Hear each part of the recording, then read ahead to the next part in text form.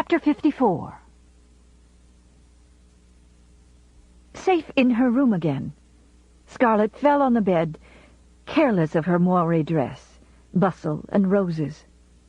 For a long time she could only lie still and think of standing between Melanie and Ashley greeting guests.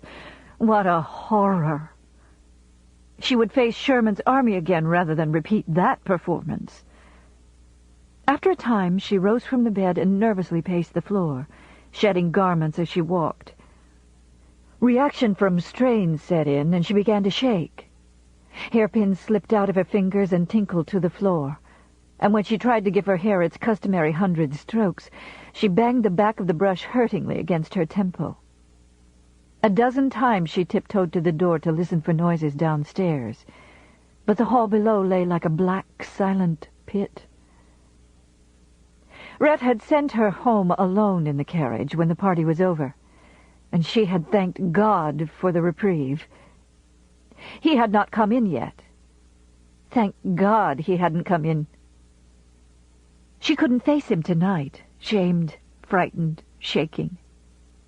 But where was he? Probably at that creature's place. For the first time, Scarlett was glad there was such a person as Belle Watling. Glad there was some other place than this house to shelter Rhett, until his glittering, murderous mood had passed. That was wrong, being glad a husband was at the house of a prostitute. But she couldn't help it. She would be almost glad if he were dead, if it meant she wouldn't have to see him tonight. Tomorrow... well, tomorrow was another day. Tomorrow she would think of some excuse, some counter-accusations, some way of putting Rhett in the wrong. Tomorrow the memory of this hideous night would not be driving her so fiercely that she shook. Tomorrow she wouldn't be so haunted by the memory of Ashley's face, his broken pride and his shame, shame that she had caused, shame in which he had so little part. Would he hate her now? Her darling, honorable Ashley, because she had shamed him? Of course he would hate her now that they had both been saved by the indignant squaring of Melanie's thin shoulders and the love and outspoken trust which had been in her voice as she crossed the glassy floor to slip her arm through Scarlett's and face the curious, malicious, covertly hostile crowd. How neatly Melanie had scotched the scandal, keeping Scarlett at her side all through the dreadful evening. People had been a bit cool, somewhat bewildered, but they had been polite. Oh, the ignominy of it all! To be sheltered behind Melanie's skirts from those who hated her, who would have torn her to bits with their whispers. To be sheltered by Melanie's blind trust, Melanie of all people. Scarlett shook as with a chill at the thought. She must have a drink, a number of drinks before she could lie down and hope to sleep. She threw a wrapper about her gown and went hastily out into the dark hall, her backless slippers making a great clatter in the stillness. She was halfway down the stairs before she looked toward the closed door of the dining room and saw a narrow line of light streaming from under it. Her heart stopped for a moment. Had that light been burning when she came home, and had she been too upset to notice it? Or was Rhett home after all? He could have come in quietly through the kitchen door. If Rhett were home, she would tiptoe back to bed without her brandy, much as she needed it. Then she wouldn't have to face him. Once in her room she would be safe, for she could lock the door.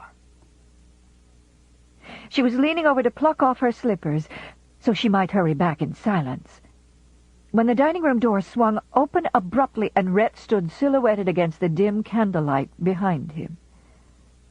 He looked huge, larger than she had ever seen him, a terrifying faceless black bulk that swayed slightly on its feet.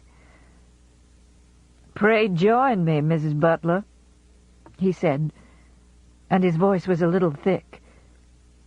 He was drunk, and showing it, and she had never before seen him show his liquor no matter how much he drank. She paused, irresolutely saying nothing, and his arm went up in a gesture of command. "Come here, damn you," he said roughly. He must be very drunk, she thought with a fluttering heart.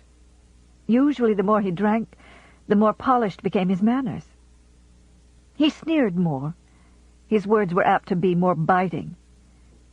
But the manner that accompanied them was always punctilious. Too punctilious. I must never let him know I'm afraid to face him, she thought. And clutching the wrapper closer to her throat, she went down the stairs with her head up and her heels clacking noisily. He stood aside and bowed her through the door with a mockery that made her wince. She saw that he was coatless, and his cravat hung down on either side of his open collar. His shirt was open down to the thick mat of black hair on his chest. His hair was rumpled, and his eyes bloodshot and narrow. One candle burned on the table, a tiny spark of light that threw monstrous shadows about the high-ceilinged room, and made the massive sideboards and buffet look like still, crouching beasts. On the table on the silver tray stood the decanter with cut-glass stopper out, surrounded by glasses. "Sit down," he said curtly, following her into the room. Now a new kind of fear crept into her, a fear that made her alarm at facing him seem very small. He looked and talked and acted like a stranger. This was an ill-mannered wretch she had never seen before. Never at any time, even in most intimate moments, had he been other than nonchalant. Even in anger, he was suave and satirical, and whiskey usually served to intensify these qualities. At first it had annoyed her, and she had tried to break down that nonchalance, but soon she had come to accept it as a very convenient thing.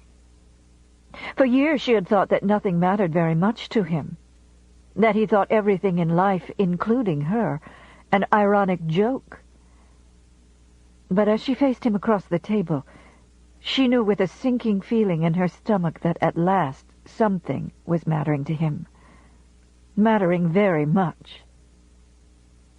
"There's no reason why you should not have your nightcap, even if I am ill-bred enough to be at home," he said. "Shall I pour it for you?" "I did not want a drink," she said stiffly. "I heard a noise and came—" "You heard nothing. You wouldn't have come down if you'd thought I was home. I've sat here and listened to you racing up and down the floor upstairs. You must need a drink badly. Take it." "I do not." He picked up the decanter and sloshed a glassful, untidily. "Take it," he said, shoving it into her hand. "You're shaking all over." "Oh, don't give yourself airs. I know you drink on the quiet, and I know how much you drink. For some time I've been intending to tell you to stop your elaborate pretenses and drink openly if you want to. Do you think I'd give a damn if you like your brandy?" She took the wet glass, silently cursing him. He read her like a book. He had always read her, and he was the one man in the world from whom she would like to hide her real thoughts. "Drink it, I say." She raised the glass and bolted the contents with one abrupt motion of her arm, wrist stiff, just as Gerald had always taken his neat whiskey, bolted it before she thought how practiced and unbecoming it looked. He didn't miss the gesture, and his mouth went down at the corner. "Sit down, and we will have a pleasant domestic discussion of the elegant reception we have just attended." "You are drunk," she said coldly, "and I'm going to bed." "I am very drunk, and I intend to get still drunker before the evening's over, but you aren't going to bed, not yet. Sit down." His voice still held a remnant of its wonted cool drawl. But beneath the words she could feel violence fighting its way to the surface, violence as cruel as the crack of a whip. She wavered irresolutely, and he was at her side, his hand on her arm in a grip that hurt. He gave it a slight wrench, and she hastily sat down with a little cry of pain. She was afraid, more afraid than she had ever been in her life. As he leaned over her, she saw that his face was dark and flushed, and his eyes still held their frightening glitter. There was something in their depths she didn't recognize, couldn't understand. Something deeper than anger, stronger than pain. Something driving him until his eyes glowed redly like twin coals. He looked down at her for a long time, so long that her defiant gaze wavered and fell. And then he slumped into a chair opposite her and poured himself another drink. She thought rapidly, trying to lay a line of defenses. But until he spoke, she wouldn't know what to say, for she didn't know exactly what accusation he intended to make.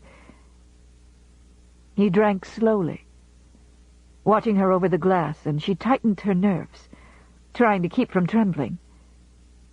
For a time, his face didn't change its expression. But finally, he laughed, still keeping his eyes on her. And at the sound, she couldn't still her shaking. "It was an amusing comedy this evening, wasn't it?" She said nothing, curling her toes in the loose slippers in an effort at controlling her quivering. "A pleasant comedy with no character missing. The village assembled to stone the erring woman, the wronged husband supporting his wife as a gentleman should, the wronged wife stepping in with Christian spirit and casting the garments of her spotless reputation over it all. And the lover, please. I don't please. Not tonight. It's too amusing. And the lover looking like a damn fool and wishing he were dead. How does it feel, my dear, to have the woman you hate stand by you and cloak your sins for you? Sit down." She sat down. "You don't like her any better for it, I imagine. You are wondering if she knows all about you and Ashley. Wondering why she did this if she does know. If she just did it to save her own face. And you're thinking she's a fool for doing it, even if it did save your hide. But I will not listen." "Yes, you will listen. And I'll tell you this to ease your worry. Miss Melly is a fool, but not the kind you think. It was obvious that someone had told her, but she didn't believe it. Even if she saw, she wouldn't believe. There's too much honor in her to conceive of dishonor in anyone she loves. I don't know what lie Ashley Wilkes told her, but any clumsy one would do, for she loves Ashley, and she loves you. I'm sure I can't see why she loves you, but she does. Let that be one of your crosses." "If you were not so drunk and insulting, I would explain everything," said Scarlett, recovering some dignity. "But now, I'm not interested in your explanations. I know the truth better than you do. By God, if you get up out of that chair just once more. And what I find more amusing than even tonight's comedy is the fact that while you have been so virtuously denying me the pleasures of your bed because of my many sins, you've been lusting in your heart after Ashley Wilkes." Lusting in your heart, that's a good phrase, isn't it? There are a number of good phrases in that book, aren't there? What book? What book? Her mind ran on, foolishly, irrelevantly, as she cast frantic eyes about the room, noting how dully the massive silver gleamed in the dim light, how frighteningly dark the corners were. "And I was cast out because my coarse orders were too much for your refinement, because you didn't want any more children. How bad that made me feel, dear heart. How it cut me. So I went out and found pleasant consolation and left you to your refinements. And you spent that time tracking the long-suffering Mr. Wilkes. God damn him, what ails him? He can't be faithful to his wife with his mind or unfaithful with his body. Why doesn't he make up his mind? You wouldn't object to having his children, would you? And passing them off as mine." She sprang to her feet with a cry, and he lunged from his seat, laughing that soft laugh that made her blood cold. He pressed her back into a chair with large brown hands and leaned over her. "Observe my hands, my dear," he said, flexing them before her eyes. "I could tear you to pieces with them with no trouble whatsoever, and I would do it if it would take Ashley out of your mind. But it wouldn't. So I think I'll remove him from your mind forever this way. I'll put my hands so on each side of your head, and I'll smash your skull between them like a walnut, and that will blot him out." His hands were on her head, under her flowing hair, caressing, hard, turning her face up to his. She was looking into the face of a stranger, a drunken, drawling-voiced stranger. She had never lacked animal courage, and in the face of danger it flooded back hotly into her veins, stiffening her spine, narrowing her eyes. "You drunken fool," she said. "Take your hands off me." To her surprise, he did so, and seating himself on the edge of the table, he poured himself another drink. "I have always admired your spirit, my dear. Never more than now, when you are cornered." She drew her wrapper close about her body. Oh, if she could only reach her room and turn the key in the stout door and be alone. Somehow she must stand him off, bully him into submission. This wretch she had never seen before. She rose without haste, though her knees shook, tightened the wrapper across her hips, and threw back her hair from her face. "I'm not cornered," she said cuttingly. "You'll never corner me, Rhett Butler, or frighten me. You're nothing but a drunken beast who's been with bad women so long that you can't understand anything else but badness. You can't understand Ashley or me. You've lived in dirt too long to know anything else. You are jealous of something you can't understand. Good night." She turned casually and started toward the door, and a burst of laughter stopped her. She turned, and he swayed across the room toward her. Name of God, if he would only stop that terrible laugh! What was there to laugh about in all of this? As he came toward her, she backed toward the door and found herself against the wall. He put his hands heavily upon her and pinned her shoulders to the wall. "Stop laughing!" "I am laughing because I'm sorry for you." "Sorry? For me? Be sorry for yourself." "Yes, by God, I'm sorry for you, my dear, my pretty little fool." That hurts, doesn't it? You can't stand either laughter or pity, can you? He stopped laughing, leaning so heavily against her shoulders that they ached. His face changed, and he leaned so close to her that the heavy whiskey smell of his breath made her turn her head. "Jealous, am I?" he said. "And why not?" "Oh, yes, I'm jealous of Ashley Wilkes. Why not? Oh, don't try to talk and explain. I know you've been physically faithful to me." "Was that what you were trying to say?" "Oh, I've known that all along, all these years." "How do I know?" "Oh, well, I know Ashley Wilkes and his breed. I know he's honorable and a gentleman. And that, my dear, is more than I can say for you. Or for me, for that matter. We are not gentlemen, and we have no honor, have we? That's why we flourish like green bay trees." "Let me go. I won't stand here and be insulted." "I'm not insulting you. I'm praising your physical virtue. And it hasn't fooled me one bit. You think men are such fools, Scarlett. It never pays to underestimate your opponent's strength and intelligence. And I'm not a fool. Don't you suppose I know that you've lain in my arms and pretended I was Ashley Wilkes?" Her jaw dropped, and fear and astonishment were written plainly in her face. Pleasant thing, that. Rather ghostly, in fact. Like having 3 in a bed where there ought to be just 2. He shook her shoulders ever so slightly, hiccuped, and smiled mockingly. Oh, yes, you've been faithful to me because Ashley wouldn't have you. But hell, I wouldn't have grudged him your body. I know how little bodies mean, especially women's bodies. But I do grudge him your heart. And your dear heart, unscrupulous, stubborn mind. He doesn't want your mind, the fool, and I don't want your body. I can buy women cheap, but I do want your mind and your heart. And I'll never have them, any more than you'll ever have Ashley's mind. And that's why I'm sorry for you. Even through her fear and bewilderment, his sneer stung. Sorry? For me? Yes, sorry because you're such a child, Scarlett. A child crying for the moon.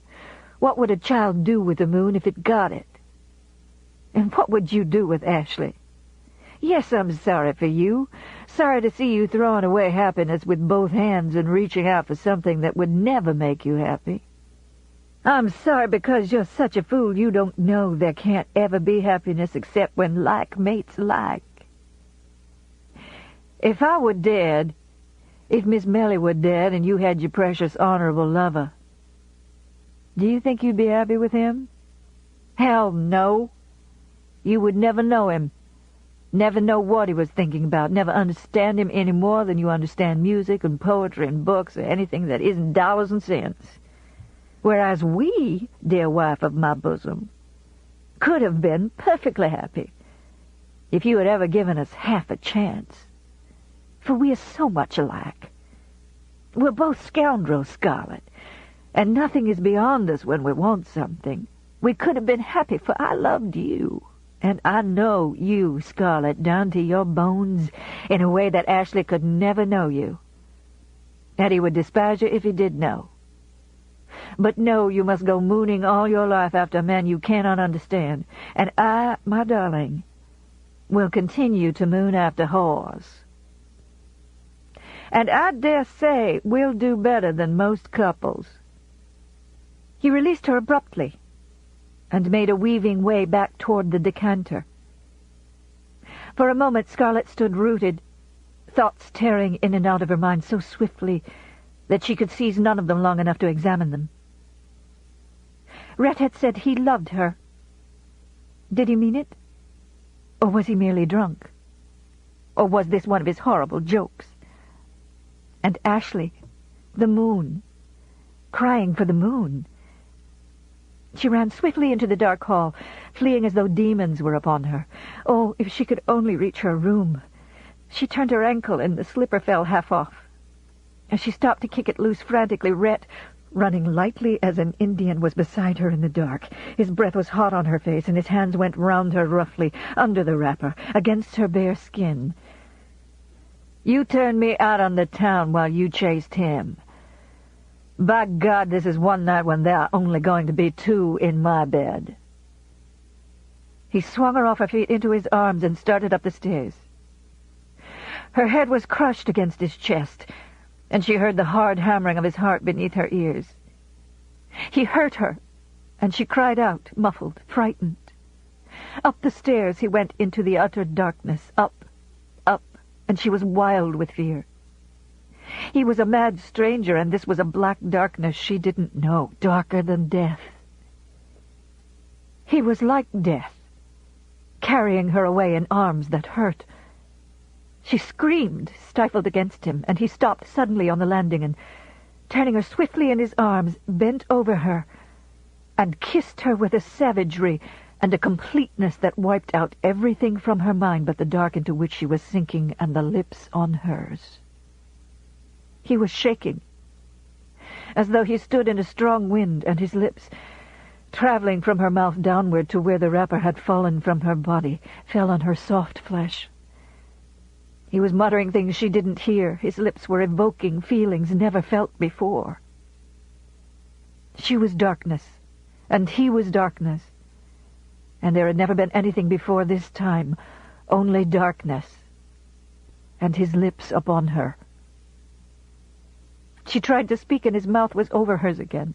Suddenly she had a wild thrill, such as she had never known. Joy, fear, madness, excitement, surrender to arms that were too strong, lips too bruising, fate that moved too fast. For the first time in her life she had met someone, something stronger than she. Someone she could neither bully nor break. Someone who was bullying and breaking her. Somehow, her arms were around his neck and her lips trembling beneath his, and they were going up into the darkness again. A darkness that was soft and swirling and all-enveloping. When she awoke the next morning, he was gone. And had it not been for the rumpled pillow beside her, she would have thought the happenings of the night before a wild, preposterous dream. She went crimson at the memory, and pulling the bed covers up about her neck, lay bathed in sunlight, trying to sort out the jumbled impressions in her mind. Two things stood to the fore. She had lived for years with Rhett, slept with him, eaten with him, quarreled with him, and borne his child. And yet, she didn't know him. The man who had carried her up the dark stairs was a stranger of whose existence she had not dreamed. And now, though she tried to make herself hate him, tried to be indignant, she could not. He had humbled her, hurt her, used her brutally through a wild, mad night, and she had gloried in it. Oh, she should be ashamed, should shrink from the very memory of the hot, swirling darkness. A lady, a real lady, could never hold up her head after such a night. But stronger than shame was the memory of rapture, of the ecstasy of surrender. For the first time in her life she had felt alive, felt passion as sweeping and primitive as the fear she had known the night she fled Atlanta, as dizzy sweet as the cold hate when she had shot the Yankee. Rhett loved her. At least he said he loved her, and how could she doubt it now? How odd and bewildering and how incredible that he loved her, this savage stranger with whom she had lived in such coolness. She was not altogether certain how she felt about this revelation, but as an idea came to her, she suddenly laughed aloud. He loved her, and so she had him at last. She had almost forgotten her early desire to entrap him into loving her, so she could hold the whip over his insolent black head. Now it came back, and it gave her great satisfaction. For one night, he had had her at his mercy, but now she knew the weakness of his armor. From now on, she had him where she wanted him. She had smarted under his jeers for a long time, but now she had him where she could make him jump through any hoop she cared to hold. When she thought of meeting him again, face to face in the sober light of day, a nervous, tingling embarrassment that carried with it an exciting pleasure enveloped her. I'm nervous as a bride, she thought. And about Rhett. And at the idea she fell to giggling foolishly. But Rhett didn't appear for dinner, nor was he at his place at the supper table. The night passed. A long night, during which she lay awake until dawn, her ears strained to hear his key in the latch. But he didn't come. When the second day passed with no word from him, she was frantic with disappointment and fear. She went by the bank, but he was not there. She went to the store and was very sharp with everyone, for every time the door opened to admit a customer, she looked up with a flutter, hoping it was Rhett. She went to the lumber yard and bullied Hugh until he hid himself behind a pile of lumber. But Rhett didn't seek her there. She couldn't humble herself to ask friends if they had seen him. She couldn't make inquiries among the servants for news of him. But she felt they knew something she did not know. Negroes always knew everything. Mammy was unusually silent those 2 days. She watched Scarlett out of the corner of her eye and said nothing.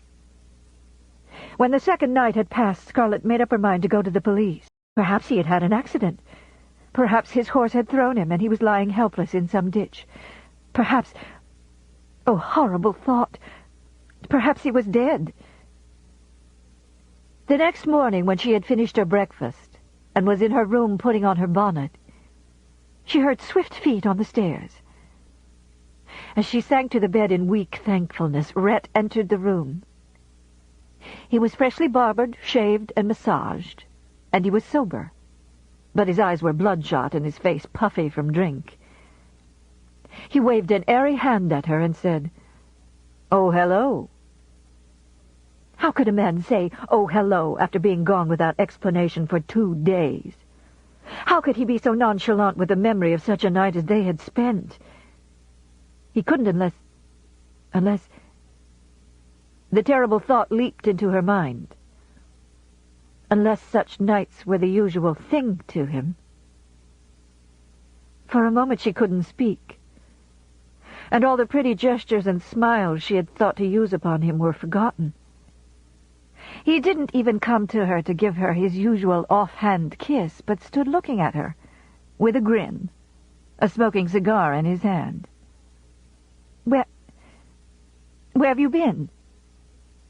"Don't tell me you don't know." "I thought surely the whole town knew by now.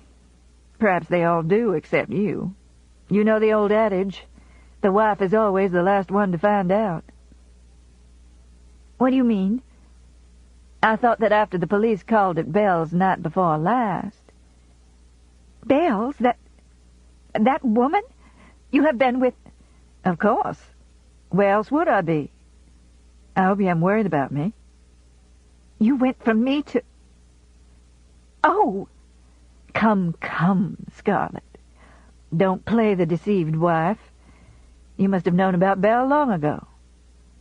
"You went to her from me after... "Oh, that." He made a careless gesture. "I will forget my manners. My apologies for my conduct at our last meeting. I was very drunk, as you doubtless know, and quite swept off my feet by your charms. Need I enumerate them?" Suddenly she wanted to cry, to lie down on the bed and sob endlessly. He hadn't changed. Nothing had changed. And she had been a fool, a stupid, conceited, silly fool, thinking he loved her. It had all been one of his repulsive drunken jests. He had taken her and used her when he was drunk, just as he would use any woman in Belle's house. And now he was back, insulting, sardonic, out of reach. She swallowed her tears and rallied. He must never know what she had thought. How he would laugh if he knew. Well, he'd never know. She looked up quickly at him and caught that old, puzzling, watchful glint in his eyes. Keen, eager, as though he hung on her next words, hoping they would be... What was he hoping? That she'd make a fool out of herself and bawl and give him something to laugh about? Not she. Her slanting brows rushed together in a cold frown. "I had naturally suspected what your relations with that creature were." "Only suspected? Why didn't you ask me and satisfy your curiosity? I'd have told you. I've been living with her ever since the day you and Ashley Wilkes decided that we should have separate bedrooms." "You have the gall to stand there and boast to me, your wife, that—" "Oh, spare me your moral indignation. You never gave a damn what I did, as long as I paid the bills. And you know I've been no angel recently. And as for you being my wife, you haven't been much of a wife since Bonnie came, have you? You've been a poor investment, Scarlett. Belle's been a better one." "Investment? You mean you gave her—" "Set her up in business is the correct term, I believe. Belle's a smart woman. I wanted to see her get ahead, and all she needed was money to start a house of her own. You ought to know what miracles a woman can perform when she has a bit of cash. Look at yourself." "You compare me—" Well, you are both hard-headed businesswomen and both successful. Belle's got the edge on you, of course, because she's a kind-hearted, good-natured soul. Will you get out of this room? He lounged toward the door, one eyebrow raised quizzically. How could he insult her so? She thought in rage and pain. He was going out of his way to hurt and humiliate her, and she writhed as she thought how she had longed for his homecoming, while all the time he was drunk and brawling with police in a bawdy house. Get out of this room and don't ever come back in it. I told you that once before, and you weren't enough of a gentleman to understand. Hereafter I will lock my door. Don't bother. I will lock it. After the way you acted the other night, so drunk, so disgusting. Come now, darling. Not disgusting, surely. Get out. Don't worry. I'm going. And I promise I'll never bother you again. That's final.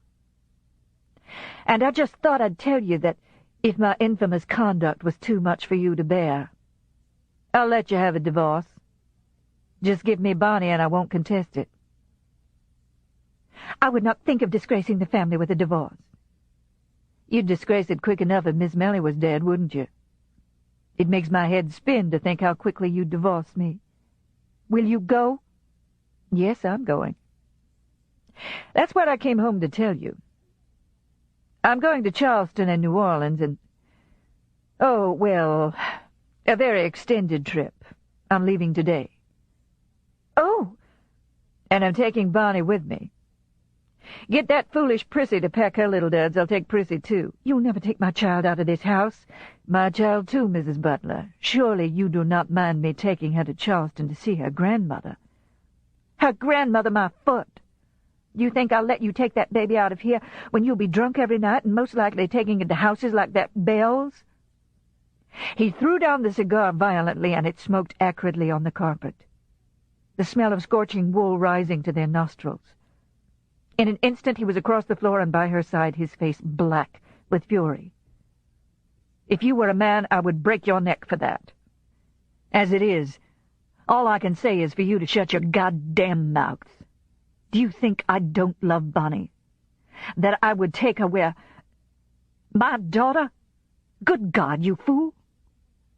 And as for you, giving yourself pious airs about your motherhood, why, a cat's a better mother than you. What have you ever done for the children? Wade and Ella are frightened to death of you, and if it wasn't for Melanie Wilkes, they'd never know what love and affection are. But Bonnie, my Bonnie, do you think I can't take better care of her than you? Do you think I'll ever let you bully her and break her spirit as you've broken Wade's and Ella's? Hell no. Have her packed up and ready for me in an hour, or I warn you what happened the other night will be mild beside what will happen. I've always thought a good lashing with a buggy whip would benefit you immensely. He turned on his heel before she could speak and went out of the room on swift feet. She heard him cross the floor of the hall to the children's playroom and open the door. There was a glad, quick treble of childish voices, and she heard Bonnie's tones rise over Ella's. "Daddy, where you been?" "Hunting for a rabbit skin to wrap my little Bonnie in. Give your best sweetheart a kiss." Chapter 55. "Darling, I don't want any explanation from you, and I won't listen to one," said Melanie firmly, as she gently laid a small hand across Scarlett's tortured lips and stilled her words. "You insult yourself and Ashley and me by even thinking there could be need of explanations between us. Why, we three have been like soldiers fighting the world together for so many years that I'm ashamed of you for thinking idle gossip could come between us. Do you think I believe that you and my Ashley... Why, the idea! Don't you realize I know you better than anyone in the world knows you? Do you think I've forgotten all the wonderful, unselfish things you've done for Ashley and Beau and me? Everything from saving my life to keeping us from starving? Do you think I could remember you walking in a furrow behind that Yankee's horse, almost barefooted, and with your hands blistered, just so the baby and I could have something to eat, and then believe such dreadful things about you? I don't want to hear a word out of you, Scarlett O'Hara, not a word. But... Scarlett fumbled and stopped. Rhett had left town the hour before with Bonnie and Prissy, and desolation was added to Scarlett's shame and anger. The additional burden of her guilt with Ashley and Melanie's defense was more than she could bear. Had Melanie believed India and Archie, caught her at the reception, or even greeted her frigidly, she could have held her head high and fought back with every weapon in her armory. But now, with the memory of Melanie standing between her and social ruin, standing like a thin, shining blade with trust and a fighting light in her eyes, there seemed nothing honest to do but confess. Yes, blurt out everything from that far-off beginning on the sunny porch at Terra. She was driven by a conscience which, though long suppressed, could still rise up. An active Catholic conscience. Confess your sins and do penance for them in sorrow and contrition. Ellen had told her 100 times. And in this crisis, Ellen's religious training came back and gripped her. She would confess, yes, everything, every look and word, those few caresses. And then God would ease her pain and give her peace.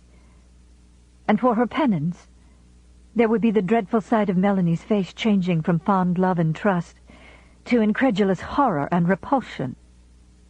Oh, that was too hard a penance, she thought in anguish, to have to live out her life remembering Melanie's face, knowing that Melanie knew all the pettiness, the meanness, the two-faced disloyalty, and the hypocrisy that were in her. Once, the thought of flinging the truth tauntingly in Melanie's face and seeing the collapse of her fool's paradise had been an intoxicating one, a gesture worth everything she might lose thereby. But now, all that had changed overnight, and there was nothing she desired less. Why this should be, she didn't know. There was too great a tumult of conflicting ideas in her mind for her to sort them out. She only knew that as she had once desired to keep her mother thinking her modest, kind, pure of heart, so she now passionately desired to keep Melanie's high opinion. She only knew that she didn't care what the world thought of her, or what Ashley or Rhett thought of her. But Melanie must not think her other than she had always thought her. She dreaded to tell Melanie the truth, but one of her rare honest instincts arose, an instinct that would not let her masquerade in false colors before the woman who had fought her battles for her. So she hurried to Melanie that morning, as soon as Rhett and Bonnie had left the house. But at her first tumbled-out words, "Mellie, I must explain about the other day," Melanie had imperiously stopped her. Scarlett, looking shamefaced into the dark eyes that were flashing with love and anger, knew with a sinking heart that the peace and calm following confession could never be hers. Melanie had forever cut off that line of action by her first words. With one of the few adult emotions Scarlett had ever had, she realized that to unburden her own tortured heart would be the purest selfishness. She would be ridding herself of her burden and laying it on the heart of an innocent and trusting person. She owed Melanie a debt for her championship, and that debt could only be paid with silence.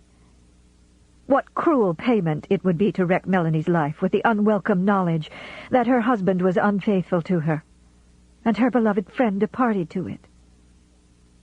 "I can't tell her," she thought miserably. "Never. Not even if my conscience kills me." She remembered irrelevantly Rhett's drunken remark. "She can't conceive of dishonor in anyone she loves. Let that be your cross." Yes, it would be her cross, until she died, to keep this torment silent within her, to wear the hair shirt of shame, to feel it chafing her at every tender look and gesture Melanie would make throughout the years, to subdue forever the impulse to cry, "Don't be so kind, don't fight for me, I'm not worth it." If you only weren't such a fool, such a sweet, trusting, simple-minded fool, it wouldn't be so hard, she thought desperately. I've toted lots of weary loads, but this is going to be the heaviest and most galling load I've ever toted. Melanie sat facing her in a low chair, her feet firmly planted on an ottoman so high that her knees stuck up like a child's, a posture she would never have assumed had not rage possessed her to the point of forgetting proprieties. She held a line of tatting in her hands, and she was driving the shining needle back and forth as furiously as though handling a rapier in a duel. Had Scarlet been possessed of such an anger, she would have been stamping both feet and roaring like Gerald in his finest days, calling on God to witness the accursed duplicity and knavishness of mankind, and uttering blood-curdling threats of retaliation. But only by the flashing needle and the delicate brows drawn down toward her nose did Melanie indicate that she was inwardly seething. Her voice was cool, and her words more close-clipped than usual. But the forceful words she uttered were foreign to Melanie, who seldom voiced an opinion at all, and never an unkind word. Scarlet realized suddenly that the Wilkses and the Hamiltons were capable of furies equal to and surpassing those of the O'Haras. "I've gotten mighty tired of hearing people criticize you, darling," Melanie said. "And this is the last straw, and I'm going to do something about it. All this has happened because people are jealous of you, because you are so smart and successful. You've succeeded where lots of men, even, have failed. Now don't be vexed with me, dear, for saying that. I don't mean you've ever been unwomanly or unsexed yourself, as lots of folks have said, because you haven't. People just don't understand you. And people can't bear for women to be smart. But your smartness and your success don't give people the right to say that you and Ashley, stars above." The soft vehemence of this last ejaculation would have been, upon a man's lips, profanity of no uncertain meaning. Scarlet stared at her, alarmed by so unprecedented an outburst. "And for them to come to me with the filthy lies they concocted. Archie, India, Mrs. Elsing, how did they dare? Of course, Mrs. Elsing didn't come here. No, indeed, she didn't have the courage. But she's always hated you, darling, because you were more popular than Fanny. And she was so incensed at your demoting Hugh from the management of the mill. But you were quite right in demoting him. He's just a piddling do-less, good-for-nothing." Swiftly Melanie dismissed the playmate of her childhood and the beau of her teen years. "I blame myself about Archie. I shouldn't have given the old scoundrel shelter. Everyone told me so, but I wouldn't listen. He didn't like you, dear, because of the convicts. But who is he to criticize you? A murderer, and the murderer of a woman, too. And after all I've done for him, he comes to me and tells me I shouldn't have been a bit sorry if Ashley had shot him. Well, I packed him off with a large flea in his ear, I can tell you. And he's left town. And as for India, the vile thing, darling, I couldn't help noticing from the first time I saw you two together that she was jealous of you and hated you, because you were so much prettier and had so many beaux. And she hated you especially about Stuart Tarleton. And she's brooded about Stuart so much that, well, I hate to say it about Ashley's sister, but I think her mind has broken with thinking so much. There's no other explanation for her action. I told her never to put foot in this house again, and that if I heard her breathe so vile an insinuation, I would call her a liar in public." Melanie stopped speaking, and abruptly the anger left her face, and sorrow swamped it. Melanie had all that passionate clan loyalty peculiar to Georgians, and the thought of a family quarrel tore her heart. She faltered for a moment, but Scarlet was dearest. Scarlet came first in her heart, and she went on loyally. "She's always been jealous because I loved you best, dear. She'll never come in this house again, and I'll never put foot under any roof that receives her. Ashley agrees with me. But it's just about broken his heart that his own sister should tell such a—" At the mention of Ashley's name, Scarlet's overwrought nerves gave way, and she burst into tears. Would she never stop stabbing him to the heart? Her only thought had been to make him happy and safe, but at every turn she seemed to hurt him. She had wrecked his life. broken his pride and self-respect, shattered that inner peace, that calm based on integrity. And now she had alienated him from the sister he loved so dearly. To save her own reputation and his wife's happiness, India had to be sacrificed, forced into the light of a lying, half-crazed, jealous old maid. India, who was absolutely justified in every suspicion she had ever harbored and every accusing word she had uttered. Whenever Ashley looked into India's eyes, he would see the truth shining there, truth and reproach and the cold contempt of which the Wilkes were masters.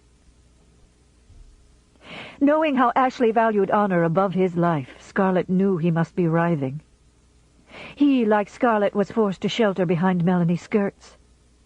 While Scarlett realized the necessity for this and knew that the blame for his false position lay mostly at her own door, still,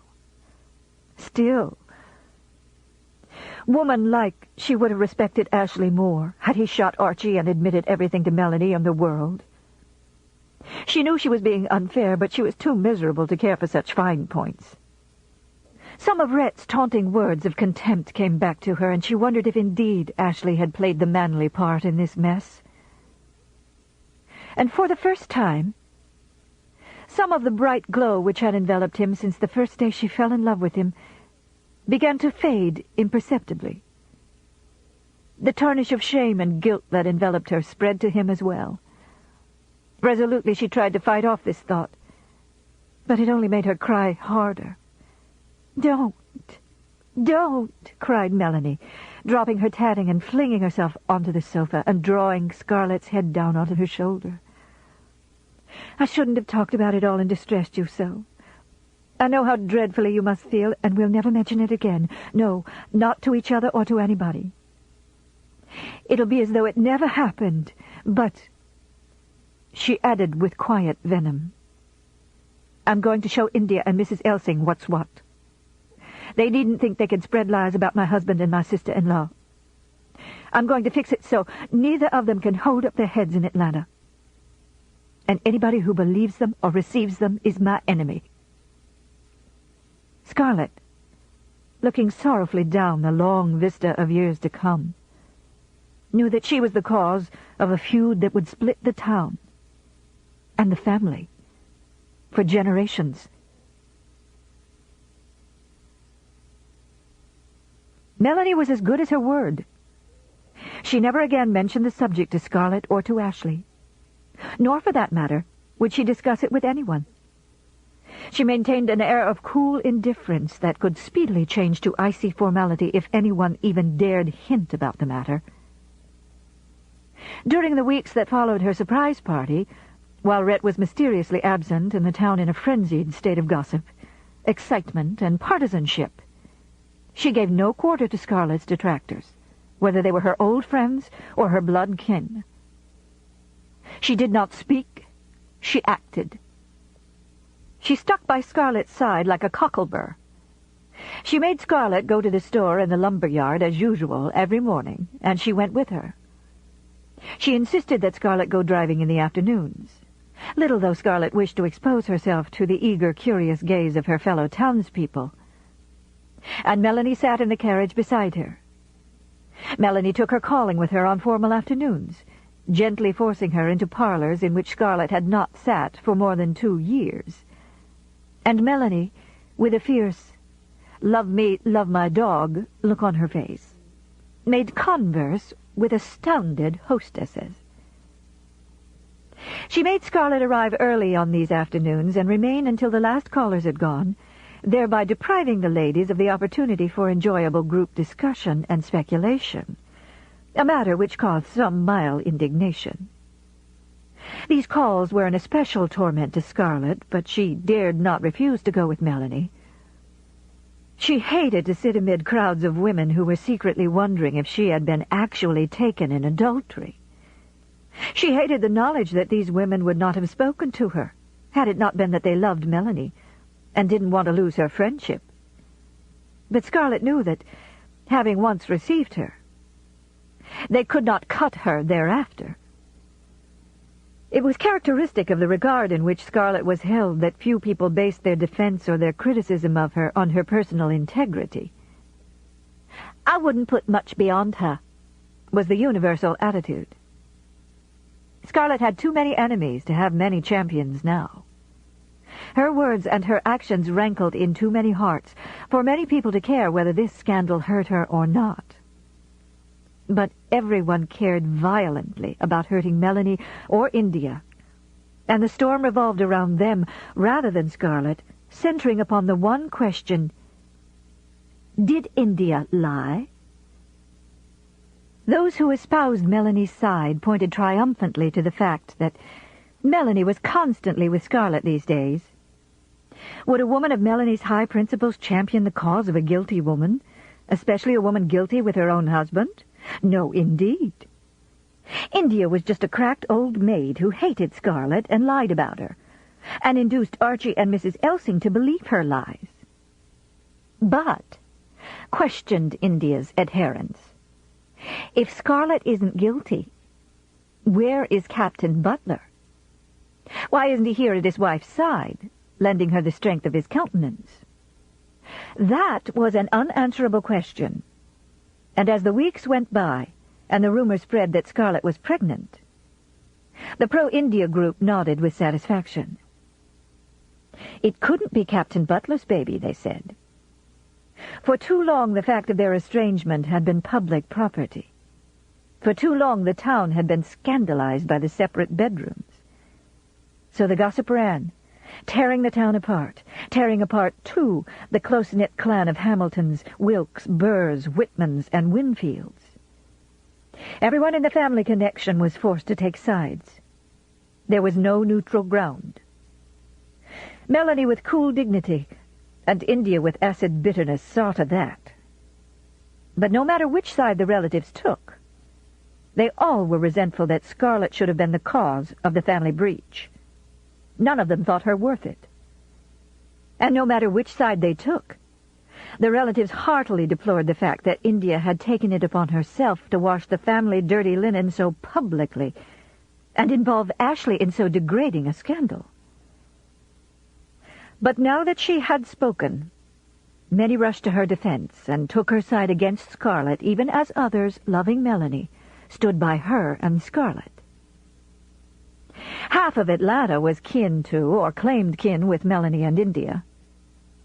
The ramifications of cousins, double cousins, cousins-in-law, and kissing cousins were so intricate and involved that no one but a born Georgian could ever unravel them. They had always been a clannish tribe, presenting an unbroken phalanx of overlapping shields to the world in time of stress, no matter what their private opinions of the conduct of individual kinsmen might be. With the exception of the guerrilla warfare carried on by Aunt Pitty against Uncle Henry, which had been a matter for hilarious laughter within the family for years, there had never been an open breach in the pleasant relations. They were gentle, quiet-spoken, reserved people, and not given to even the amiable bickering that characterized most Atlanta families. But now they were split in twain, and the town was privileged to witness cousins of the 5th and 6th degree taking sides in the most shattering scandal Atlanta had ever seen. This worked great hardship and strained the tact and forbearance of the unrelated half of the town. For the India-Melanie feud made a rupture in practically every social organization.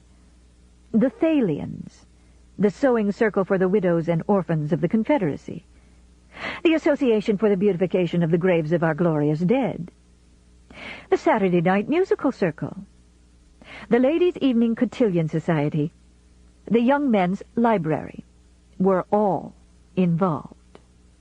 So were 4 churches with their Ladies' Aid and missionary societies. Great care had to be taken to avoid putting members of warring factions on the same committees. On their regular afternoons at home, Atlanta matrons were in anguish from 4 to 6 o'clock for fear Melanie and Scarlett would call at the same time India and her loyal kin were in their parlors. Of all the family, poor Aunt Pitty suffered the most. Pitty, who desired nothing except to live comfortably amid the love of her relatives, would have been very pleased in this matter, to run with the hares and hunt with the hounds. But neither the hares nor the hounds would permit this.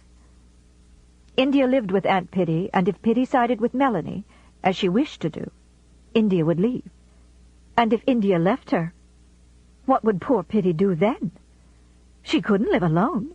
She would have to get a stranger to live with her, or she would have to close up her house and go and live with Scarlet. Pitty felt vaguely that Captain Butler wouldn't care for this. Or she would have to go and live with Melanie and sleep in the little cubbyhole that was Beau's nursery. Pitty was not overly fond of India, for India intimidated her with her dry, stiff-necked ways and her passionate convictions. But she made it possible for Pitty to keep her own comfortable establishment, and Pitty was always swayed more by considerations of personal comfort than by moral issues. And so, India remained.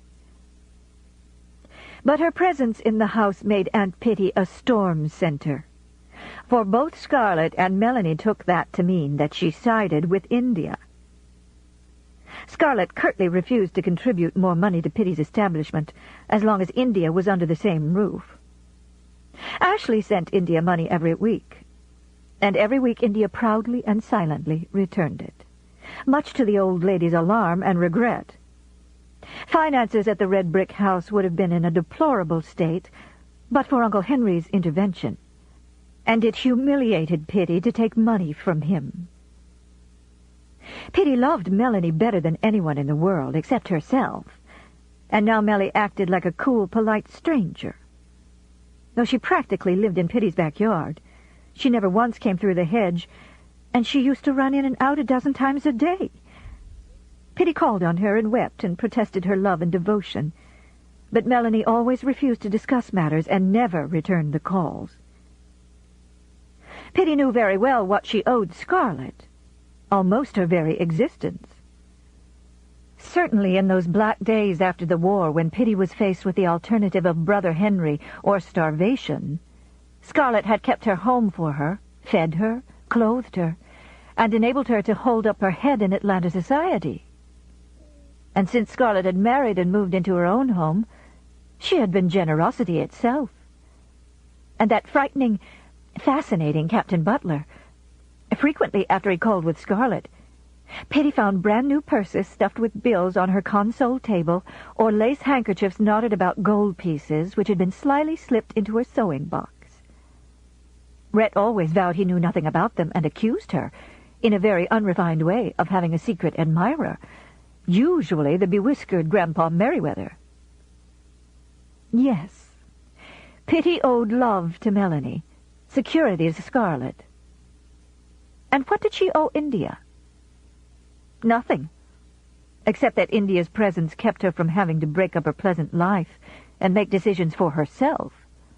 It was all most distressing, and too vulgar, and Pitty, who had never made a decision for herself in her whole life, simply let matters go on as they were, and as a result spent much time in uncomforted tears.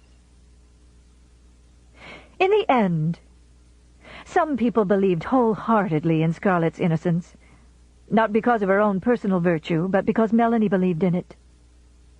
Some had mental reservations, but they were courteous to Scarlet, and called on her because they loved Melanie, and wished to keep her love.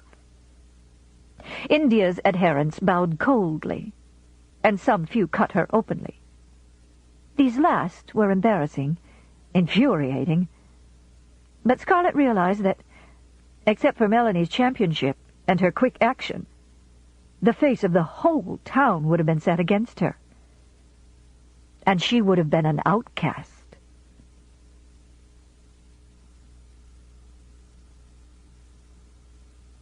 Chapter 56.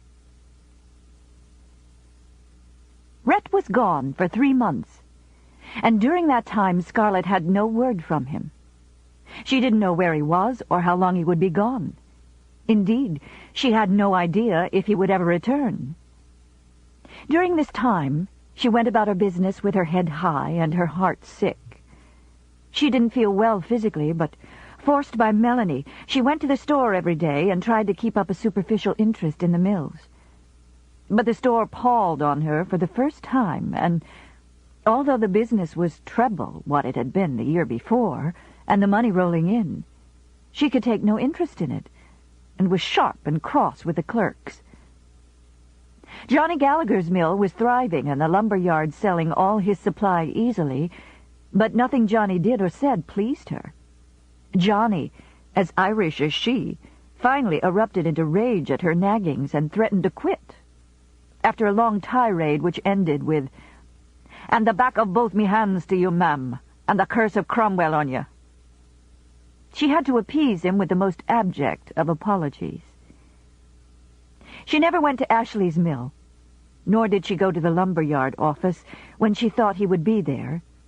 She knew he was avoiding her, knew that her constant presence in his house, at Melanie's inescapable invitations, was a torment to him. They never spoke alone, and she was desperate to question him. She wanted to know whether he now hated her, and exactly what he had told Melanie. But he held her at arm's length, and silently pleaded with her not to speak. The sight of his face, old, haggard with remorse, added to her load, and the fact that his mill lost money every week was an extra irritant which she could not voice. His helplessness in the face of the present situation irked her. She didn't know what he could do to better matters, but she felt that he should do something. Rhett would have done something. Rhett always did something, even if it was the wrong thing, and she unwillingly respected him for it. Now that her first rage at Rhett and his insults had passed, she began to miss him, and she missed him more and more as days went by without news of him. Out of the welter of rapture and anger and heartbreak and hurt pride that he had left, depression emerged to sit upon her shoulder like a carrion crow.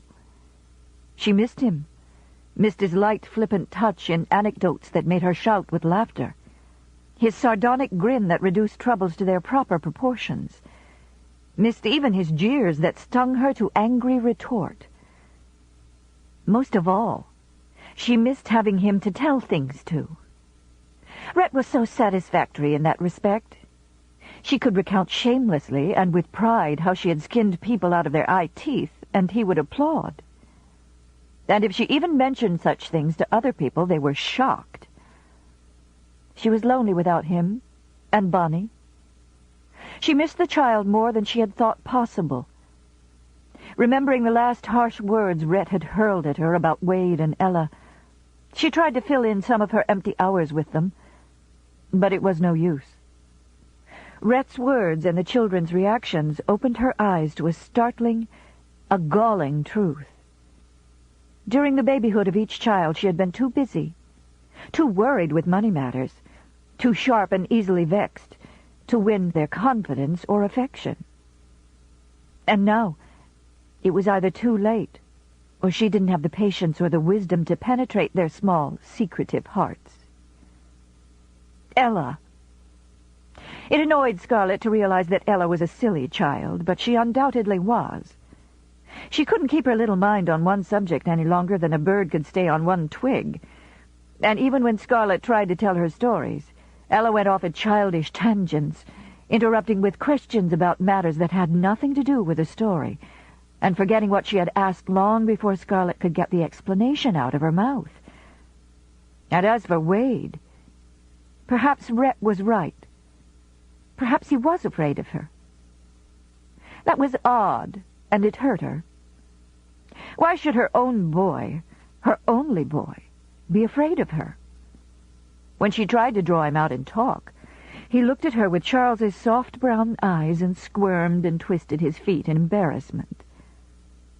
But with Melanie he bubbled over with talk, and brought from his pocket everything from fishing worms to old strings to show her. Melanie had a way with brats. There was no getting around it. Her own little Beau was the best-behaved and most lovable child in Atlanta. Scarlett got on better with him than she did with her own son, because little Beau had no self-consciousness where grown people were concerned, and climbed on her knee, uninvited, whenever he saw her. What a beautiful blonde boy he was, just like Ashley.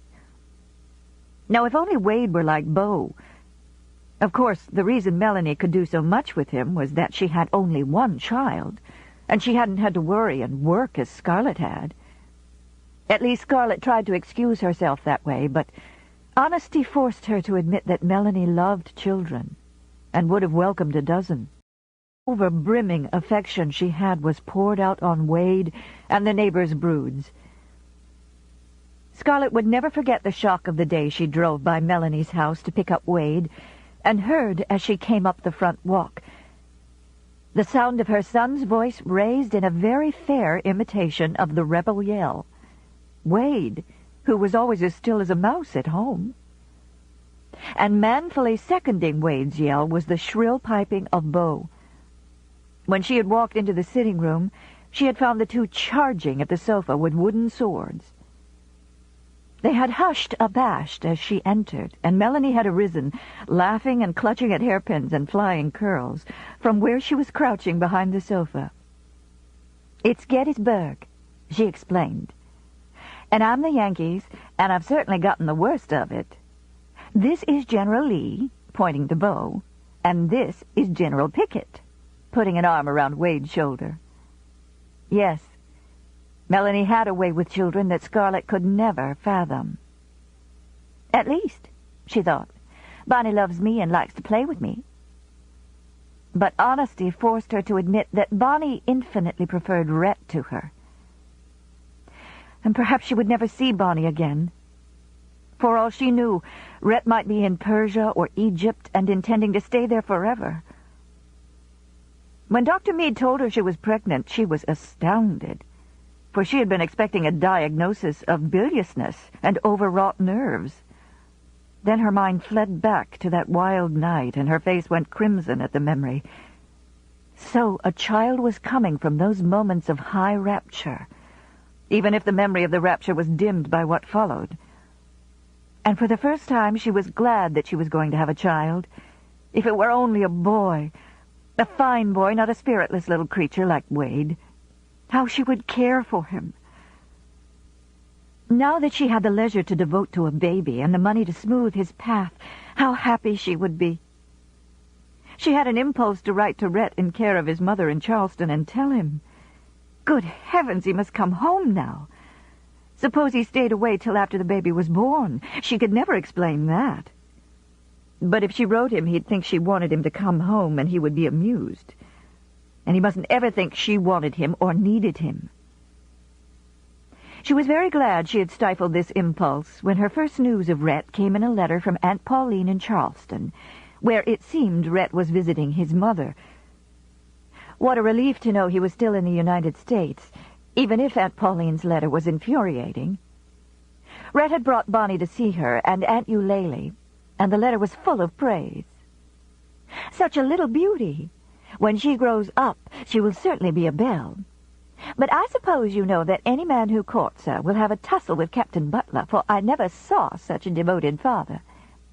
Now, my dear, I wish to confess something. Until I met Captain Butler, I felt that your marriage with him had been a dreadful misalliance, for, of course, no one in Charleston hears anything good about him, and everyone is so sorry for his family. In fact, Eulalie and I were uncertain as to whether or not we should receive him. But after all, the dear child is our great niece. When he came, we were pleasantly surprised, most pleasantly, and realized how unchristian it is to credit idle gossip. For he is most charming, quite handsome, too, we thought, and so very grave and courteous, and so devoted to you and the child. And now, my dear, I must write you of something that has come to our ears, something Eulalie and I were loath to believe at first. We had heard, of course, that you sometimes did about at the store, that Mr. Kennedy had left you. We had heard rumors, but of course we denied them. We realized that in those first dreadful days after the war it was perhaps necessary, conditions being what they were. But there is no necessity now for such conduct on your part, as I know Captain Butler is in quite comfortable circumstances, and is, moreover, fully capable of managing for you any business and property you may own. We had to know the truth of these rumors, and were forced to ask Captain Butler point-blank questions, which was most distressing to all of us. With reluctance, he told us that you spent your mornings at the store and would permit no one else to do the bookkeeping. He also admitted that you had some interest in a mill, or mills. We did not press him on this, being most upset at this information, which was news to us.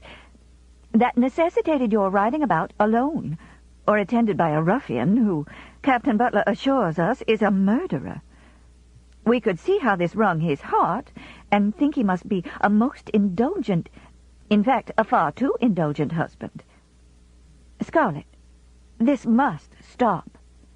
Your mother is not here to command you, and I must do it in her place. Think how your little children will feel when they grow older and realize that you were in trade.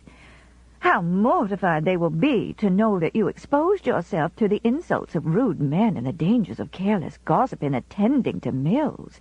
Such unwomanly... Scarlet flung down the letter unfinished with an oath. She could just see Aunt Pauline and Aunt Eulalie sitting in judgment on her in the crumbling house on the Battery, with little between them and starvation except what she, Scarlet, sent them every month. Unwomanly. By God, if she hadn't been unwomanly, Aunt Pauline and Aunt Eulalie probably wouldn't have a roof over their heads this very moment. And damn Rhett for telling them about the store and the bookkeeping and the mills. Reluctant, was he? She knew very well the joy he took in palming himself off on the old ladies as grave, courteous, and charming, the devoted husband and father. How he must have loved harrowing them with descriptions of her activities with the store, the mills, the saloon. What a devil he was. Why did such perverse things give him such pleasure? But soon, even this rage passed into apathy. So much of the keen zest had gone out of life recently. If only she could recapture the thrill and the glow of Ashley. If only They were home again, without warning. The first intimation of their return was the sound of luggage being thumped on the front hall floor, and Bonnie's voice crying, "Mother!" Scarlet hurried from her room to the top of the stairs, and saw her daughter stretching her short, plump legs in an effort to climb the steps. A resigned, striped kitten was clutched to her breast.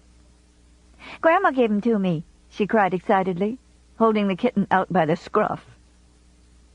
Scarlet swept her up into her arms and kissed her, thankful that the child's presence spared her her first meeting alone with Rhett. Looking over Bonnie's head, she saw him in the hall below, paying the cab driver. He looked up, saw her, and swept off his hat in a wide gesture, bowing as he did. When she met his dark eyes, her heart leaped. No matter what he was, no matter what he had done, he was home, and she was glad. "Where's Mammy?" asked Bonnie, wriggling in Scarlet's grasp, and she reluctantly set the child on her feet. It was going to be more difficult than she anticipated, greeting Rhett with just the proper degree of casualness, and as for telling him about the new baby... She looked at his face as he came up the steps, that dark, nonchalant face, so impervious, so blank. No, she'd wait to tell him. She couldn't tell him right away, and yet such tidings as these belonged first to a husband, for a husband was always happy to hear them. But she didn't think he would be happy about it. She stood on the landing, leaning against the banisters and wondering if he would kiss her, but he did not. He only said, "You are looking pale, Mrs. Butler. Is there a rouge shortage?" No word of missing her, even if he didn't mean it. And he might have at least kissed her in front of Mammy, who, after bobbing a curtsy, was leading Bonnie away down the hall to the nursery. He stood beside her on the landing, his eyes appraising her carelessly. "Can this wanness mean that you've been missing me?" he questioned, and though his lips smiled, his eyes did not. So that was going to be his attitude. He was going to be as hateful as ever, Suddenly the child she was carrying became a nauseating burden instead of something she had gladly carried. And this man before her, standing carelessly with his wide Panama hat upon his hip, her bitterest foe, the cause of all her troubles. There was venom in her eyes as she answered, venom that was too unmistakable to be missed. Then the smile went from his face. "If I'm pale, it's your fault, and it's not because I've missed you, you conceited thing. It's because—" Oh. She hadn't intended to tell him like this, but the hot words rushed to her lips, and she flung them at him, careless of the servants who might hear. "It's because I'm going to have a baby." He sucked in his breath suddenly, and his eyes went rapidly over her. He took a quick step toward her, as though to put a hand on her arm, but she twisted away from him, and before the hate in her eyes, his face hardened. "Indeed," he said coolly. "Well, who's the happy father? Ashley?" She clutched the newel post until the ears of the carved lion dug with sudden pain into her palm. Even she, who knew him so well, had not anticipated this insult. Of course he was joking, but there were some jokes too monstrous to be borne. She wanted to rake her sharp nails across his eyes and blot out that queer light in them. "Damn you," she began, her voice shaking with sick rage. You know it's yours. And I don't want it any more than you do. No woman would want the child of a cad like you. Oh, God, I wish it was anybody's baby but yours." She saw his swarthy face change suddenly, anger and something she couldn't analyze making it twitch as though stung. "There," she thought in a hot rage of pleasure. "There, I've hurt him now." But the old impassive mask was back across his face, and he stroked one side of his mustache. "Cheer up," he said, turning from her and starting up the stairs. "Maybe you'll have a miscarriage." For a dizzy moment she thought what childbearing meant. The nausea that tore her, the tedious waiting, the thickening of her figure, the hours of pain. Things no man could ever realize. And he dared to joke. She would claw him. Nothing but the sight of blood upon his face would ease this pain in her heart. She lunged for him, swift as a cat. But with a light, startled movement, he sidestepped, throwing up his arm to ward her off. She was standing on the edge of the freshly waxed top step, and as her arm, with the whole weight of her body behind it, struck his outthrust arm, she lost her balance. She made a wild clutch for the newel post and missed it. She went down the stairs backwards, feeling a sickening dart of pain in her ribs as she landed. And too dazed to catch herself, she rolled over and over to the bottom of the flight.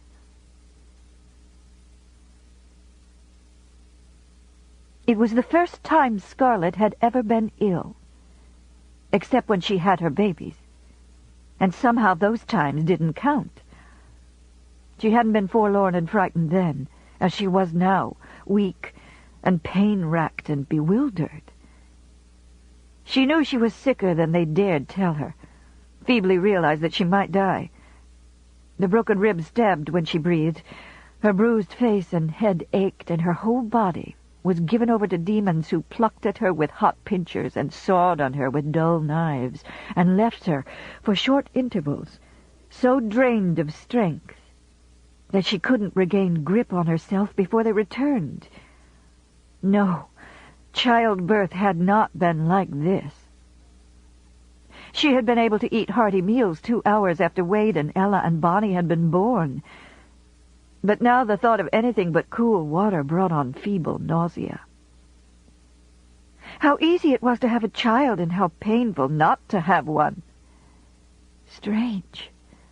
What a pang it had been, even in her pain, to know that she wouldn't have this child. Stranger still that it should have been the first child she really wanted. She tried to think why she wanted it, but her mind was too tired. Her mind was too tired to think of anything except fear of death. Death was in the room, and she had no strength to confront it, to fight it back, and she was frightened. She wanted someone strong to stand by her and hold her hand and fight off death until enough strength came back for her to do her own fighting. Rage had been swallowed up in pain, and she wanted Rhett. But he wasn't there, and she couldn't bring herself to ask for him. Her last memory of him was how he looked as he picked her up in the dark hall at the bottom of the steps, his face white and wiped clean of all save hideous fear, his voice hoarsely calling for Mammy. And then there was a faint memory of being carried upstairs before darkness came over her mind. And then pain, and more pain, and the room full of buzzing voices, and Aunt Pitty-Pat's sobs, and Dr. Mead's brusque orders, and feet that hurried on the stairs and tiptoed in the upper hall.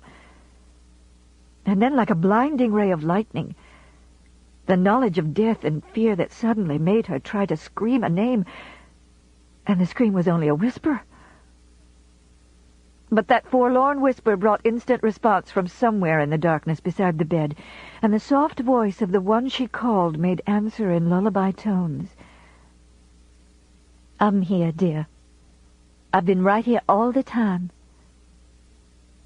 Death and fear receded gently as Melanie took her hand and laid it quietly against her cool cheek. Scarlett tried to turn to see her face and could not. Mellie was having a baby, and the Yankees were coming. The town was afire, and she must hurry. But Mellie was having a baby, and she couldn't hurry. She must stay with her till the baby came and be strong, because Mellie needed her strength. Mellie was hurting so bad. There were hot pinchers at her and dull knives and recurrent waves of pain. She must hold Mellie's hand. But Dr. Mead was there after all. He had come even if the soldiers at the depot did need him, for she heard him say, "Delirious. Where's Captain Butler?" The night was dark, and then light, and sometimes she was having a baby, and sometimes it was Melanie who cried out. But through it all, Mellie was there, and her hands were cool, and she didn't make futile, anxious gestures or sob like Aunt Pitty. Whenever Scarlett opened her eyes, she said, "Mellie?" and the voice answered. And usually she started to whisper, "Rhett, I want Rhett," and remembered, as from a dream, that Rhett didn't want her. That Rhett's face was dark as an Indian's and his teeth were white in a jeer. She wanted him, and he didn't want her. Once she said, "Mellie," and Mammy's voice said, "Smee, child," and put a cold rag on her forehead, and she cried fretfully, "Melanie, Melanie," over and over. But for a long time Melanie did not come. For Melanie was sitting on the edge of Rhett's bed, and Rhett, drunk and sobbing, was sprawled on the floor crying, his head in her lap. Every time she had come out of Scarlett's room, she had seen him sitting on his bed, his door wide, watching the door across the hall. The room was untidy, littered with cigar butts and dishes of untouched food. The bed was tumbled and unmade, and he sat on it, unshaven and suddenly gaunt, endlessly smoking. He never asked questions when he saw her. She always stood in the doorway for a minute, giving the news. "I'm sorry.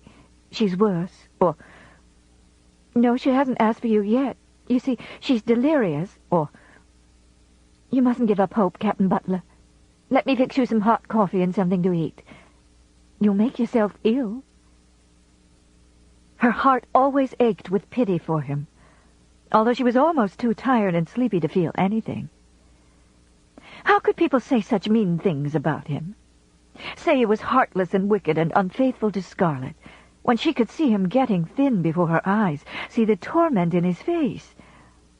Tired as she was, she always tried to be kinder than usual when she gave bulletins from the sick room. He looked so like a damned soul waiting judgment, so like a child in a suddenly hostile world. But everyone was like a child to Melanie. But when, at last, she went joyfully to his door to tell him that Scarlett was better, she was unprepared for what she found. There was a half-empty bottle of whiskey on the table by the bed, and the room reeked with the odor. He looked up at her with bright, glazed eyes, and his jaw muscles trembled despite his efforts to set his teeth. "She's dead?" "Oh, no. She's much better," he said. "Oh, my God," and put his head in his hands.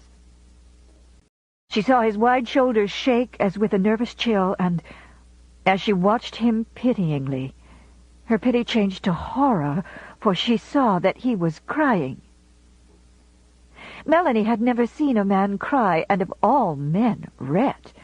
So suave, so mocking, so eternally sure of himself. It frightened her, the desperate choking sound he made.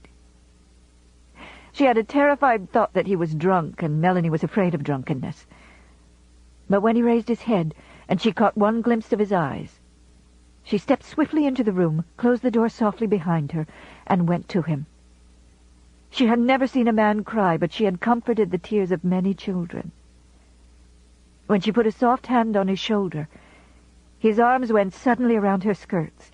Before she knew how it happened, she was sitting on the bed, and he was on the floor, his head in her lap, and his arms and hands clutching her in a frantic clasp that hurt her. She stroked the black head gently and said, There, soothingly. There. She's going to get well." At her words, his grip tightened, and he began speaking rapidly, hoarsely, babbling as though to a grave which would never give up its secrets, babbling the truth for the first time in his life, bearing himself mercilessly to Melanie, who was at first utterly uncomprehending, utterly maternal. He talked brokenly, burrowing his head in her lap, tugging at the folds of her skirt. Sometimes his words were blurred, muffled. Sometimes they came far too clearly to her ears, harsh, bitter words of confession and abasement, speaking of things she had never heard even a woman mention. Secret things that brought the hot blood of modesty to her cheeks and made her grateful for his bowed head. She patted his head as she did little Beau's and said, "Hush, Captain Butler. You must not tell me these things. You're not yourself. Hush!" But his voice went on in a wild torrent of outpouring, and he held to her dress as though it were his hope of life. He accused himself of deeds she didn't understand. He mumbled the name of Belle Watling, and then he shook her with his violence as he cried, "I've killed Scarlett. I've killed her. You don't understand. She didn't want this baby." "You must hush. You are beside yourself. Not want a baby. What every woman wants." No, you want babies. She doesn't. Not my babies." "You must stop." "You don't understand. She didn't want a baby, and I made her. This baby, it's all my damn fault. We hadn't been sleeping together." "Hush, Captain Butler. It's not fit." "And I was drunk and insane, and I wanted to hurt her. Because she had hurt me. I wanted to, and I did. But she didn't want me. She's never wanted me. She never has, and I tried. I tried so hard, and... Oh, please. And I didn't know about this baby till the other day, when she fell.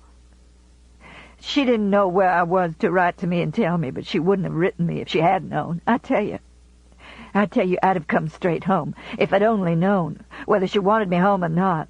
Oh, yes, I know you would. God, I've been crazy these weeks, crazy and drunk. And when she told me there on the steps, what did I do? What did I say? I laughed and said, 'Cheer up, maybe you'll have a miscarriage.' And she..."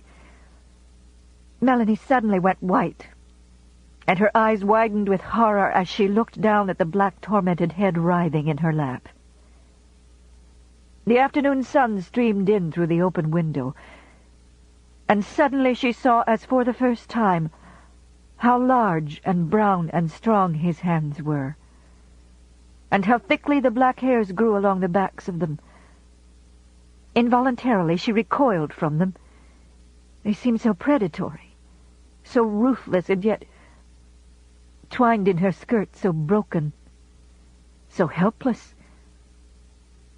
Could it be possible that he had heard and believed the preposterous lie about Scarlett and Ashley and become jealous?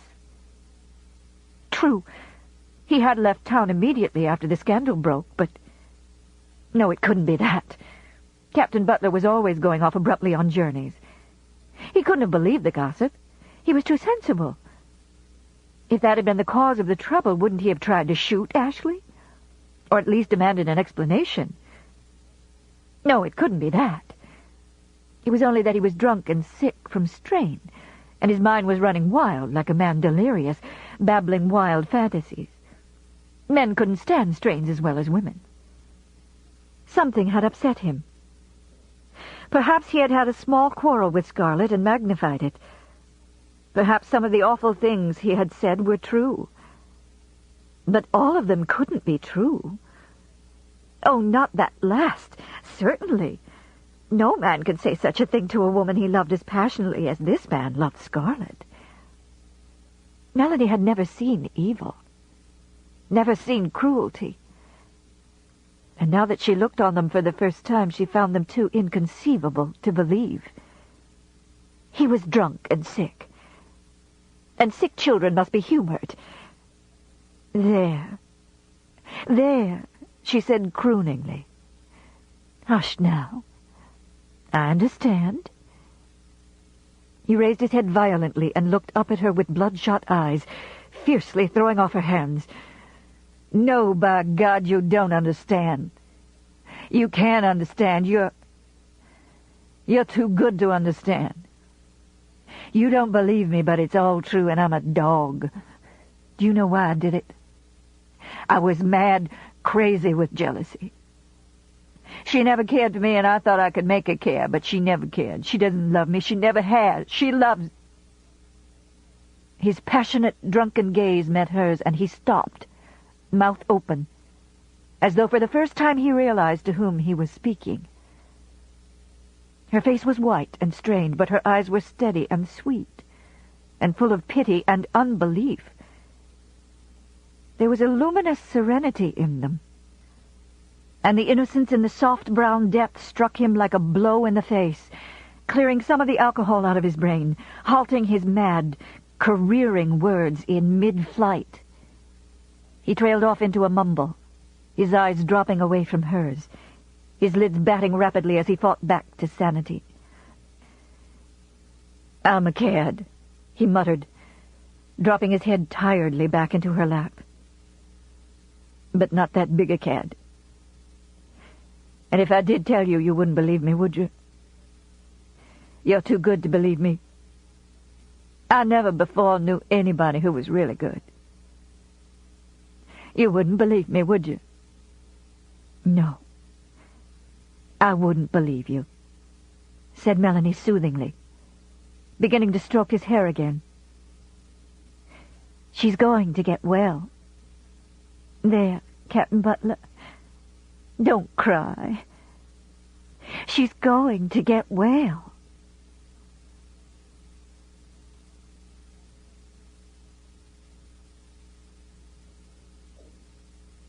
Chapter 57. It was a pale, thin woman that Rhett put on the Jonesboro train a month later. Wade and Ella, who were to make the trip with her, were silent and uneasy at their mother's still, white face. They clung close to Prissy, for even to their childish minds there was something frightening in the cold, impersonal atmosphere between their mother and their stepfather. Weak as she was, Scarlett was going home to Tara. She felt that she would stifle if she stayed in Atlanta another day, with her tired mind forcing itself round and round the deeply worn circle of futile thoughts about the mess she was in. She was sick in body and weary in mind, and she was standing like a lost child in a nightmare country in which there was no familiar landmark to guide her. As she had once fled Atlanta before an invading army, so she was fleeing it again, pressing her worries into the back of her mind with her old defense against the world. I won't think of it now. I can't stand it if I do. I'll think of it tomorrow at Tara. Tomorrow's another day. It seemed that if she could only get back to the stillness and the green cotton fields of home, all her troubles would fall away and she would somehow be able to mold her shattered thoughts into something she could live by. Rhett watched the train until it was out of sight, and on his face there was a look of speculative bitterness that was not pleasant. He sighed, dismissed the carriage, and mounting his horse, rode down Ivy Street toward Melanie's house. It was a warm morning, and Melanie sat on the vine-shaded porch, her mending basket piled high with socks. Confusion and dismay filled her when she saw Rhett alight from his horse and toss the reins over the arm of the cast-iron Negro boy who stood at the sidewalk. She hadn't seen him alone since that too dreadful day when Scarlett had been so ill and he had been so drunk. Melanie hated even to think the word. She had spoken to him only casually during Scarlett's convalescence, and on those occasions she had found it difficult to meet his eyes. However, he had been his usual bland self at those times, and never by look or word showed that such a scene had taken place between them. Ashley had told her once that men frequently didn't remember things said and done in drink, and Melanie prayed heartily that Captain Butler's memory had failed him on that occasion. She felt she would rather die than learn that he remembered his outpourings. Timidity and embarrassment swept over her, and waves of color mounted her cheeks as he came up the walk. But perhaps he had only come to ask if Beau could spend the day with Bonnie. Surely he wouldn't have the bad taste to come and thank her for what she had done that day. She rose to meet him, noting with surprise, as always, how lightly he walked for a big man. Scarlett has gone? Yes. Tara will do her good, he said, smiling. Sometimes I think she's like the giant Antis who became stronger each time he touched Mother Earth. It doesn't do for Scarlett to stay away too long from that patch of red mud she loves. The sight of cotton growing will do her more good than all Dr. Mead's tonics. Won't you sit down? Said Melanie, her hands fluttering. He was so very large and male, and excessively male creatures always discomposed her. They seemed to radiate a force and vitality that made her feel smaller and weaker even than she was. He looked so swarthy and formidable, and the heavy muscles in his shoulders swelled against his white linen coat in a way that frightened her. It seemed impossible that she had seen all this strength and insolence brought low.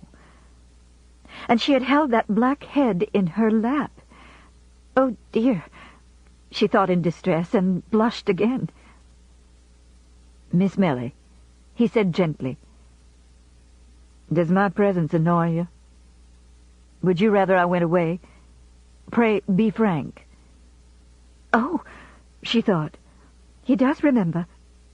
And he knows how upset I am. She looked at him imploringly, and suddenly her embarrassment and confusion faded. His eyes were so quiet, so kind, so understanding that she wondered how she could ever have been silly enough to be flurried.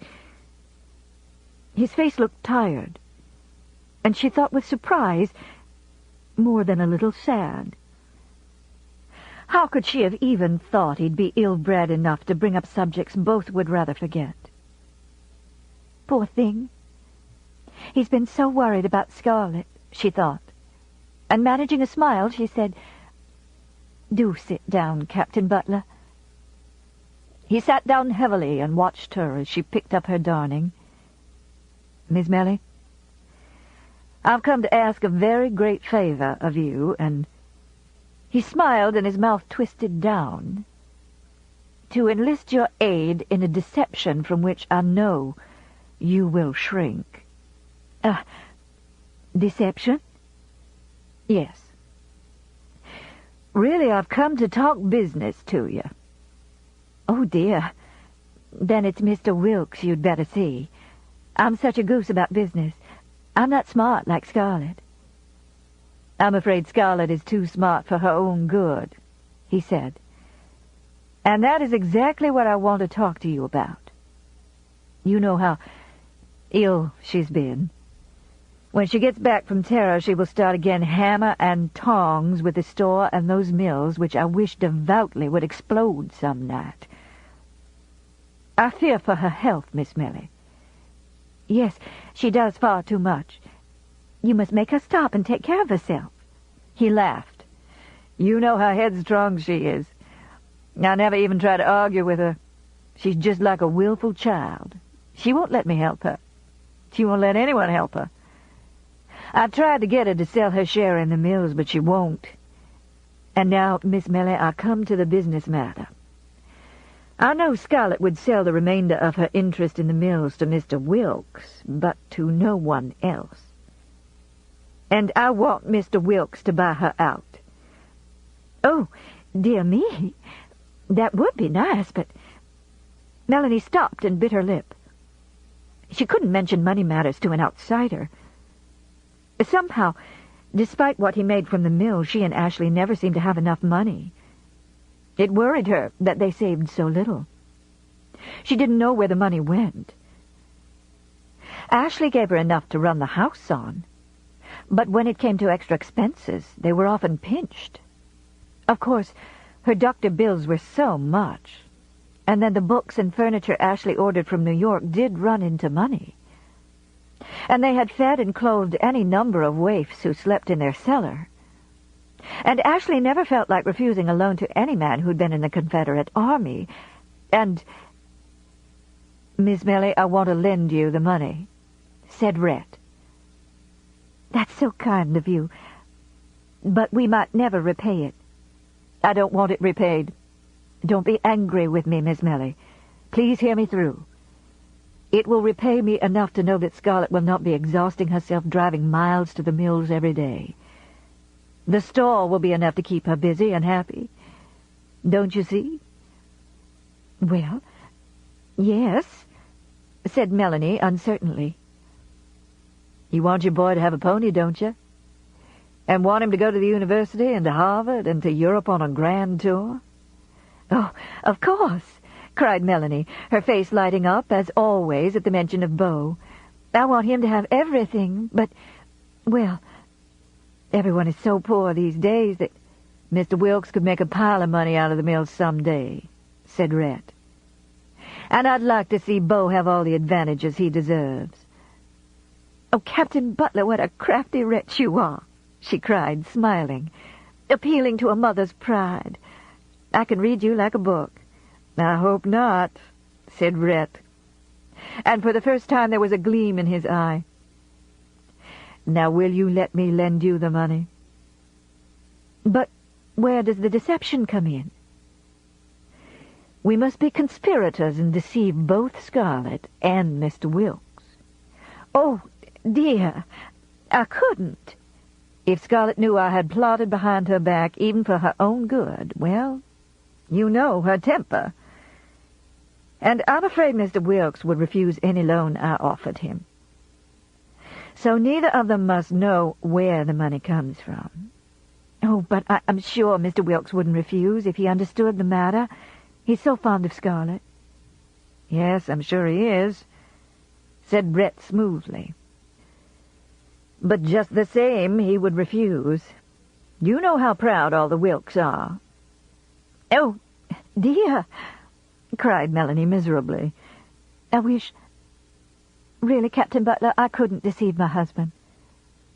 "Not even to help Scarlett?" Rhett looked very hurt. "And she's so fond of you." Tears trembled on Melanie's eyelids. "You know I'd do anything in the world for her. I can never, never half repay her for what she's done for me. You know." "Yes," he said shortly. "I know what she's done for you." "Couldn't you tell Mr. Wilkes that the money was left you in the will of some relative?" "Oh, Captain Butler, I haven't a relative with a penny to bless him." Then if I sent the money through the mail to Mr. Wilkes without his knowing who sent it, would you see that it was used to buy the mills and not, well, given away to destitute ex-Confederates? At first she looked hurt at his last words, as though they implied criticism of Ashley, but he smiled so understandingly she smiled back. Of course I will.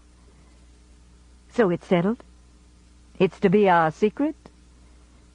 But I have never kept anything secret from my husband.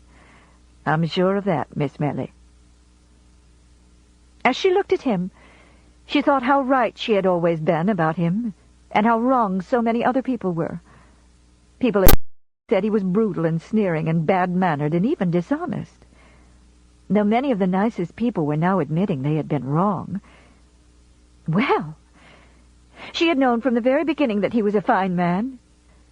She had never received from him anything but the kindest treatment, thoughtfulness, utter respect.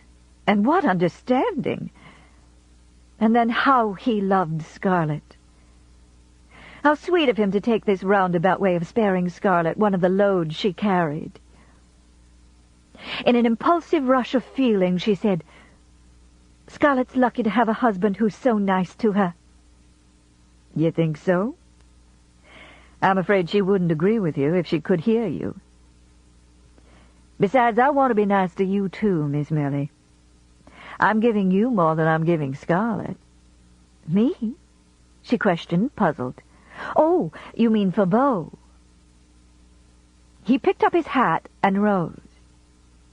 He stood for a moment looking down at the plain, heart-shaped face with its long widow's peak and serious dark eyes. Such an unworldly face. A face with no defenses against life. No, not Beau. I'm trying to give you something more than Beau. If you can imagine that. No, I can't, she said, bewildered again. There's nothing in the world more precious to me than Beau except Mr. Wilkes. Rhett said nothing and looked down at her, his dark face still. You're mighty nice to want to do things for me, Captain Butler, but really, I'm so lucky. I have everything in the world any woman could want. That's fine, said Rhett, suddenly grim. And I intend to see that you keep them.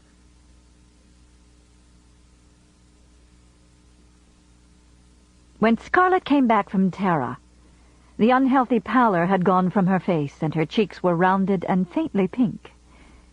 Her green eyes were alert and sparkling again, and she laughed aloud for the first time in weeks when Rhett and Bonnie met her, and Wade and Ella at the depot. Laughed in annoyance and amusement.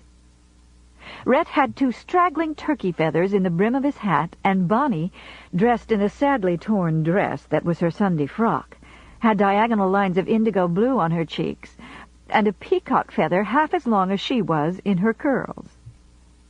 Evidently a game of Indian had been in progress when the time came to meet the train, and it was obvious from the look of quizzical helplessness on Rhett's face and the lowering indignation of Mammy that Bonnie had refused to have her toilet remedied, even to meet her mother. Scarlett said, "What a ragamuffin!" as she kissed the child and turned a cheek for Rhett's lips. There were crowds of people in the depot, or she would never have invited this caress. She couldn't help noticing, for all her embarrassment at Bonnie's appearance, that everyone in the crowd was smiling at the figure father and daughter cut, smiling not in derision, but in genuine amusement and kindness. Everyone knew that Scarlett's youngest had her father under her thumb, and Atlanta was amused and approving. Rhett's great love for his child had gone far toward reinstating him in public opinion. On the way home, Scarlett was full of county news. The hot, dry weather was making the cotton grow so fast you could almost hear it, but Will said cotton prices were going to be low this fall. Sue Ellen was going to have another baby. She spelled this out so the children would not comprehend.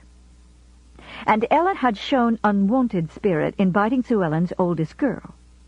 Though, observed Scarlet, it was no more than little Susie deserved, she being her mother all over again. But Sue Ellen had become infuriated, and they had had an invigorating quarrel that was just like old times. Wade had killed a water moccasin all by himself. Randa and Camilla Tarleton were teaching school, and wasn't that a joke? Not a one of the Tarletons had ever been able to spell cat. Betsy Tarleton had married a fat, one-armed man from Lovejoy, and they and Hetty and Jim Tarleton were raising a good cotton crop at Fairhill. Mrs. Tarleton had a brood mare and a colt, and was as happy as though she had $1 million. And there were Negroes living in the old Calvert house. Swarms of them, and they actually owned it. They'd bought it at the sheriff's sale. The place was dilapidated, and it made you cry to look at it. No one knew where Kathleen and her no-good husband had gone, and Alex was to marry Sally, his brother's widow. Imagine that, after them living in the same house for so many years. Everybody said it was a marriage of convenience because people were beginning to gossip about them living there alone, since both old Miss and young Miss had died. And it had about broken Dimity Monroe's heart. But it served her right. If she'd had any gumption, she'd have caught her another man.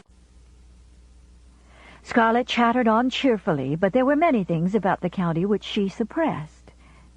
Things that hurt to think about. She had driven over the county with Will, trying not to remember when these thousands of fertile acres had stood green with cotton. Now, plantation after plantation was going back to the forest, and dismal fields of broom sedge, scrub oak, and runty pines had grown stealthily about silent ruins and over old cotton fields. Only 1 acre was being farmed now, where once 100 had been under the plow. It was like moving through a dead land. "This section won't come back for 50 years, if it ever comes back," Will had said. "Tara's the best farm in the county, thanks to you and me, Scarlet. But it's a farm, a 2-mule farm, not a plantation. And the Fontaine place, it comes next to Tara and then the Tarletons. They ain't making much money, but they're getting along and they got gumption. But most of the rest of the folks, the rest of the farms..." No, Scarlet did not like to remember the way the deserted county looked. It seemed even sadder in retrospect, beside the bustle and prosperity of Atlanta. "Has anything happened here?" she asked, when they were finally home and were seated on the front porch. She had talked rapidly and continuously all the way home, fearing that a silence would fall. She had not had a word alone with Rhett since that day when she fell down the steps, and she was none too anxious to be alone with him now. She didn't know how he felt toward her. He had been kindness itself during her miserable convalescence, but it was the kindness of an impersonal stranger. He had anticipated her wants, kept the children from bothering her, and supervised the store and the mills. But he had never said, "I'm sorry." Well, perhaps he wasn't sorry. Perhaps he still thought that child that was never born wasn't his child. How could she tell what went on in the mind behind the bland, dark face? But he had showed a disposition to be courteous for the first time in their married life, and a desire to let life go on as though there had never been anything unpleasant between them, as though, thought Scarlet cheerlessly, as though there had never been anything at all between them. Well, if that was what he wanted, she could act her part, too. "Is everything all right?" she repeated. "Did you get the new shingles for the store? Did you swap the mules? For heaven's sake, Rhett, take those feathers out of your hat. You look a fool, and you'll be likely to wear them downtown without remembering to take them out." "No," said Bonnie, picking up her father's hat defensively. "Everything has gone very well here," replied Rhett. "Bonnie and I have had a nice time, and I don't believe her hair has been combed since you left. Don't suck the feathers, darling. They may be nasty. Yes, the shingles are fixed, and I got a good trade on the mules. No, there's really no news. Everything's been quite dull. Then, as an afterthought, he added, The Honorable Ashley was over here last night. He wanted to know if I thought you would sell him your mill and the part interest you have in his. Scarlett, who had been rocking and fanning herself with a turkey-tail fan, stopped abruptly. Sell? Where on earth did Ashley get the money? You know they never have a cent. Melody spends it as fast as he makes it. Rhett shrugged. I always thought her a frugal little person, but then I'm not so well informed about the intimate details of the Wilkes family as you seem to be. That jab seemed in something of Rhett's old style, and Scarlett grew annoyed. "Run away, dear," she said to Bonnie. "Mother wants to talk to Father." "No," said Bonnie positively, and climbed upon Rhett's lap. Scarlett frowned at her child, and Bonnie scowled back in so complete a resemblance to Gerald O'Hara that Scarlett almost laughed. "Let us stay," said Rhett comfortably. "As to where he got the money, it seems it was sent him by someone he nursed through a case of smallpox at Rock Island. It renews my faith in human nature to know that gratitude still exists." "Who was it? Anyone we know?" "The letter was unsigned and came from Washington. Ashley was at a loss to know who could have sent it. But then, one of Ashley's unselfish temperament goes about the world doing so many good deeds that you can't expect him to remember all of them." Had she not been so surprised at Ashley's windfall, Scarlett would have taken up this gauntlet. Although while at Tara she had decided that never again would she permit herself to be involved in any quarrel with Rhett about Ashley. The ground on which she stood in this matter was entirely too uncertain, and until she knew exactly where she stood with both men, she didn't care to be drawn out. "He wants to buy me out?" "Yes. But of course, I told him you wouldn't sell." "I wish you'd let me mind my own business." "Well, you know you wouldn't part with the mills. I told him that he knew as well as I did that you couldn't bear not to have your finger in everybody's pie, and if you sold out to him, then you wouldn't be able to tell him how to mind his own business." "You dared say that to him about me?" "Why not? It's true, isn't it? I believe he heartily agreed with me, but, of course, he was too much of a gentleman to come right out and say so." "It's a lie! I will sell them to him," cried Scarlett angrily. Until that moment, she had had no idea of parting with the mills. She had several reasons for wanting to keep them, and their monetary value was the least reason. She could have sold them for large sums any time in the last few years, but she had refused all offers. The mills were the tangible evidence of what she had done, unaided and against great odds, and she was proud of them and of herself. Most of all, she didn't want to sell them because they were the only path that lay open to Ashley. If the mills went from her control, it would mean that she would seldom see Ashley, and probably never see him alone. And she had to see him alone.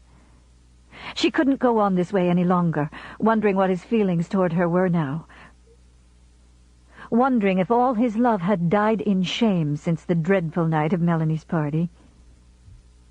In the course of business she could find many opportune times for conversations without it appearing to anyone that she was seeking him out. And given time, she knew she could gain back whatever ground she had lost in his heart. But if she sold the mills... No, she did not want to sell, but goaded by the thought that Rhett had exposed her to Ashley in so truthful and so unflattering a light, she had made up her mind instantly. Ashley should have the mills, and at a price so low he couldn't help realizing how generous she was. "I will sell," she cried furiously. "Now, what do you think of that?" There was the faintest gleam of triumph in Rhett's eyes as he bent to tie Bonnie's shoestring. "I think you'll regret it," he said. Already she was regretting the hasty words. Had they been spoken to anyone save Rhett, she would have shamelessly retracted them. Why had she burst out like that? She looked at Rhett with an angry frown and saw that he was watching her with his old, keen, cat-at-a-mouse-hole look. When he saw her frown, he laughed suddenly, his white teeth flashing. Scarlett had an uncertain feeling that he had jockeyed her into this position. "Did you have anything to do with this?" she snapped. "I?" His brows went up in mock surprise. "You should know me better. I never go about the world doing good deeds, if I can avoid it."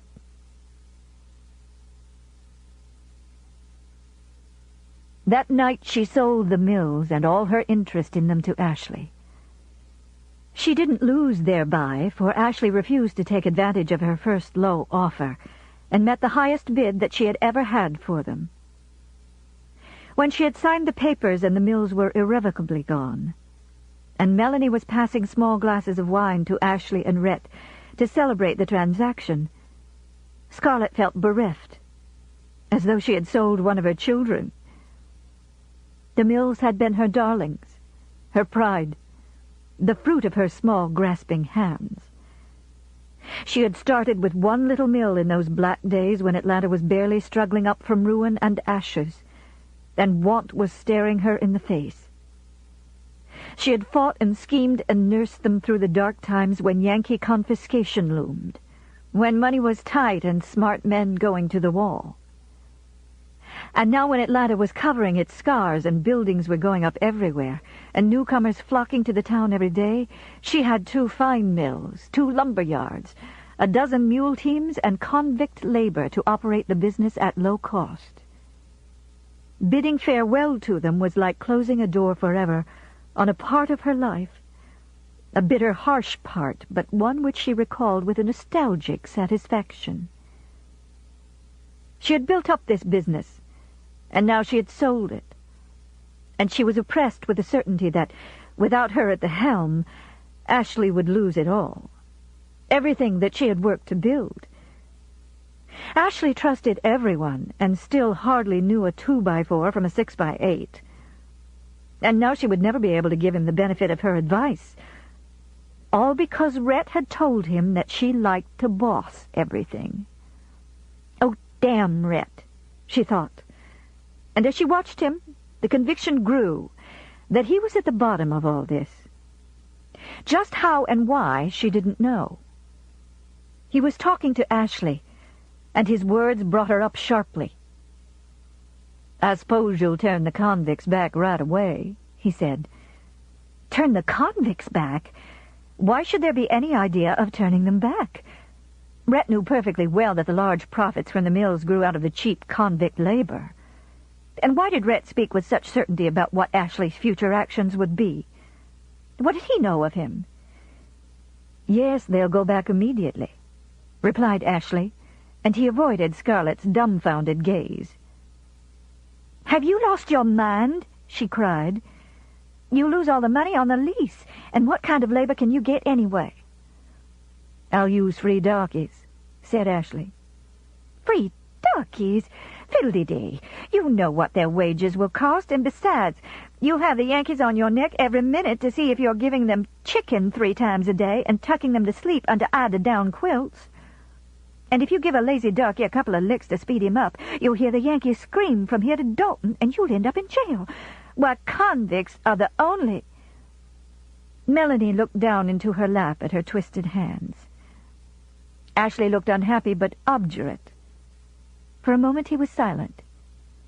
Then his gaze crossed Rhett's, and it was as if he found understanding and encouragement in Rhett's eyes, a glance that was not lost on Scarlett. "I won't work convicts, Scarlett," he said quietly. "Well, sir." Her breath was taken away. "And why not? Are you afraid people will talk about you like they do about me?" Ashley raised his head. I'm not afraid of what people say as long as I'm right. And I have never felt that convict labor was right. But why? I can't make money from the enforced labor and misery of others. But you owned slaves. They weren't miserable. And besides, I'd have freed them all when Father died if the war hadn't already freed them. But this is different, Scarlet. The system is open to too many abuses. Perhaps you don't know it, but I do. Well, that Johnny Gallagher has killed at least one man at his camp, maybe more. Who cares about one convict more or less? He said the man was killed trying to escape, but that's not what I've heard elsewhere. And I know he works men who are too sick to work. Call it superstition, but I do not believe that happiness can come from money made from the sufferings of others. God's nightgown. You mean... Goodness, Ashley, you didn't swallow all the Reverend Wallace's bellowings about tainted money. I didn't have to swallow it. I believed it long before he preached on it. Then you must think all my money is tainted, cried Scarlet, beginning to be angry, because I work convicts and own saloon property and... She stopped short. Both the Wilkes looked embarrassed, and Rhett was grinning broadly. Damn him, thought Scarlet vehemently. He's thinking that I'm sticking my finger in other people's pies again, and so is Ashley. I'd like to crack their heads together. She swallowed her wrath and tried to assume an aloof air of dignity, but with little success. Of course, it's immaterial to me, she said. Scarlet, don't think I'm criticizing you. I'm not. It's just that we look at things in different ways, and what is good for you might not be good for me. She suddenly wished that they were alone, wished ardently that Rhett and Melanie were at the end of the earth so she could cry out, "But I want to look at things the way you look at them. Tell me just what you mean so I can understand and be like you." But with Melanie present, trembling with the distress of the scene, and Rhett lounging, grinning at her, she could only say with as much coolness and offended virtue as she could muster, "I'm sure it's your own business, Ashley, and far be it from me to tell you how to run it. But I must say, I do not understand your attitude or your remarks." Oh, if they were only alone. So she wouldn't be forced to say these cruel things to him, these words that were making him unhappy. "I've offended you, Scarlet, and I did not mean to. You must believe me and forgive me. There's nothing enigmatic in what I said. It's only that I believe that money which comes in certain ways seldom brings happiness." "But you're wrong," she cried, unable to restrain herself any longer. "Look at me. You know how my money came. You know how things were before I made my money. You remember that winter at Tara when it was so cold and we were cutting up the carpets for shoes and there wasn't enough to eat and we used to wonder how we were going to give Bo and Wade an education. You remember—" "I remember," said Ashley tiredly. "But I'd rather forget." "Well, you can't say any of us were happy then, can you? And look at us now. You've a nice home and a good future. And has anyone a prettier house than mine, or nicer clothes, or finer horses? Nobody sets as fine a table as me or gives nicer receptions, and my children have everything they want. Well, how did I get the money to make it possible? Off trees? No, sir. Convicts and saloon rentals and don't forget murdering that Yankee," said Rhett softly. "He really gave you your start." Scarlet swung on him, furious words on her lips. "And the money has made you very, very happy, hasn't it, darling?" he asked, poisonously sweet. Scarlet stopped short, her mouth open, and her eyes went swiftly to the eyes of the other three. Melanie was almost crying with embarrassment. Ashley was suddenly bleak and withdrawn, and Rhett was watching her over his cigar with impersonal amusement. She started to cry out. "But of course it's made me happy." But somehow she couldn't speak.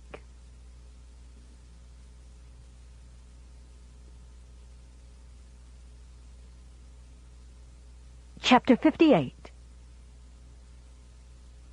In the time that followed her illness, Scarlett noticed a change in Rhett, and she was not altogether certain that she liked it. He was sober and quiet and preoccupied. He was at home more often for supper now, and he was kinder to the servants and more affectionate to Wade and Ella. He never referred to anything in their past, pleasant or otherwise, and silently seemed to dare her to bring up such subjects. Scarlett held her peace, for it was easier to let well enough alone. Then life went on smoothly enough on the surface. His impersonal courtesy toward her that had begun during her convalescence continued, and he didn't fling softly drawled barbs at her or sting her with sarcasm. She realized now that though he had infuriated her with his malicious comments and roused her to heated rejoinders, he had done it because he cared what she did and said. Now she wondered if he cared about anything she did. He was polite and disinterested, and she missed his interest, perverse though it had been, missed the old days of bickering and retort. He was pleasant to her now, almost as though she were a stranger. But as his eyes had once followed her, they now followed Bonnie. It was as though the swift flood of his life had been diverted into one narrow channel. Sometimes Scarlett thought that if Rhett had given her one half the attention and tenderness he lavished on Bonnie, life would have been different. Sometimes it was hard to smile when people said, "How Captain Butler idolizes that child." But if she didn't smile, people would think it strange, and Scarlett hated to acknowledge, even to herself, that she was jealous of a little girl, especially when that little girl was her favorite child. Scarlett always wanted to be first in the hearts of those around her, and it was obvious now that Rhett and Bonnie would always be first with each other. Rhett was out late many nights, but he came home sober on these nights. Often she heard him whistling softly to himself as he went down the hall past her closed door. Sometimes men came home with him in the late hours and sat talking in the dining room around the brandy decanter. They were not the same men with whom he had drunk the first years they were married. No rich carpetbaggers, no scalawags, no Republicans came to the house now at his invitation. Scarlett, creeping on tiptoe to the banister of the upstairs hall, listened, and to her amazement, frequently heard the voices of Rene Picard, Hugh Elsing, the Simmons boys, and Andy Bunnell. And always Grandpa Merriweather and Uncle Henry were there. Once, to her astonishment, she heard the tones of Dr. Meade. And these men had once thought hanging too good for Rhett. This group was always linked in her mind with Frank's death, and the late hours Rhett kept these days reminded her still more of the times preceding the clan foray, when Frank lost his life. She remembered with dread Rhett's remark that he would even join their damned clan to be respectable, though he hoped God would not lay so heavy a penance on his shoulders. Suppose Rhett, like Frank... One night, when he was out later than usual, she could stand the strain no longer. When she heard the rasp of his key in the lock, she threw on a wrapper and, going into the gas-lit upper hall, met him at the top of the stairs. His expression, absent, thoughtful, changed to surprise when he saw her standing there. "Rhett, I've got to know. I've got to know if it's the clan. Is that why you stay out so late? Do you belong..." In the flaring gaslight, he looked at her incuriously and then smiled. "You're way behind the times," he said. "There is no clan in Atlanta now. Probably not in Georgia. You've been listening to the clan outrage stories of your scalawag and carpetbag of friends." "No clan? Are you lying, trying to soothe me?" "My dear, when did I ever try to soothe you? No, there is no clan now. We decided that it did more harm than good because it just kept the Yankees stirred up and furnished more grist for the slander mill of His Excellency, Governor Bullock. He knows he can stay in power just so long as he can convince the federal government and the Yankee newspapers that Georgia is seething with rebellion, and there's a Klansman hiding behind every bush. To keep in power, he's been desperately manufacturing Klan outrage stories where none exist, telling of loyal Republicans being hung by the thumbs and honest darkies lynched for rape. But he's shooting at a non-existent target, and he knows it. Thank you for your apprehensions, but there hasn't been an active Klan since shortly after I stopped being a scalawag and became a humble Democrat. Most of what he said about Governor Bullock went in one ear and out the other, for her mind was mainly occupied with relief that there was no Klan any longer. Rhett would not be killed as Frank was killed. She wouldn't lose her store or his money. But one word of his conversation swam to the top of her mind. He had said, "we," linking himself naturally with those he had once called the old guard. "Rhett," she asked suddenly, "did you have anything to do with the breaking up of the Klan?"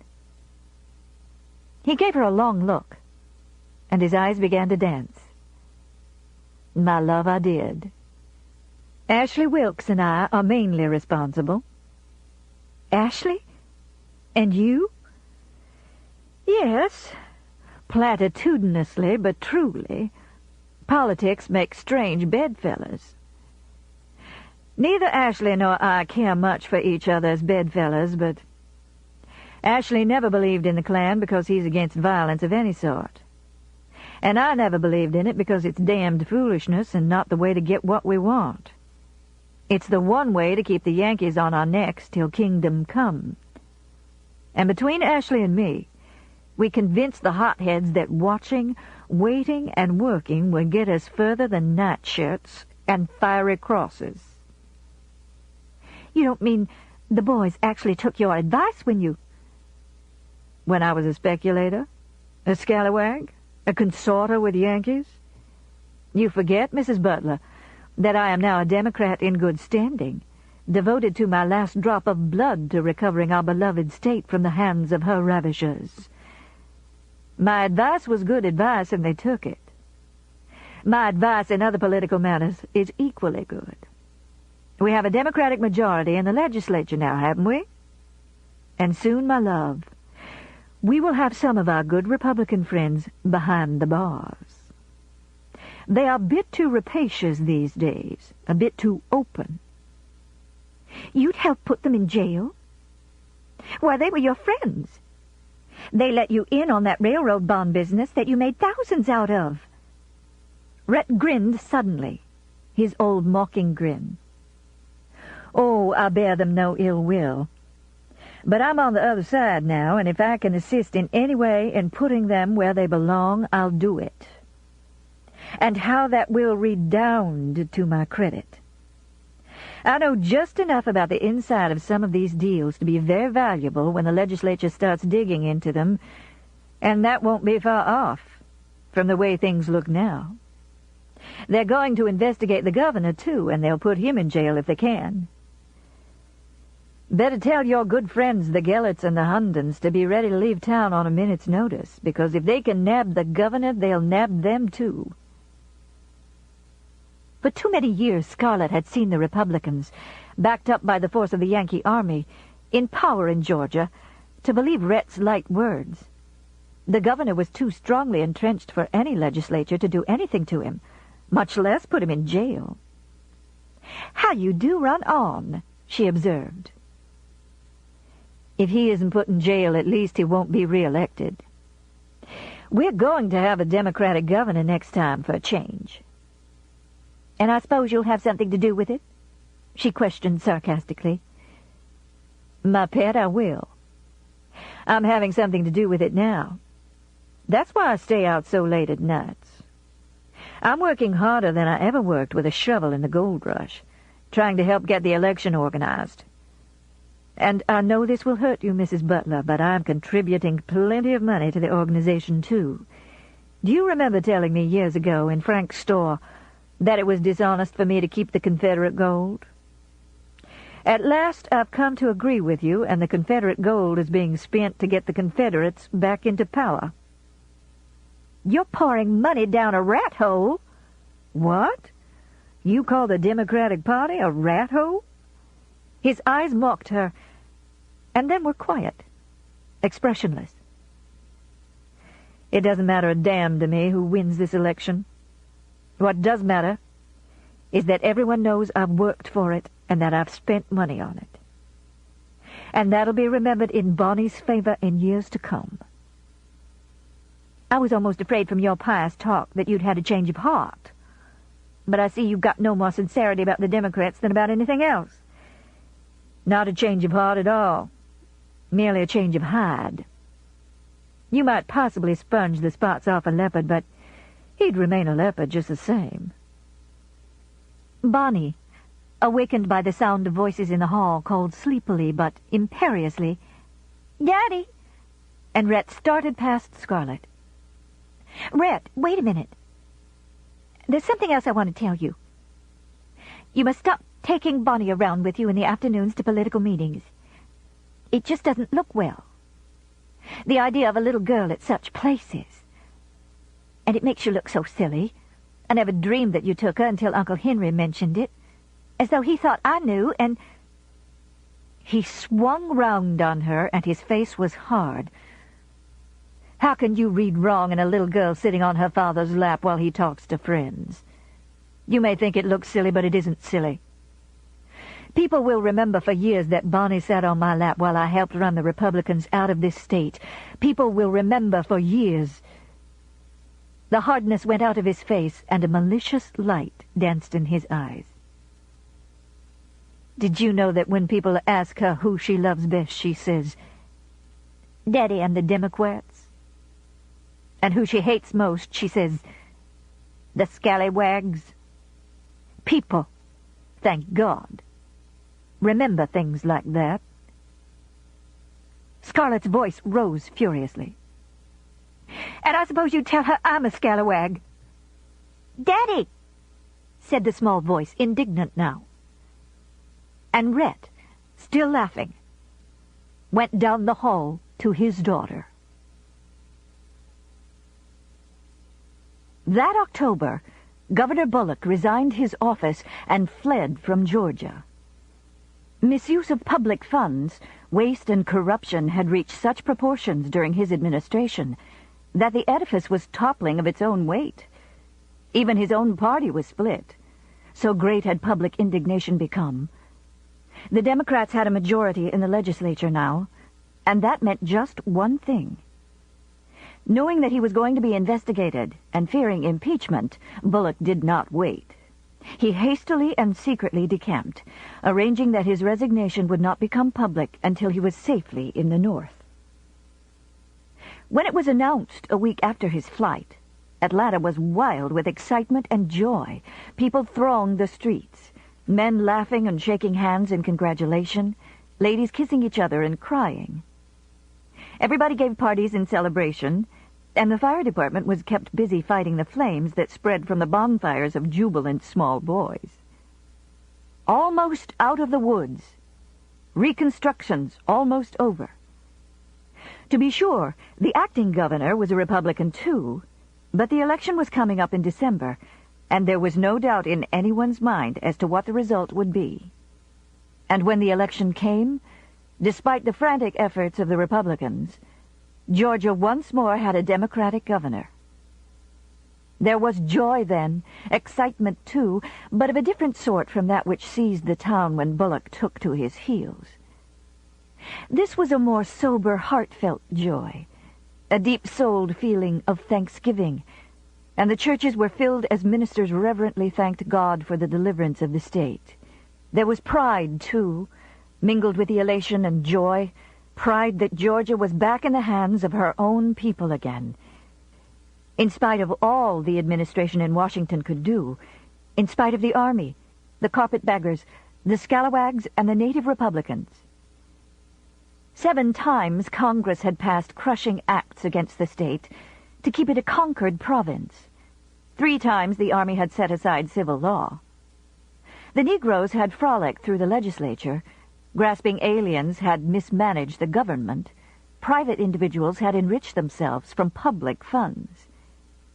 Georgia had been helpless, tormented, abused, hammered down. But now, in spite of them all, Georgia belonged to herself again, and through the efforts of her own people. The sudden overturn of the Republicans did not bring joy to everyone. There was consternation in the ranks of the scalawags, the carpetbaggers, and the Republicans.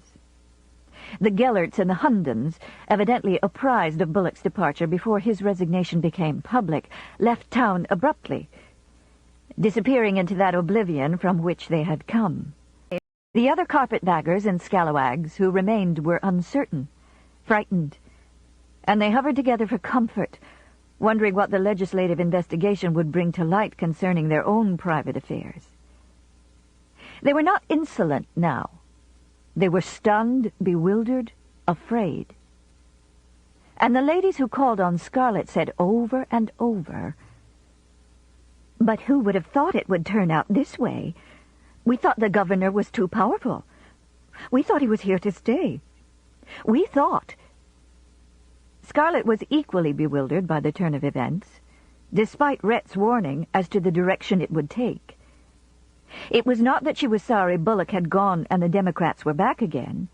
Though no one would have believed it, she, too, felt a grim happiness that the Yankee rule was at last thrown off. She remembered all too vividly her struggles during those first days of Reconstruction, her fears that the soldiers and the carpetbaggers would confiscate her money and her property. She remembered her helplessness, and her panic at her helplessness, and her hatred of the Yankees who had imposed this galling system upon the South. And she had never stopped hating them. But in trying to make the best of things, in trying to obtain complete security, she had gone with the conquerors. No matter how much she disliked them, she had surrounded herself with them, cut herself off from her old friends and her old way of living. And now the power of the conquerors was at an end. She had gambled on the continuance of the Bullock regime, and she had lost. As she looked about her, that Christmas of 1871, the happiest Christmas the state had known in over 10 years, she was disquieted. She couldn't help seeing that Rhett, once the most execrated man in Atlanta, was now one of the most popular. For he had humbly recanted his Republican heresies, and given his time and money and labor and thought to helping Georgia fight her way back. When he rode down the streets, smiling, tipping his hat, the small blue bundle that was Bonnie perched before him on his saddle, everyone smiled back, spoke with enthusiasm, and looked with affection on the little girl. Whereas she... Chapter 59. There was no doubt in anyone's mind that Bonnie Butler was running wild and needed a firm hand. But she was so general a favorite that no one had the heart to attempt the necessary firmness. She had first gotten out of control during the months when she traveled with her father. When she had been with Rhett in New Orleans and Charleston, she had been permitted to sit up as late as she pleased and had gone to sleep in his arms in theaters, restaurants, and at card tables. Thereafter, nothing short of force would make her go to bed at the same time as the obedient Ella. While she had been away with him, Rhett had let her wear any dress she chose, and since that time she had gone into tantrums when Mammy tried to dress her in dimity frocks and pinafores instead of blue taffeta and lace collars. There seemed no way to regain the ground which had been lost when the child was away from home, and later when Scarlett had been ill and at Tara. As Bonnie grew older, Scarlett tried to discipline her, tried to keep her from becoming too headstrong and spoiled, but with little success. Rhett always sided with the child, no matter how foolish her desires or how outrageous her behavior. He encouraged her to talk and treated her as an adult, listening to her opinions with apparent seriousness, and pretending to be guided by them. As a result, Bonnie interrupted her elders whenever she pleased and contradicted her father and put him in his place. He only laughed and wouldn't permit Scarlet even to slap the little girl's hand by way of reprimand. If she wasn't such a sweet, darling thing, she'd be impossible, thought Scarlet ruefully, realizing that she had a child with a will equal to her own. She adores Rhett, and he could make her behave better if he wanted to. But Rhett showed no inclination to make Bonnie behave. Whatever she did was right, and if she wanted the moon, she could have it, if he could reach it for her. His pride in her beauty, her curls, her dimples, her graceful little gestures was boundless. He loved her pertness, her high spirits, and the quaint, sweet manner she had of showing her love for him. For all her spoiled and willful ways, she was such a lovable child that he lacked the heart to try to curb her. He was her god, the center of her small world, and that was too precious for him to risk losing by reprimands. She clung to him like a shadow.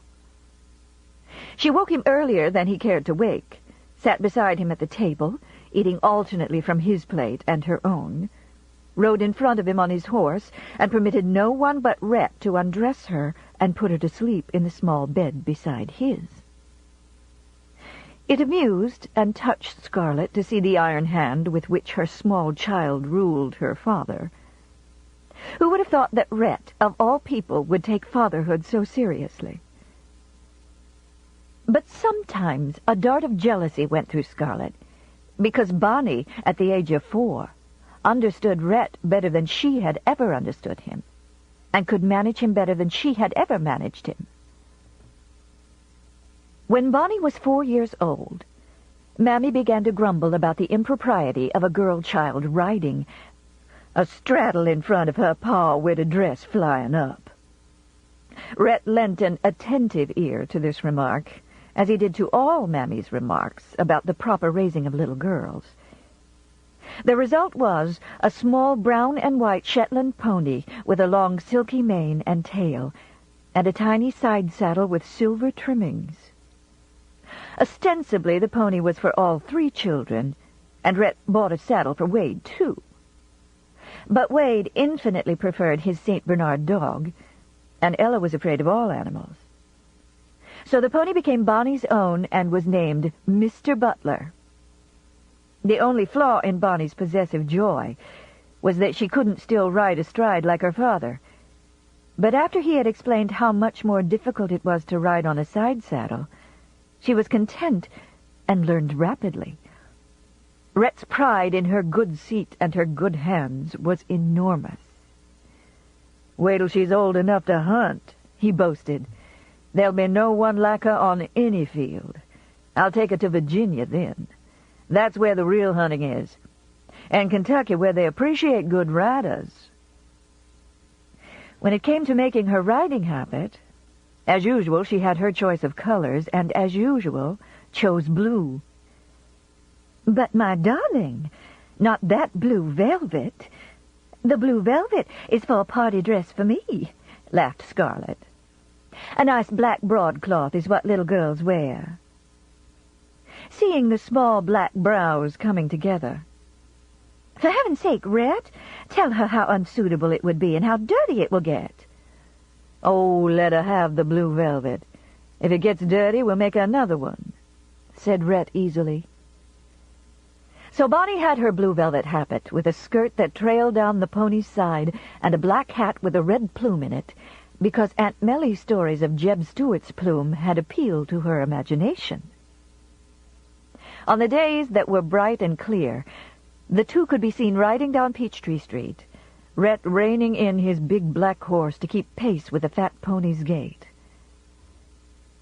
Sometimes they went tearing down the quiet roads about the town, scattering chickens and dogs and children, Bonnie beating Mr. Butler with her crop, her tangled curls flying, Rhett holding in his horse with a firm hand, that she might think Mr. Butler was winning the race.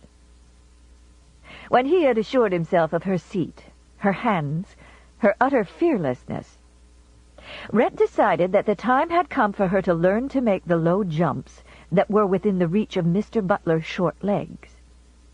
To this end, he built a hurdle in the backyard and paid Wash, one of Uncle Peter's small nephews, 25 cents a day to teach Mr. Butler to jump. He began with a bar 2 inches from the ground and gradually worked up to the height of a foot. This arrangement met with the disapproval of the 3 parties most concerned, Wash, Mr. Butler, and Bonnie. Wash was afraid of horses, and only the princely sum offered induced him to take the stubborn pony over the bar dozens of times a day.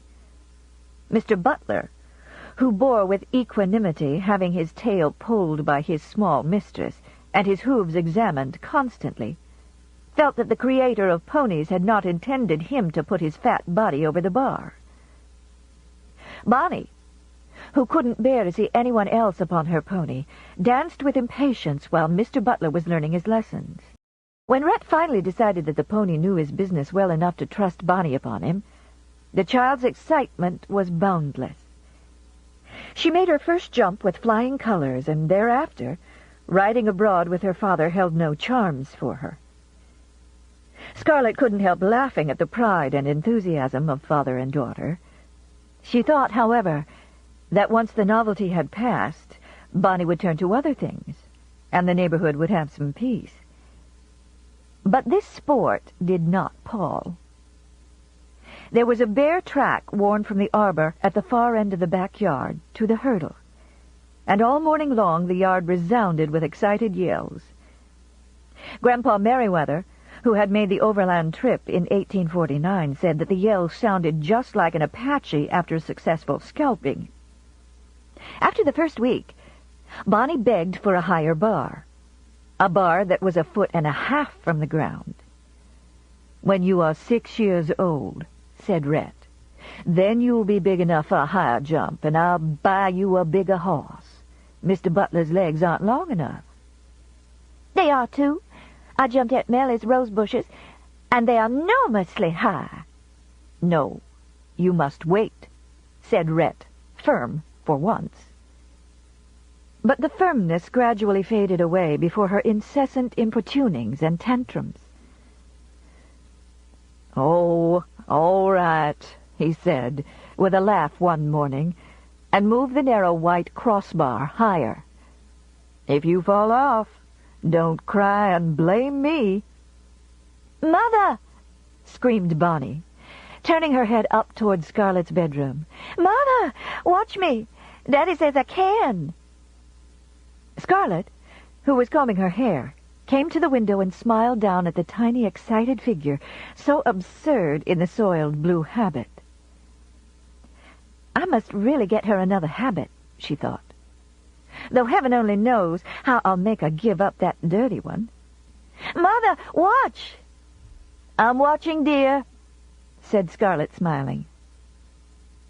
As Rhett lifted the child and set her on the pony, Scarlet called with a swift rush of pride at the straight back and the proud set of the head, "You're mighty pretty, precious."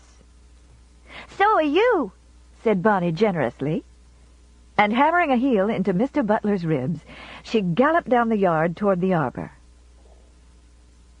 "Mother, watch me take this one," she cried, laying on the crop. "Watch me take this one." Memory rang a bell far back in Scarlet's mind. There was something ominous about those words. What was it? Why couldn't she remember? She looked down at her small daughter, so lightly poised on the galloping pony, and her brow wrinkled as a chill swept swiftly through her breast. Bonnie came on with a rush, her crisp black curls jerking, her blue eyes blazing. "They're like Pa's eyes," thought Scarlet. "Irish blue eyes, and she's just like him in every way."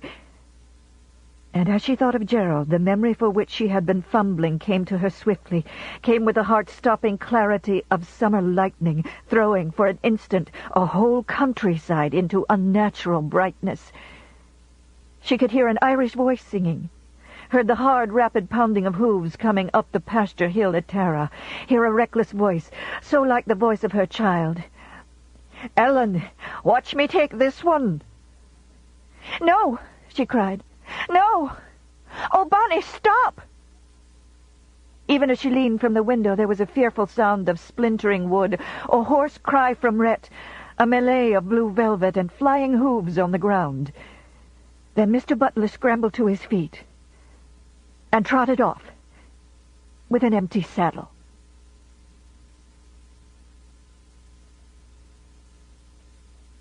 On the third night after Bonnie's death, Mammy waddled slowly up the kitchen steps of Melanie's house.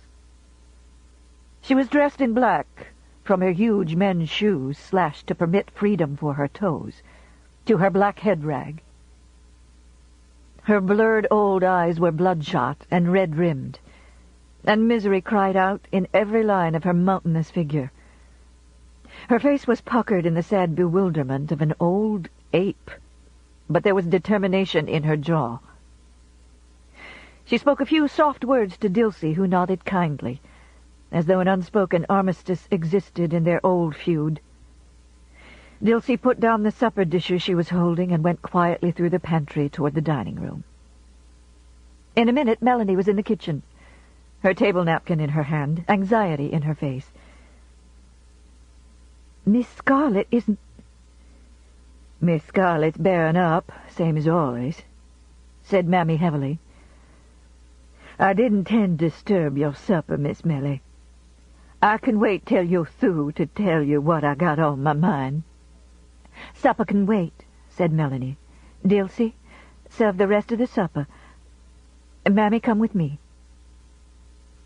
Mammy waddled after her down the hall past the dining room, where Ashley sat at the head of the table, his own little bowl beside him, and Scarlet's two children opposite, making a great clatter with their soup spoons. The happy voices of Wade and Ella filled the room. It was like a picnic for them to spend so long a visit with Aunt Mellie. Aunt Mellie was always so kind, and she was especially so now. The death of their younger sister had affected them very little. Bonnie had fallen off her pony, and Mother had cried a long time. And Aunt Mellie had taken them home with her to play in the backyard with Bo, and have tea cakes whenever they wanted them. Melanie led the way to the small book-lined sitting room, shut the door, and motioned Mammy to the sofa. "I was going over right after supper," she said. "Now that Captain Butler's mother has come, I suppose the funeral will be tomorrow morning." "The funeral, that's just it," said Mammy. "Miss Melly, we's all in deep trouble, and I's come to you for help. Ain't nothing but weary load, honey. Nothing but weary load." "Has Miss Scarlet collapsed?" questioned Melanie worriedly. "I've hardly seen her since Bonnie. She's been in her room, and Captain Butler has been out of the house, and—" Suddenly tears began to flow down Mammy's black face. Melanie sat down beside her and patted her arm, and for a moment Mammy lifted the hem of her black skirt and dried her eyes. "You got to come help us, Miss Melly. I done the best I can, but it don't do no good." "Miss Scarlet—" Mammy straightened. "Miss Melly, you knows Miss Scarlet well's I does. What that child got to stand, the good Lord give her strength to stand. This year done broke her heart, but she can stand it. It's Mr. Rhett I come about." "I have so wanted to see him, but whenever I've been there, he has either been downtown or locked in his room with... And Scarlet has looked like a ghost and wouldn't speak. Tell me quickly, Mammy. You know I'll help if I can." Mammy wiped her nose on the back of her hand. "I say Miss Scarlet can stand what the Lord send, 'cause she done had to stand a plenty, but Mr. Rhett, Miss Melly, he ain't never had to stand nothing he didn't want to stand. Not nothing. It's him I come to see you about. But, Miss Melly, you got to come home with me this evening." There was an urgency in Mammy's voice. "Maybe Mr. Rhett listened to you. He always did think a heap of your opinion." "Oh, Mammy, what is it? What do you mean?" Mammy squared her shoulders. Miss Melly, Mr. Rhett done lost his mind. He won't let us put little miss away. Lost his mind? Oh, Mammy, no. I ain't lying. It's the God's truth. He ain't gwine to let us bury that child. He done told me so himself not more 'n hour ago. But he can't. He isn't. That's how come I say he's lost his mind. But why, Miss Melly, I tell you everything. I oughtn't to tell nobody. But you is our family, and you is the onlyest one I can... I tell you everything. You knows what a store he sets by that child.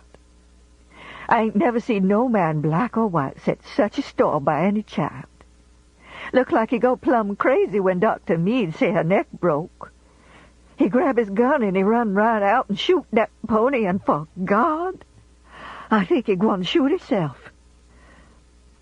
I was plumb distracted, what with Miss Scarlett in a swoon, and all the neighbors in and out of the house, and Mr. Rhett carrying on and just holding that child, and not even letting me wash a little face where the grabble cut it. And when Miss Scarlett come to, I think, bless God, now they can comfort each other. Again the tears began to fall, but this time Mammy didn't even wipe them away. But when she come to, she go into the room where he's settin', holding Miss Bonnie, and she say, "Give me my baby what you killed."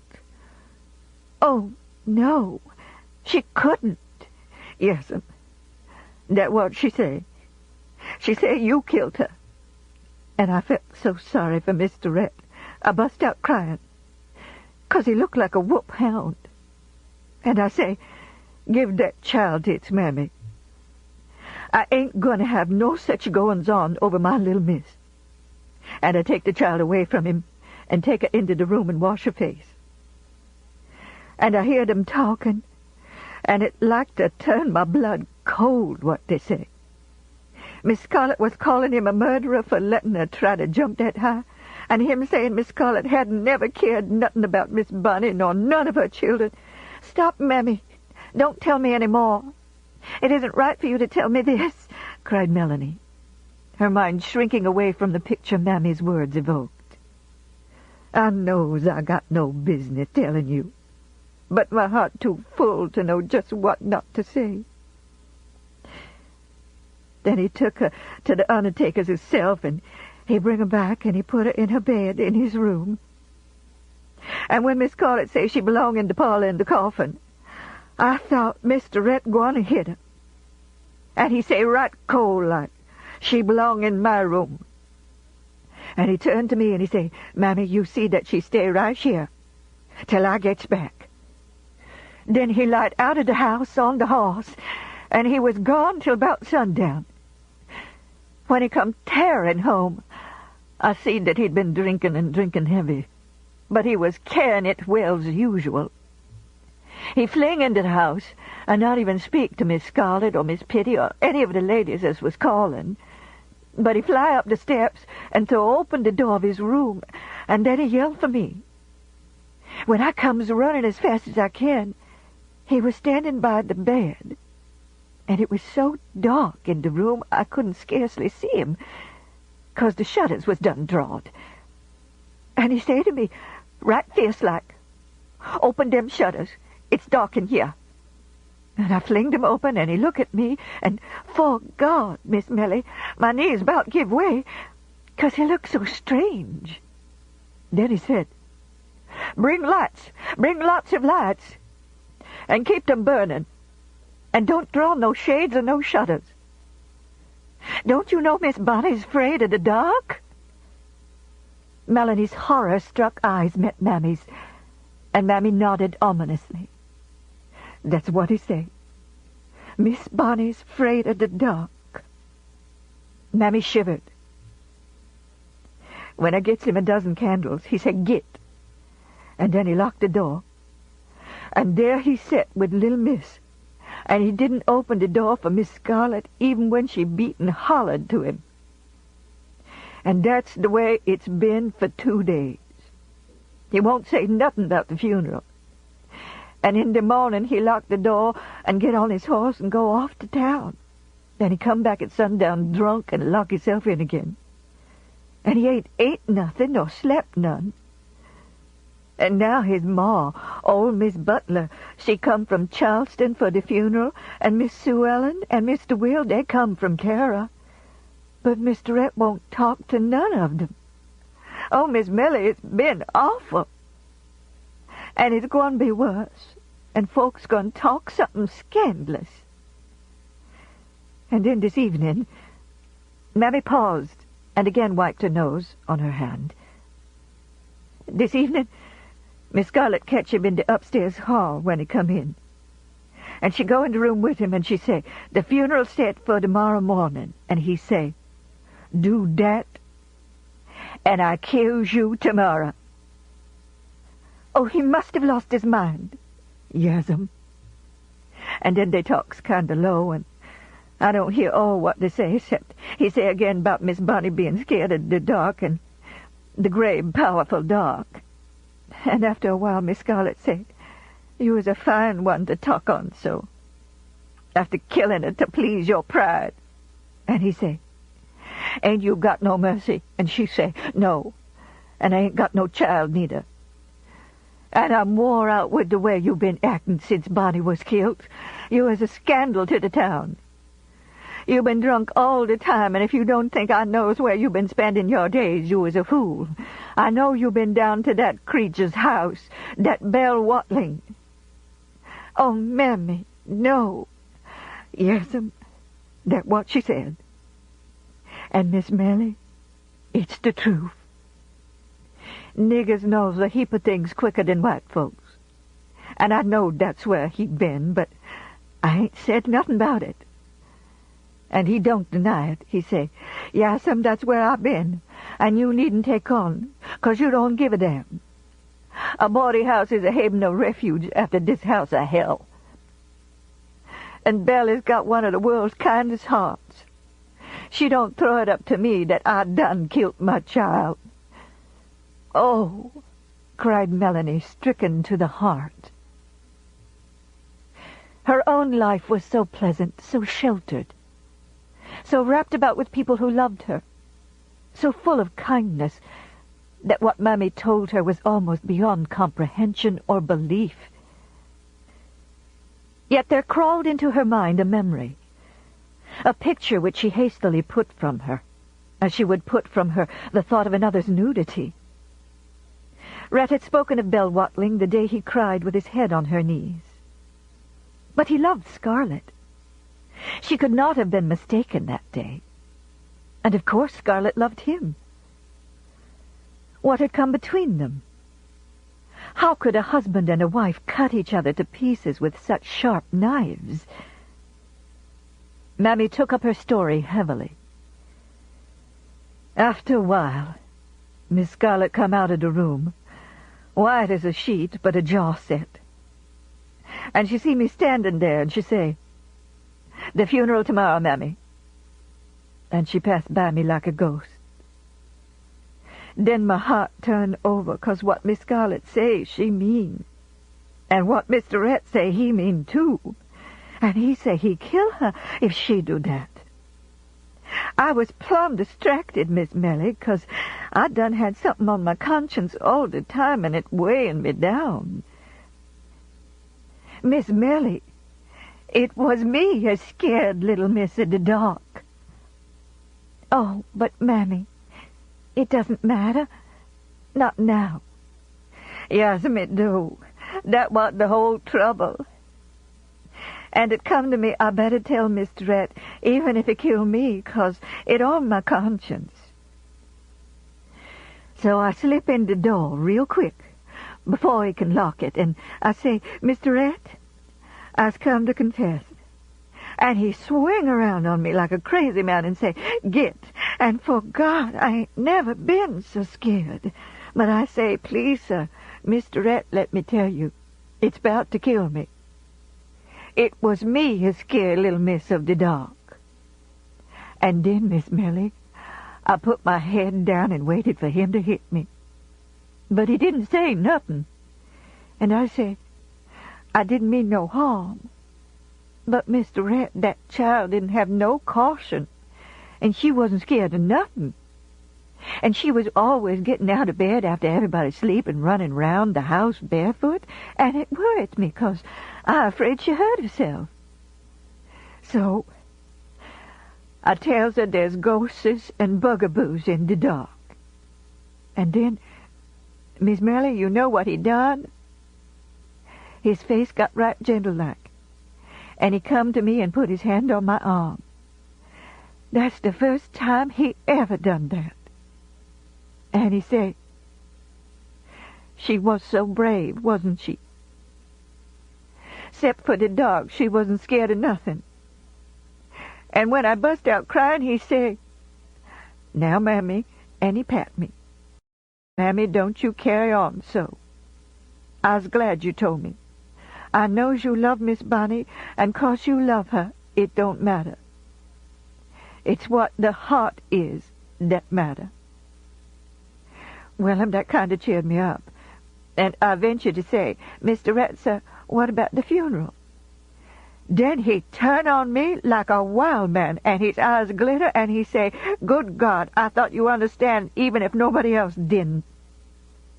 Does you think I'm going to put my child away in the dark when she's so scared of it? Right now, I can hear the way she used to scream when she wake up in the dark. I ain't going to have her scared. Miss Millie, then I know he lost his mind. He drunk and he needs sleep and something to eat, but that ain't all. He plumb crazy. He just pushed me out at the door and said, get the hell out of here. I goes downstairs, and I gets to thinking that he say there ain't going to be no funeral, and Miss Scarlett say it be tomorrow morning, and he say they're going to be shooting. And all the kinfolks in the house and all the neighbors already gabbling about it like a flock of guinea hens, and I thought of you, Miss Melly. You got to come help us. Oh, Mammy, I couldn't intrude. If you can't, who can? But what could I do, Mammy? Miss Melly, I don't know. But you can do something. You can talk to Mr. Rhett, and maybe he'll listen to you. He set a great store by you, Miss Melly. Maybe you don't know it, but he do. I done hear him say time and again, you is the onlyest great lady he knows. But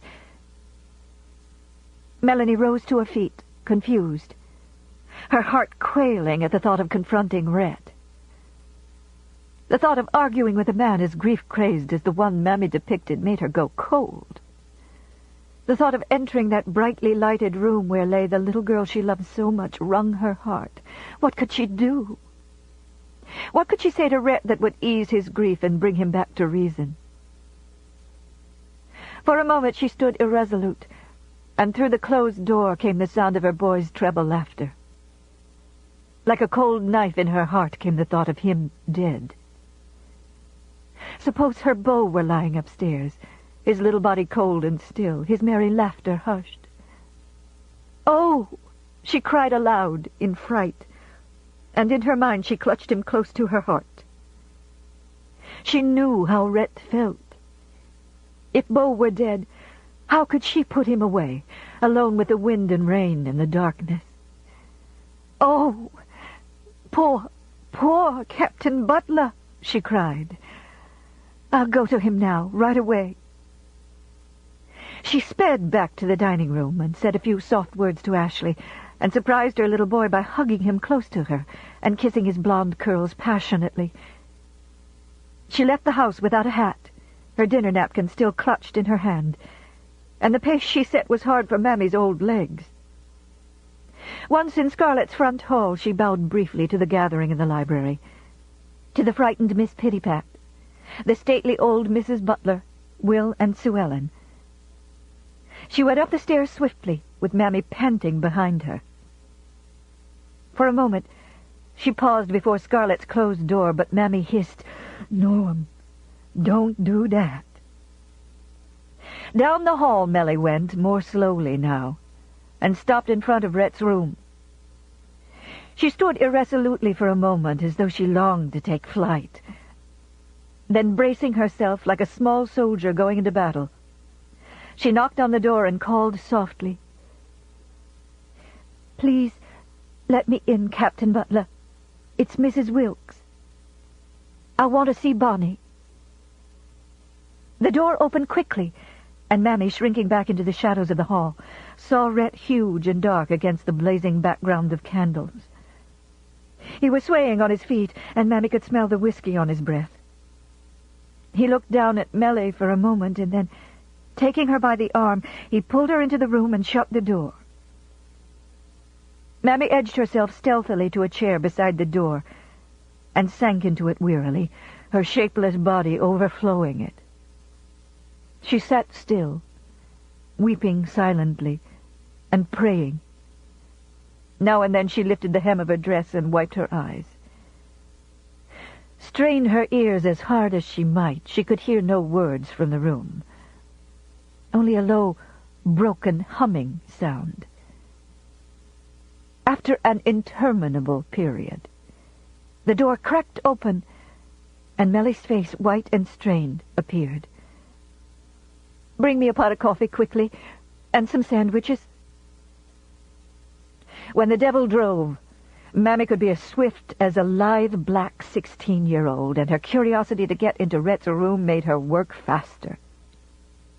But her hope turned to disappointment when Melly merely opened the door a crack and took the tray.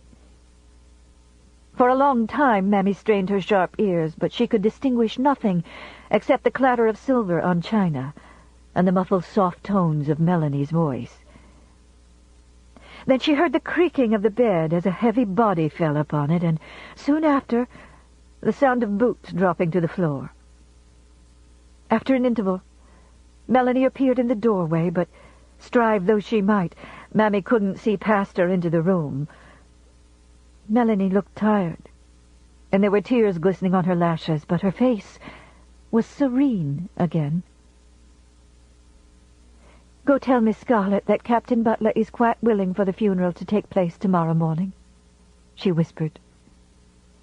"Bless God!" ejaculated Mammy. "How on earth—" "Don't talk so loud. He's going to sleep. And, Mammy, tell Miss Scarlett, too, that I'll be here all night. And you bring me some coffee. Bring it here." "To this here room?" "Yes. I promised Captain Butler that if he would go to sleep, I would sit up by her all night. Now go tell Miss Scarlett, so she won't worry any more." Mammy started off down the hall, her weight shaking the floor, her relieved heart singing, "Hallelujah, hallelujah." She paused thoughtfully outside of Scarlett's door, her mind in a ferment of thankfulness and curiosity. How Miss Melly done it beyond me. The angels fight on her side, I specs. I'll tell Miss Scarlett the funeral tomorrow, but I specs I better keep here that Miss Melly setting up with Lil Miss. Miss Scarlett ain't gonna like that at all.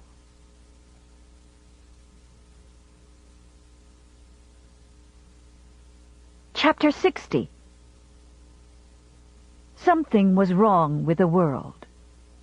A somber, frightening wrongness that pervaded everything like a dark, impenetrable mist, stealthily closing around Scarlett.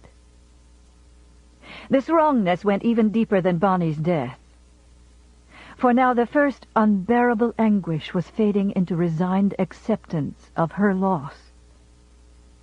Yet this eerie sense of disaster to come persisted, as though something black and hooded stood just at her shoulder, as though the ground beneath her feet might turn to quicksand as she trod upon it. She had never before known this type of fear. All her life her feet had been firmly planted in common sense, and the only thing she had ever feared had been the things she could see. Injury, hunger, poverty. loss of Ashley's love. Unanalytical, she was trying to analyze now, and with no success. She had lost her dearest child, but she could stand that somehow, as she had stood other crushing losses. She had her health. She had as much money as she could wish, and she still had Ashley, though she saw less and less of him these days. Even the constraint which had been between them since the day of Melanie's ill-starred surprise party didn't worry her, for she knew it would pass. No, her fear was not of pain or hunger or loss of love. Those fears had never weighed her down as this feeling of wrongness was doing. This blighting fear that was oddly like that which she knew in her old nightmare, a thick, swimming mist through which she ran with bursting heart, a lost child seeking a haven that was hidden from her. She remembered how Rhett had always been able to laugh her out of her fears. She remembered the comfort of his broad brown chest and his strong arms. And so she turned to him with eyes that really saw him for the first time in weeks. And the change she saw shocked her.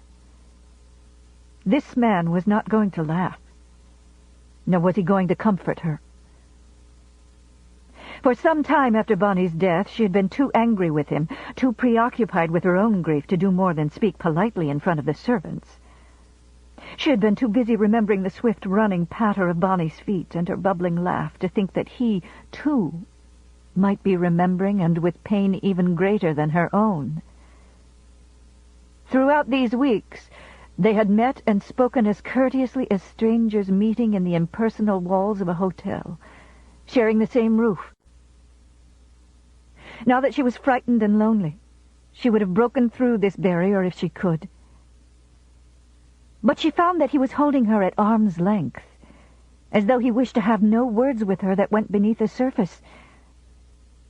Now that her anger was fading, she wanted to tell him that she held him guiltless of Bonnie's death. She wanted to cry in his arms and say that she, too, had been overly proud of the child's horsemanship, overly indulgent to her wheedlings. Now she would willingly have humbled herself and admitted that she had only hurled that accusation at him out of her misery, hoping by hurting him to alleviate her own hurt. But there never seemed an opportune moment. He looked at her out of black, blank eyes that made no opportunity for her to speak. And apologies, once postponed, became harder and harder to make, and finally impossible. She wondered why this should be. Rhett was her husband, and between them there was the unbreakable bond of two people who have shared the same bed, begotten and born a loved child, and seen that child too soon laid away in the dark. Only in the arms of the father of that child could she find comfort, in the exchange of memories and grief that might hurt at first, but would help to heal. But now, as matters stood between them, she would as soon go to the arms of a complete stranger. He was seldom home. When they did sit down to supper together, he was usually drunk. He wasn't drinking as he had formerly, becoming increasingly more polished and biting as the liquor took hold of him, saying amusing, malicious things that made her laugh in spite of herself. Now he was silently, morosely drunk, and, as the evenings progressed, soddenly drunk. Sometimes in the early hours of the dawn she heard him ride into the backyard and beat on the door of the servant's house so that Pork might help him up the back stairs and put him to bed. Put him to bed. Rhett, who had always drunk others under the table without turning a hair, and then put them to bed. He was untidy now, where once he had been well-groomed, and it took all Pork's scandalized arguing even to make him change his linen before supper. Whiskey was showing in his face, and the hard line of his long jaw was being obscured under an unhealthy bloat and puffs rising under his bloodshot eyes. His big body with its hard, swelling muscles looked soft and slack, and his waistline began to thicken. Often he didn't come home at all or even send word that he would be away overnight. Of course, he might be snoring drunkenly in some room above a saloon, but Scarlett always believed that he was at Belle Watling's house on these occasions. Once she had seen Belle in a store, a coarse, overblown woman now, with most of her good looks gone. But for all her paint and flashy clothes, she was buxom and almost motherly-looking. Instead of dropping her eyes or glaring defiantly, as did other light women when confronted by ladies, Belle gave her stare for stare, searching her face with an intent, almost pitying look that brought a flush to Scarlett's cheek. But she couldn't accuse him now, couldn't rage at him, demand fidelity or try to shame him, any more than she could bring herself to apologize for accusing him of Bonnie's death. She was clutched by a bewildered apathy, an unhappiness that she couldn't understand, an unhappiness that went deeper than anything she had ever known. She was lonely, and she could never remember being so lonely before. Perhaps she had never had the time to be very lonely until now. She was lonely and afraid, and there was no one to whom she could turn, no one except Melanie. For now even Mammy, her mainstay, had gone back to Tara, gone permanently. Mammy gave no explanation for her departure. Her tired old eyes looked sadly at Scarlett when she asked for the train fare home. To Scarlett's tears and pleading that she stay, Mammy only answered, "Look to me like Miss Ellen say to me, Mammy, come home. Your work done finished." So I's gone home. Rhett, who had listened to the talk, gave Mammy the money and patted her arm. "You're right, Mammy. Miss Ellen is right. Your work here is done. Go home. Let me know if you ever need anything." And as Scarlett broke into renewed indignant commands, "Hush, you fool! Let her go. Why should anyone want to stay in this house? Now?" There was such a savage, bright glitter in his eyes when he spoke that Scarlett shrank from him, frightened. "Dr. Meade, do you think he can have lost his mind?" she questioned afterwards, driven to the doctor by her own sense of helplessness. "No," said the doctor, "but he's drinking like a fish and will kill himself if he keeps it up. He loved the child, Scarlett, and I think he drinks to forget about her. Now, my advice to you, miss, is to give him another baby just as quickly as you can." "Ha!" thought Scarlett bitterly as she left his office. That was easier said than done. She would gladly have another child, several children, if they would take that look out of Rhett's eyes and fill up the aching spaces in her own heart. A boy who had Rhett's dark handsomeness, and another little girl. Oh, for another little girl, pretty and gay and willful and full of laughter, not like the giddy-brained Ella. Why, oh, why couldn't God have taken Ella if he had to take one of her children? Ella was no comfort to her, now that Bonnie was gone. But Rhett didn't seem to want any other children. At least he never came to her bedroom, though now the door was never locked, and usually invitingly ajar. He didn't seem to care. He didn't seem to care for anything now except whiskey and that blousy, red-haired woman. He was bitter now. Where he had been pleasantly jeering, brutal. Where his thrusts had once been tempered with humor. After Bonnie died, many of the good ladies of the neighborhood who had been won over to him by his charming manners with his daughter were anxious to show him kindness. They stopped him on the street to give him their sympathy and spoke to him from over their hedges, saying that they understood. But now that Bonnie, the reason for his good manners, was gone, The manners went too. He cut the ladies and their well-meant condolences off shortly, rudely.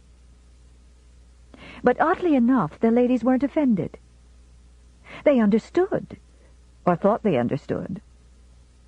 When he rode home in the twilight, almost too drunk to stay in the saddle, scowling at those who spoke to him, the ladies said, "Poor thing," and redoubled their efforts to be kind and gentle. They felt very sorry for him, broken-hearted and riding home to no better comfort than Scarlet. Everybody knew how cold and heartless she was. Everybody was appalled at the seeming ease with which she had recovered from Bonnie's death, never realizing, or caring to realize, the effort that lay behind that seeming recovery. Rhett had the town's tenderest sympathy, and he neither knew nor cared.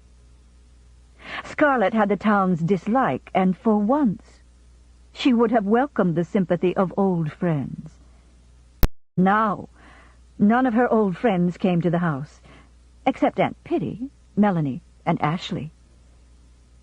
Only the new friends came calling in their shining carriages, anxious to tell her of their sympathy, eager to divert her with gossip about other new friends in whom she was not at all interested.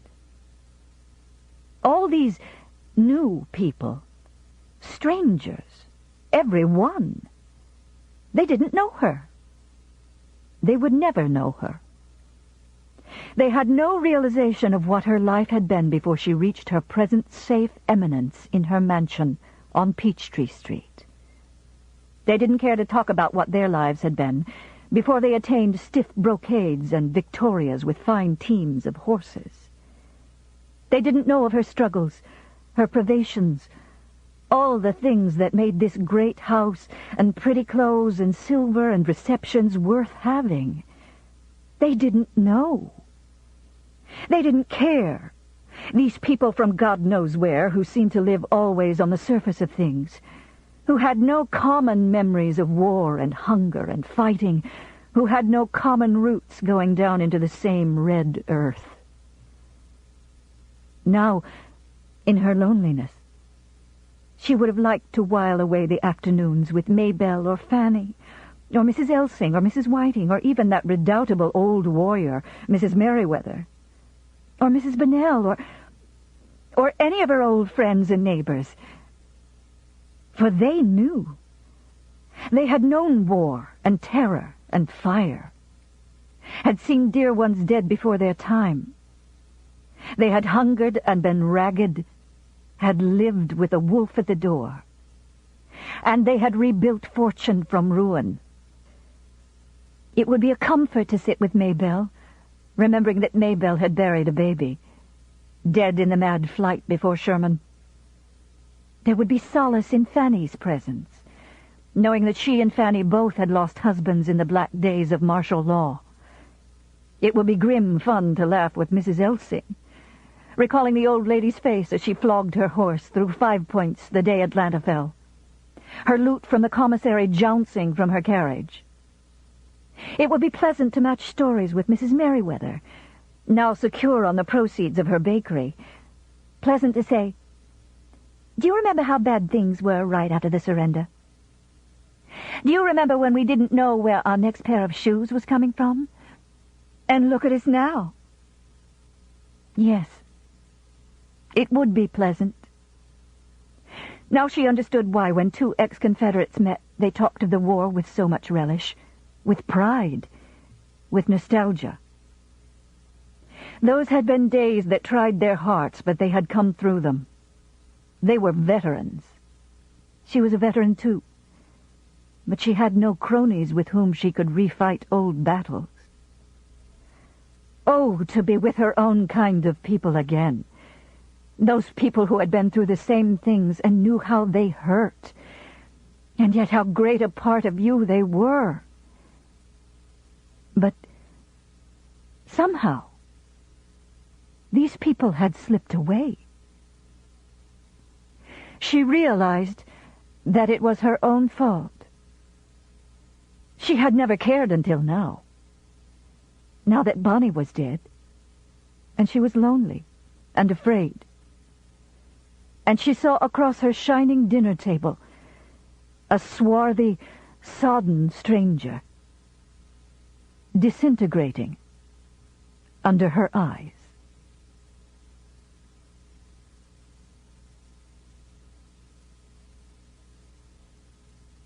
Chapter 61.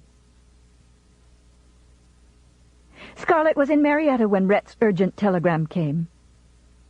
There was a train leaving for Atlanta in 10 minutes, and she caught it, carrying no baggage except her reticule, and leaving Wade and Ella at the hotel with Prissy. Atlanta was only 20 miles away, but the train crawled interminably through the wet early autumn afternoon, stopping at every bypath for passengers.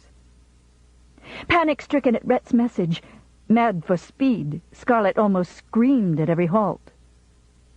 Down the road lumbered the train through forests faintly, tiredly gold, past red hillsides still scarred with serpentine breastworks, past old battery emplacements and weed-grown craters, down the road over which Johnston's men had retreated so bitterly, fighting every step of the way. Each station, each crossroad the conductor called was the name of a battle, the site of a skirmish. Once they would have stirred Scarlett to memories of terror, but now she had no thought for them. Rhett's message had been, "Mrs. Wilkes ill. Come home immediately." Twilight had fallen when the train pulled into Atlanta, and a light misting rain obscured the town. The gas street lamps glowed dully, blobs of yellow in the fog. Rhett was waiting for her at the depot with the carriage. The very sight of his face frightened her more than his telegram. She had never seen it so expressionless before. "She isn't," she cried. "No, she's still alive." Rhett assisted her into the carriage. "To Mrs. Wilkes' house, and as fast as you can go," he ordered the coachman. "What's the matter with her? I didn't know she was ill. She looked all right last week. Did she have an accident?" "Oh, Rhett, it isn't really as serious as you—" "She's dying," said Rhett, and his voice had no more expression than his face. "She wants to see you." "Not Melly. Oh, not Melly. What's happened to her?" "She's had a miscarriage."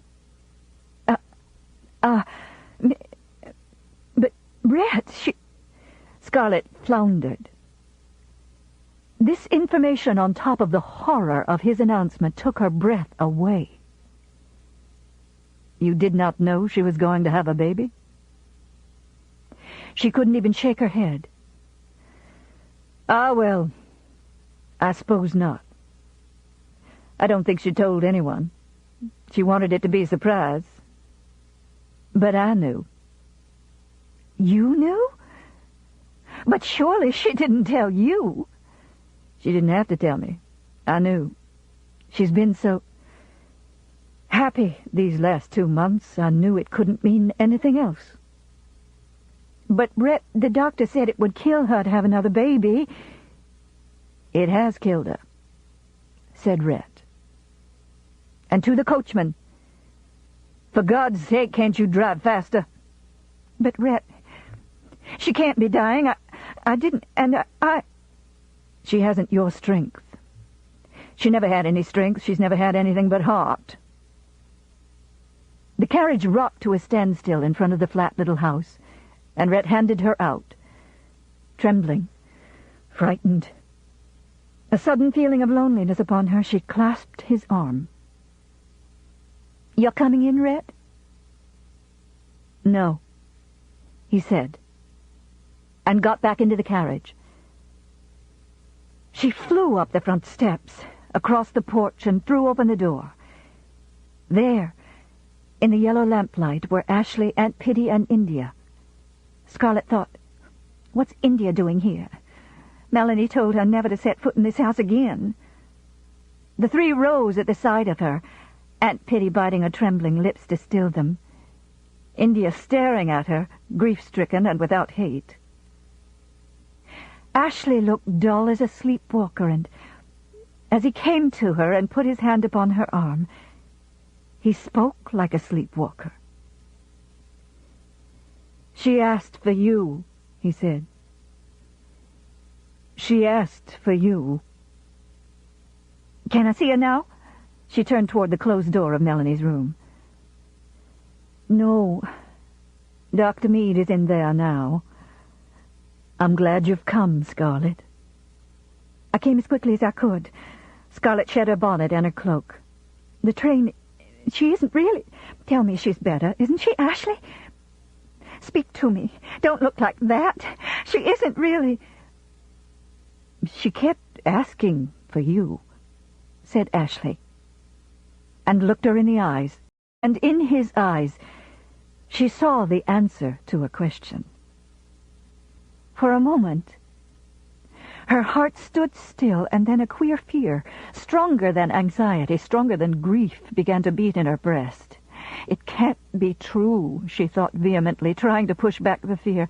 "Doctors make mistakes. I won't think it's true. I can't let myself think it's true. I'll scream if I do. I must think of something else. I don't believe it," she cried stormily, looking into the three drawn faces as though defying them to contradict her. "And why didn't Melanie tell me? I'd never have gone to Marietta if I'd known." Ashley's eyes awoke and were tormented. "She didn't tell anyone, Scarlett, especially not you. She was afraid you'd scold her if you knew. She wanted to wait till she thought it safe and sure, and then surprise you all and laugh and say how wrong the doctors had been. And she was so happy. You know how she was about babies, how much she wanted a little girl. And everything went so well until... and then for no reason at all." The door of Melanie's room opened quietly, and Dr. Mead came out into the hall, shutting the door behind him. He stood for a moment, his gray beard sunk on his chest, and looked at the suddenly frozen four. His gaze fell last on Scarlett.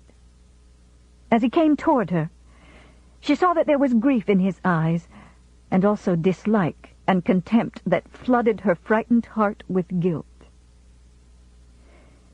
"So you finally got here," he said. Before she could answer, Ashley started toward the closed door. "Not you yet," said the doctor. "She wants to speak to Scarlett." "Doctor," said India, putting a hand on his sleeve. Though her voice was toneless, it pled more loudly than words. "Let me see her for a moment. I've been here since this morning, waiting, but she... Let me see her for a moment. I want to tell her, must tell her, that I was wrong about something." She didn't look at Ashley or Scarlett as she spoke, but Dr. Mead allowed his cold glance to fall on Scarlett. "I'll see Miss India," he said briefly, "but only if you'll give me your word not to use up her strength, telling her you were wrong. She knows you were wrong, and it will only worry her to hear you apologize." Pitty began timidly. "Please, Dr. Mead..." "Miss Pitty, you know you'd scream and faint." Pitty drew up her stout little body and gave the doctor glance for glance. Her eyes were dry, and there was dignity in every curve. "Well, all right, honey, a little later," said the doctor more kindly. "Come, Scarlett." They tiptoed down the hall to the closed door, and the doctor put his hand on Scarlett's shoulder in a hard grip.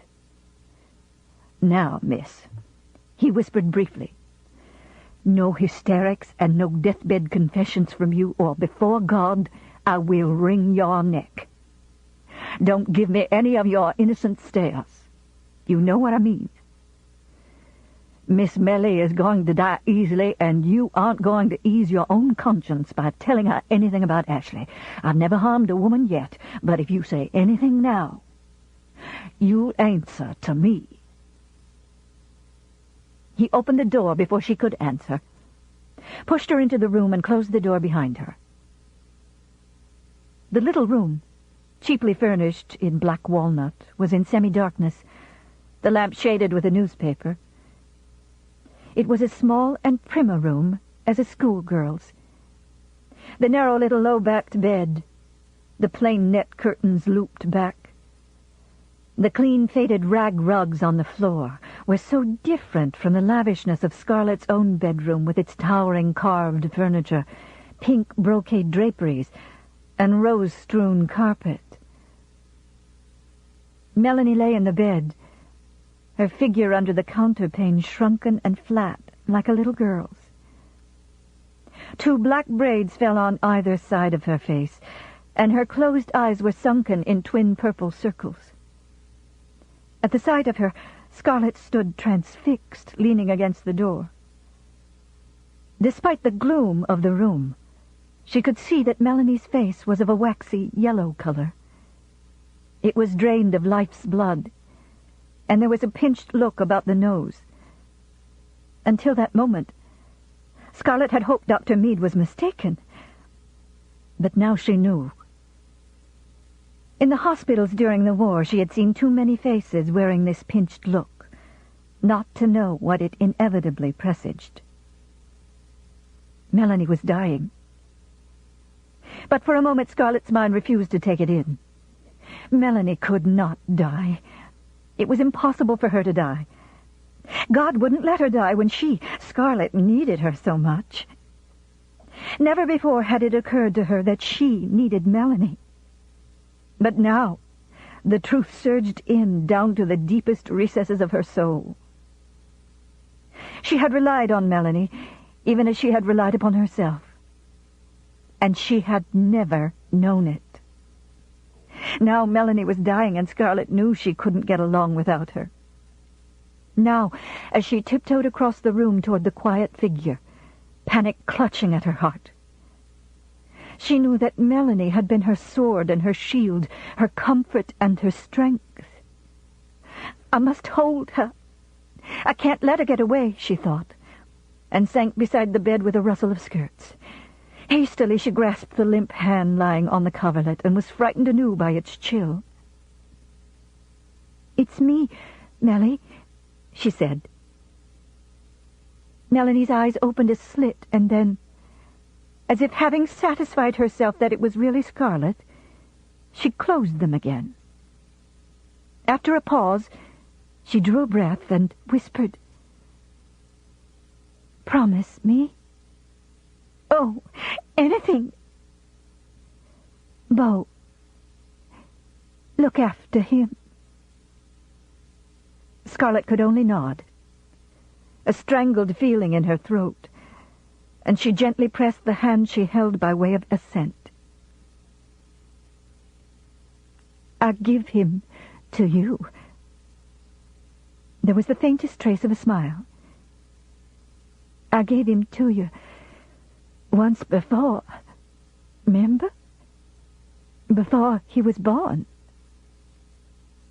Did she remember? Could she ever forget that time?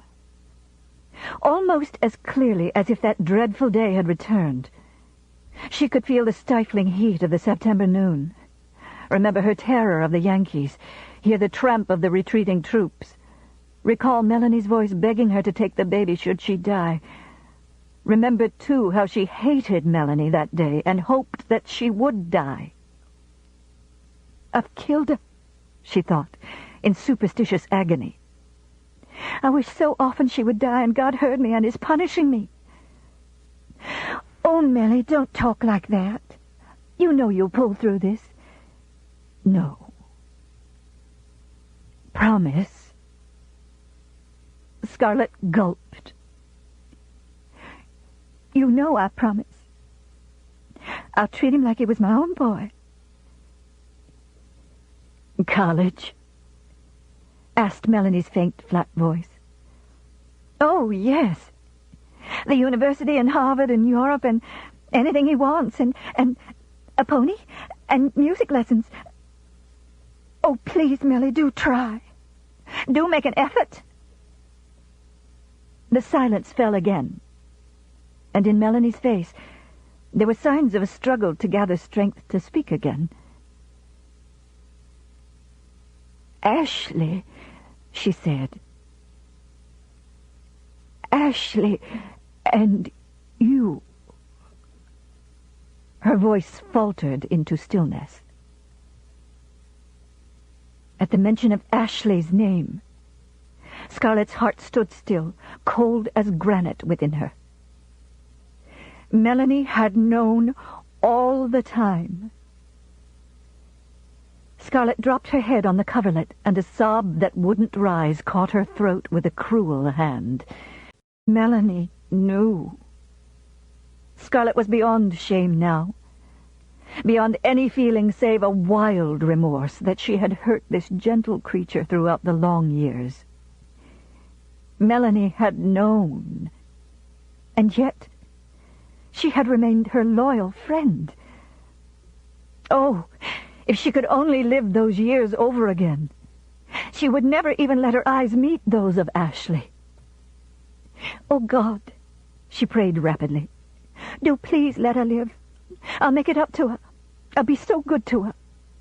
I'll never even speak to Ashley again as long as I live, if you'll only let her get well." "Ashley," said Melanie feebly, and her fingers reached out to touch Scarlett's bowed head. Her thumb and forefinger tugged with no more strength than that of a baby at Scarlett's hair. Scarlett knew what that meant, knew Melanie wanted her to look up, but she couldn't meet Melanie's eyes and read that knowledge in them. "Ashley," Melanie whispered again, and Scarlett gripped herself. When she looked God in the face on the day of judgment and read her sentence in his eyes, it would not be as bad as this. Her soul cringed, but she raised her head. She saw only the same dark, loving eyes, sunken and drowsy with death, the same tender mouth tiredly fighting pain for breath. No reproach was there, no accusation, and no fear. Only an anxiety that she might not find strength for words. For a moment, Scarlett was too stunned to even feel relief. Then, as she held Melanie's hand more closely, a flood of warm gratitude to God swept over her, and for the first time since her childhood, she said an humble, unselfish prayer. "Thank you, God. I know I'm not worth it, but thank you for not letting her know."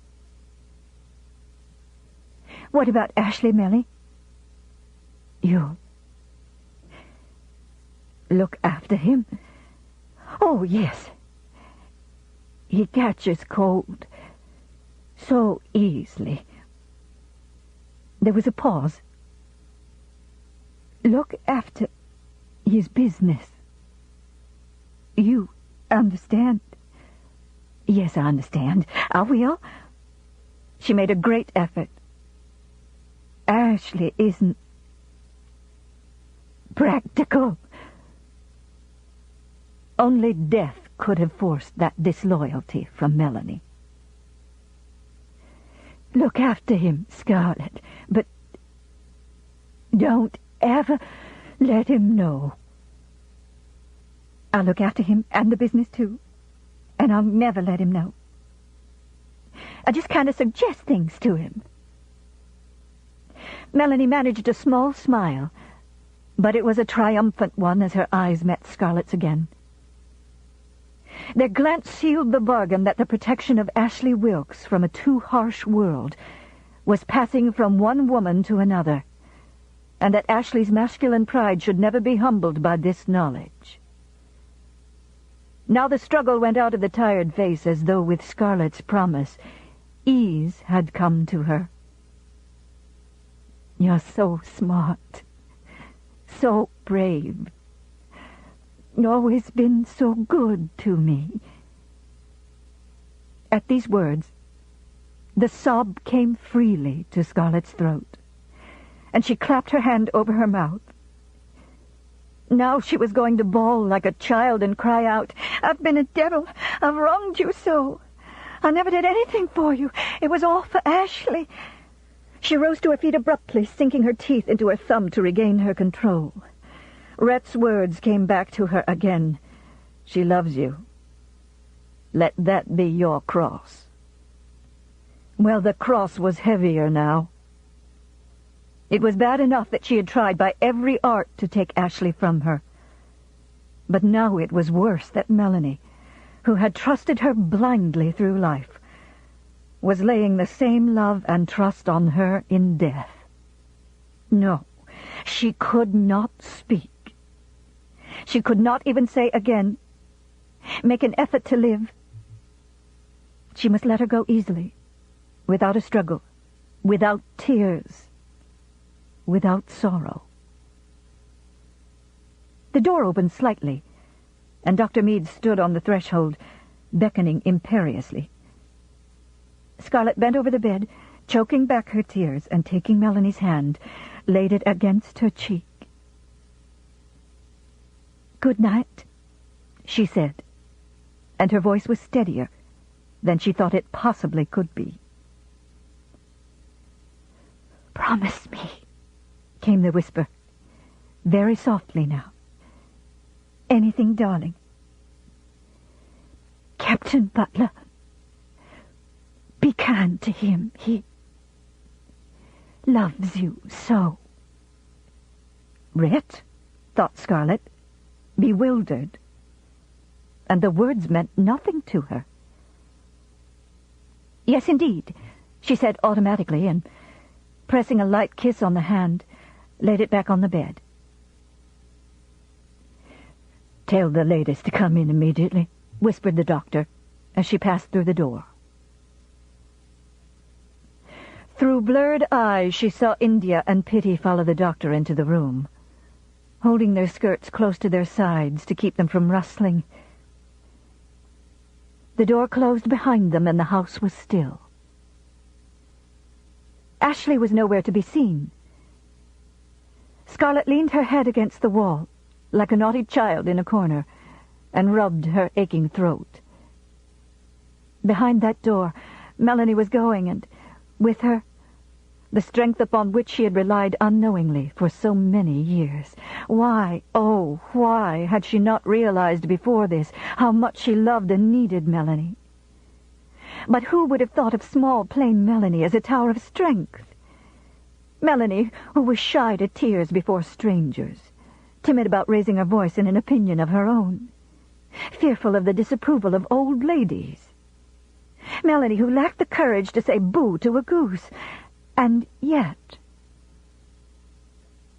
Scarlett's mind went back through the years to the still hot noon at Tara, when grey smoke curled above a blue-clad body, and Melanie stood at the top of the stairs with Charles's saber in her hand. Scarlett remembered that she had thought at the time, how silly. Mellie couldn't even heft that sword. But now she knew that had the necessity arisen, Melanie would have charged down those stairs and killed the Yankee, or been killed herself. Yes, Melanie had been there that day with a sword in her small hand, ready to do battle for her. And now, as Scarlett looked sadly back, she realized that Melanie had always been there beside her with a sword in her hand, unobtrusive as her own shadow, loving her, fighting for her with blind, passionate loyalty, fighting Yankees, fire, hunger, poverty, public opinion, and even her beloved blood kin. Scarlett felt her courage and self-confidence ooze from her as she realized that the sword which had flashed between her and the world was sheathed forever. Mellie is the only woman friend I ever had, she thought forlornly. The only woman except Mother who really loved me. She's like Mother, too. Everyone who knew her has clung to her skirts. Suddenly, it was as if Ellen were lying behind that closed door, leaving the world for a second time. Suddenly she was standing at Tara again with a world about her ears, desolate with the knowledge that she could not face life without the terrible strength of the weak, the gentle. She stood in the hall, irresolute, frightened, and the flaring light of the fire in the sitting room threw tall, dim shadows on the walls about her. The house was utterly still, and the stillness soaked into her like a fine, chill rain. Ashley! Where was Ashley? She went toward the sitting room, seeking him like a cold animal seeking the fire, but he was not there. She must find him. She had discovered Melanie's strength and her dependence on it only to lose it in the moment of discovery. But there was still Ashley left. There was Ashley who was strong and wise and comforting. In Ashley and his love lay strength upon which to lay her weakness, courage to bolster her fear, ease for her sorrow. He must be in his room, she thought, and tiptoeing down the hall she knocked softly. There was no answer, so she pushed the door open. Ashley was standing in front of the dresser, looking at a pair of Melanie's mended gloves. First he picked up one and looked at it, as though he had never seen it before. Then he laid it down gently, as though it were made of glass, and picked up the other one. She said, "Ashley," in a trembling voice, and he turned slowly and looked at her. The drowsy aloofness had gone from his gray eyes, and they were wide and unmasked. In them she saw fear that matched her own fear, helplessness weaker than her own, bewilderment more profound than she would ever know. The feeling of dread which had possessed her in the hall deepened as she saw his face. She went toward him. "I'm frightened," she said. "Oh, Ashley, hold me. I'm so frightened." He made no move to her, but stared, gripping the glove tightly in both hands. She put a hand on his arm and whispered, "What is it?" His eyes searched her intently, hunting desperately for something he did not find. Finally he spoke, and his voice was not his own. "I was wanting you," he said. "I was going to run and find you, run like a child wanting comfort. And I find a child more frightened, running to me." "Not you! You can't be frightened!" she cried. "Nothing has ever frightened you, but You've always been so strong." "If I've ever been strong, it was because she was behind me," he said, his voice breaking. And he looked down at the glove and smoothed the fingers. And all the strength I ever had is going with her." There was such a note of wild despair in his low voice that she dropped her hand from his arm and stepped back. And in the heavy silence that fell between them, she felt that she really understood him for the first time in her life. "Why," she said slowly, "why, Ashley, you love her, don't you?"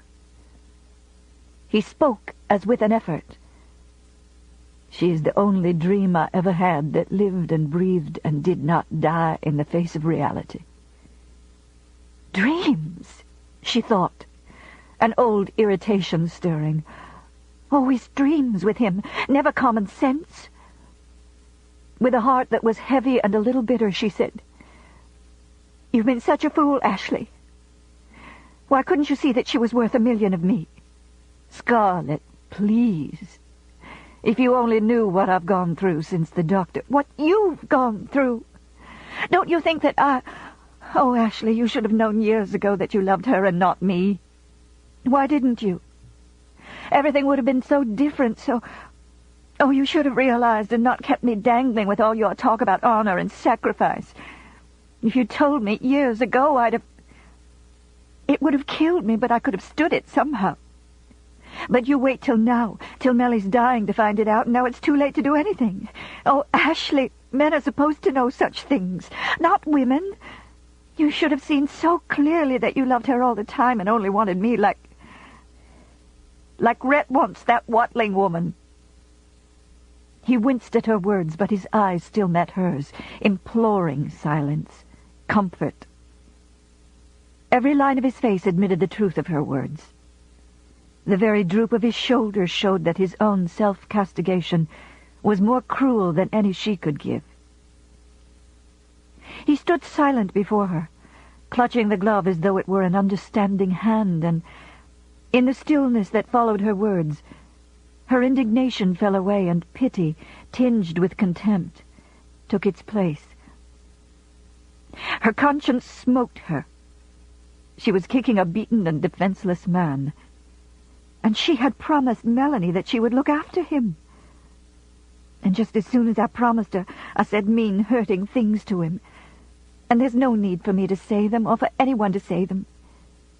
He knows the truth, and it's killing him, she thought desolately. He's not grown up. He's a child, like me, and he's sick with fear at losing her. Mellie knew how it would be. Mellie knew him far better than I do. That's why she said look after him and Beau in the same breath. How can Ashley ever stand this? I can stand it. I can stand anything. I've had to stand so much, but he can't. He can't stand anything without her. Forgive me, darling, she said gently, putting out her arms. I know what you must be suffering. But remember, she doesn't know anything. She never even suspected. God was that good to us. He came to her quickly, and his arms went round her blindly. She tiptoed to bring her warm cheek comfortingly against his, and with one hand she smoothed the back of his hair. Don't cry, sweet. She'd want you to be brave. She'll want to see you in a moment, and you must be brave. She mustn't see that you've been crying. It would worry her. He held her in a grip that made breathing difficult, and his choking voice was in her ear. What will I do? I can't live without her. I can't either, she thought, shuddering away from the picture of the long years to come without Melanie. But she caught herself in a strong grasp. Ashley was depending on her. Melanie was depending on her. As once before, in the moonlight at Tara, drunk, exhausted, she had thought. Burdens up her shoulders strong enough to carry them. Well, her shoulders were strong, and Ashley's were not. She squared her shoulders for the load, and with a calmness she was far from feeling, kissed his wet cheek without fever or longing or passion, only with cool gentleness. We shall manage, somehow, she said.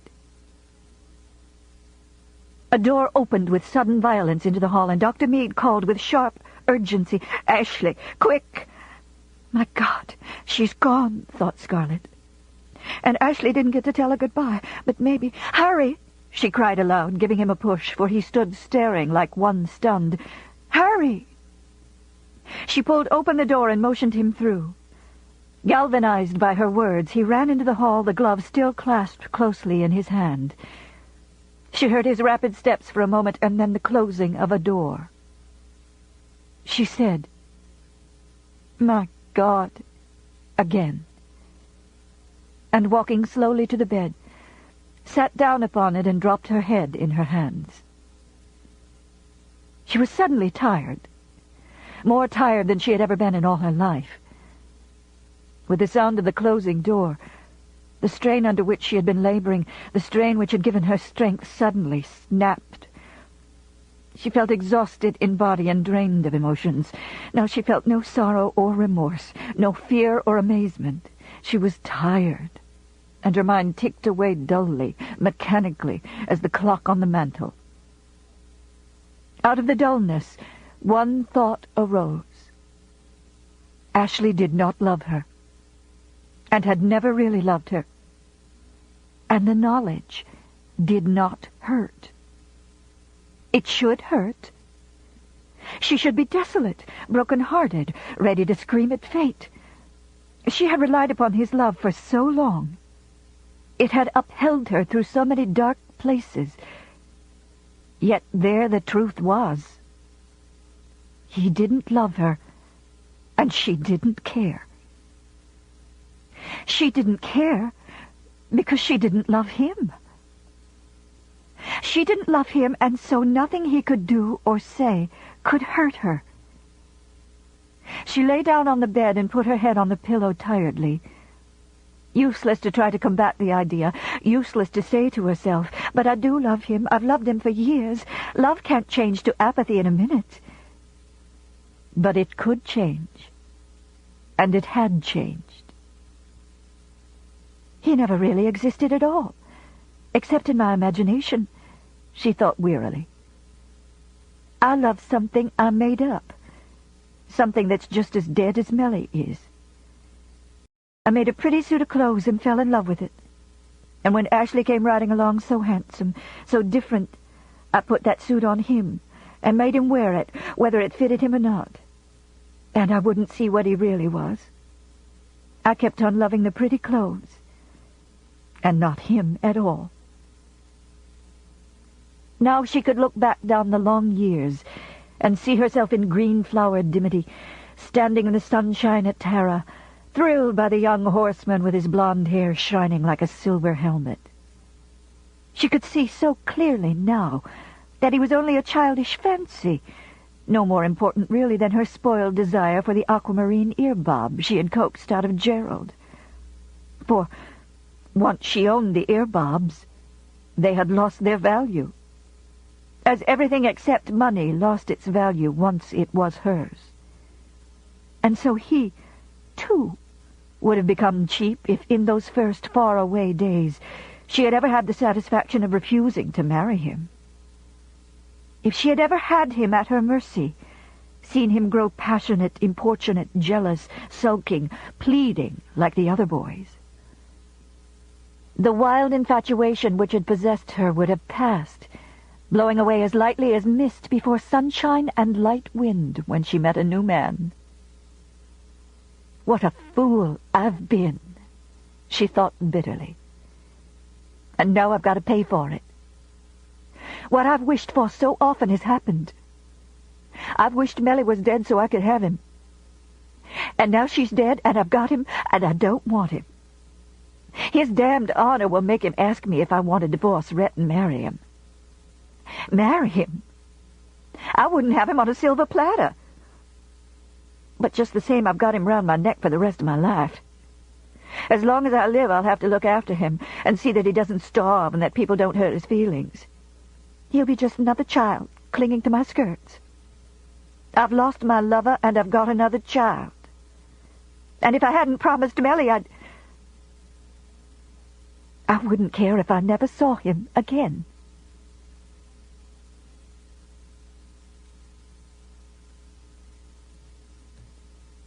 Chapter 62. She heard whispering voices outside, and going to the door, she saw the frightened negroes standing in the back hall, Dilsey with her arms sagging under the heavy weight of the sleeping Beau, Uncle Peter crying, and Cookie wiping her wide, wet face on her apron. All three looked at her, dumbly asking what they were to do now. She looked up the hall toward the sitting room and saw India and Aunt Pitty standing speechless, holding each other's hands, and for once India had lost her stiff-necked look. Like the Negroes, they looked imploringly at her, expecting her to give instructions. She walked into the sitting room, and the two women closed about her.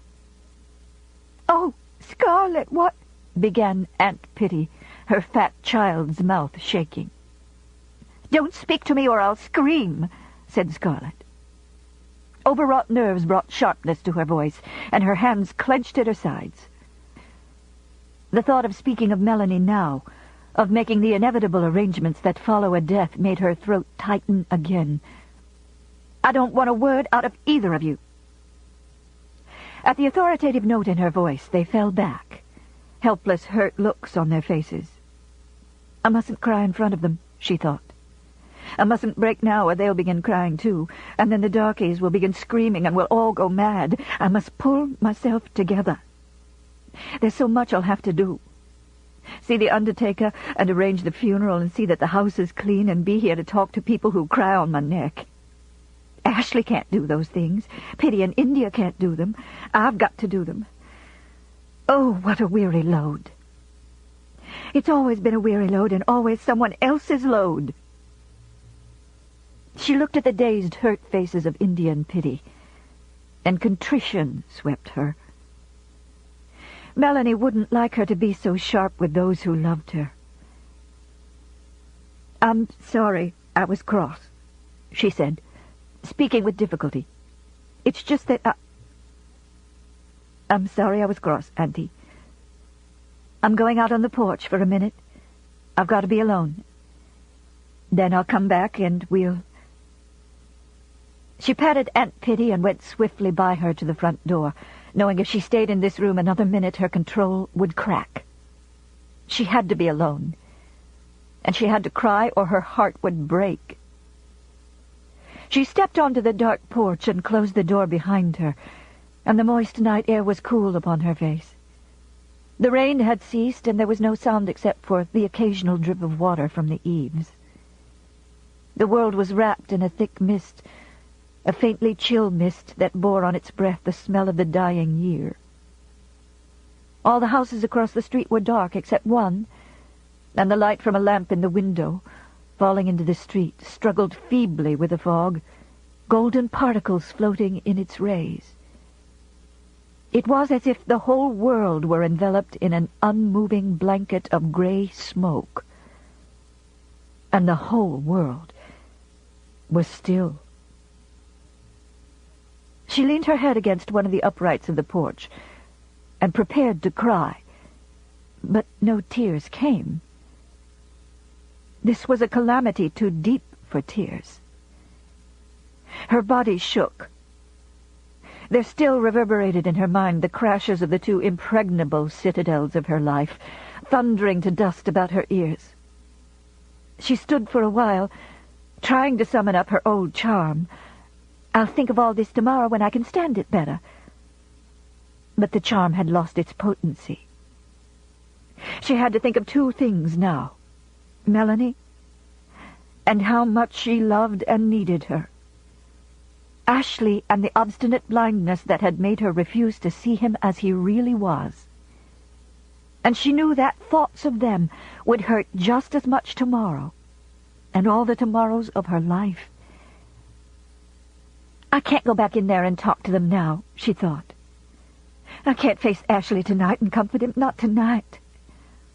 Tomorrow morning I'll come early and do the things I must do, say the comforting things I must say, but not tonight. I can't. I'm going home." Home was only 5 blocks away. She wouldn't wait for the sobbing Peter to harness the buggy. She wouldn't wait for Dr. Meade to drive her home. She couldn't endure the tears of the one, the silent condemnation of the other. She went swiftly down the dark front steps without her coat or bonnet and into the misty night. She rounded the corner and started up the long hill toward Peachtree Street, walking in a still, wet world, and even her footsteps were as noiseless as a dream. As she went up the hill, her chest tight with tears that would not come, there crept over her an unreal feeling, a feeling that she had been in this same dim, chill place before, under a like set of circumstances, not once, but many times before. How silly, she thought uneasily, quickening her steps. Her nerves were playing her tricks, but the feeling persisted, stealthily pervading her mind. She peered about her uncertainly, and the feeling grew, eerie but familiar, and her head went up sharply like an animal scenting danger. "It's just that I'm worn out," she tried to soothe herself. "And the night's so queer, so misty. I never saw such thick mist before, except... And then she knew, and fear squeezed her heart. She knew now. In 100 nightmares she had fled through fog like this, through a haunted country without landmarks, thick with cold, cloaking mist, peopled with clutching ghosts and shadows. Was she dreaming again? Or was this her dream come true? For an instant, reality went out of her and she was lost. The old nightmare feeling was sweeping her, stronger than ever, and her heart began to race. She was standing again amid death and stillness, even as she had once stood at Tara. All that mattered in the world had gone out of it. Life was in ruins, and panic howled through her heart like a cold wind. The horror that was in the mist, and was the mist, laid hands upon her, and she began to run. As she had run 100 times in dreams, she ran now, flying blindly she knew not where, driven by a nameless dread, seeking in the grey mist for the safety that lay somewhere. Up the dim street she fled, her head down, her heart hammering, the night air wet on her lips, the trees overhead menacing. Somewhere in this wild land of moist stillness, there was a refuge. She sped gasping up the long hill, her wet skirts wrapping coldly about her ankles, her lungs bursting, the tight-laced stays pressing her ribs into her heart. Before her eyes there loomed a light, a row of lights, dim and flickering, but nonetheless real. In her nightmare, there had never been any lights, only grey fog. Her mind seized on those lights. Lights meant safety, people, reality. Suddenly she stopped running, her hands clenching, struggling to pull herself out of her panic, staring intently at the row of gas lamps which had signaled to her brain that this was Peachtree Street, Atlanta, and not the grey world of sleep and ghosts. She sank down panting on a carriage block, clutching at her nerves as though they were ropes slipping swiftly through her hands. I was running like a crazy person, she thought, her body shaking with lessening fear, her thudding heart making her sick. But where was I running? Her breath came more easily now, and she sat with her hand pressed to her side and looked up Peachtree Street. There, at the top of the hill, was her own house. It looked as though every window bore lights, lights defying the mist to dim their brilliance. Home. It was real. She looked at the dim, far-off bulk of the house thankfully, longingly, and something like calm fell on her spirit. Home.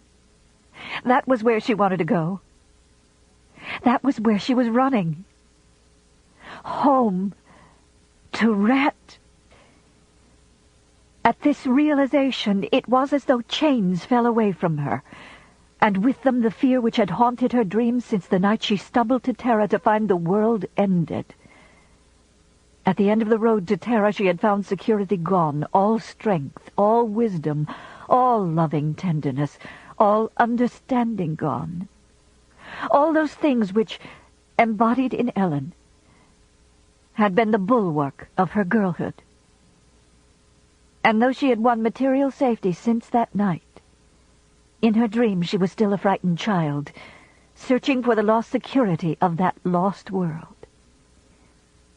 Now she knew the haven she had sought in dreams, the place of warm safety which had always been hidden from her in the mist. It wasn't Ashley. Oh, never Ashley. There was no more warmth in him than in a marsh light, no more security than in quicksand. It was Rhett. Rhett, who had strong arms to hold her, a broad chest to pillow her tired head, jeering laughter to pull her affairs into proper perspective, and complete understanding. Because he, like her, saw truth as truth, unobstructed by impractical notions of honor, sacrifice, or high belief in human nature. He loved her. Why hadn't she realized that he loved her, for all his taunting remarks to the contrary? Melanie had seen it, and with her last breath had said, "Be kind to him." Oh, she thought, Ashley's not the only stupidly blind person.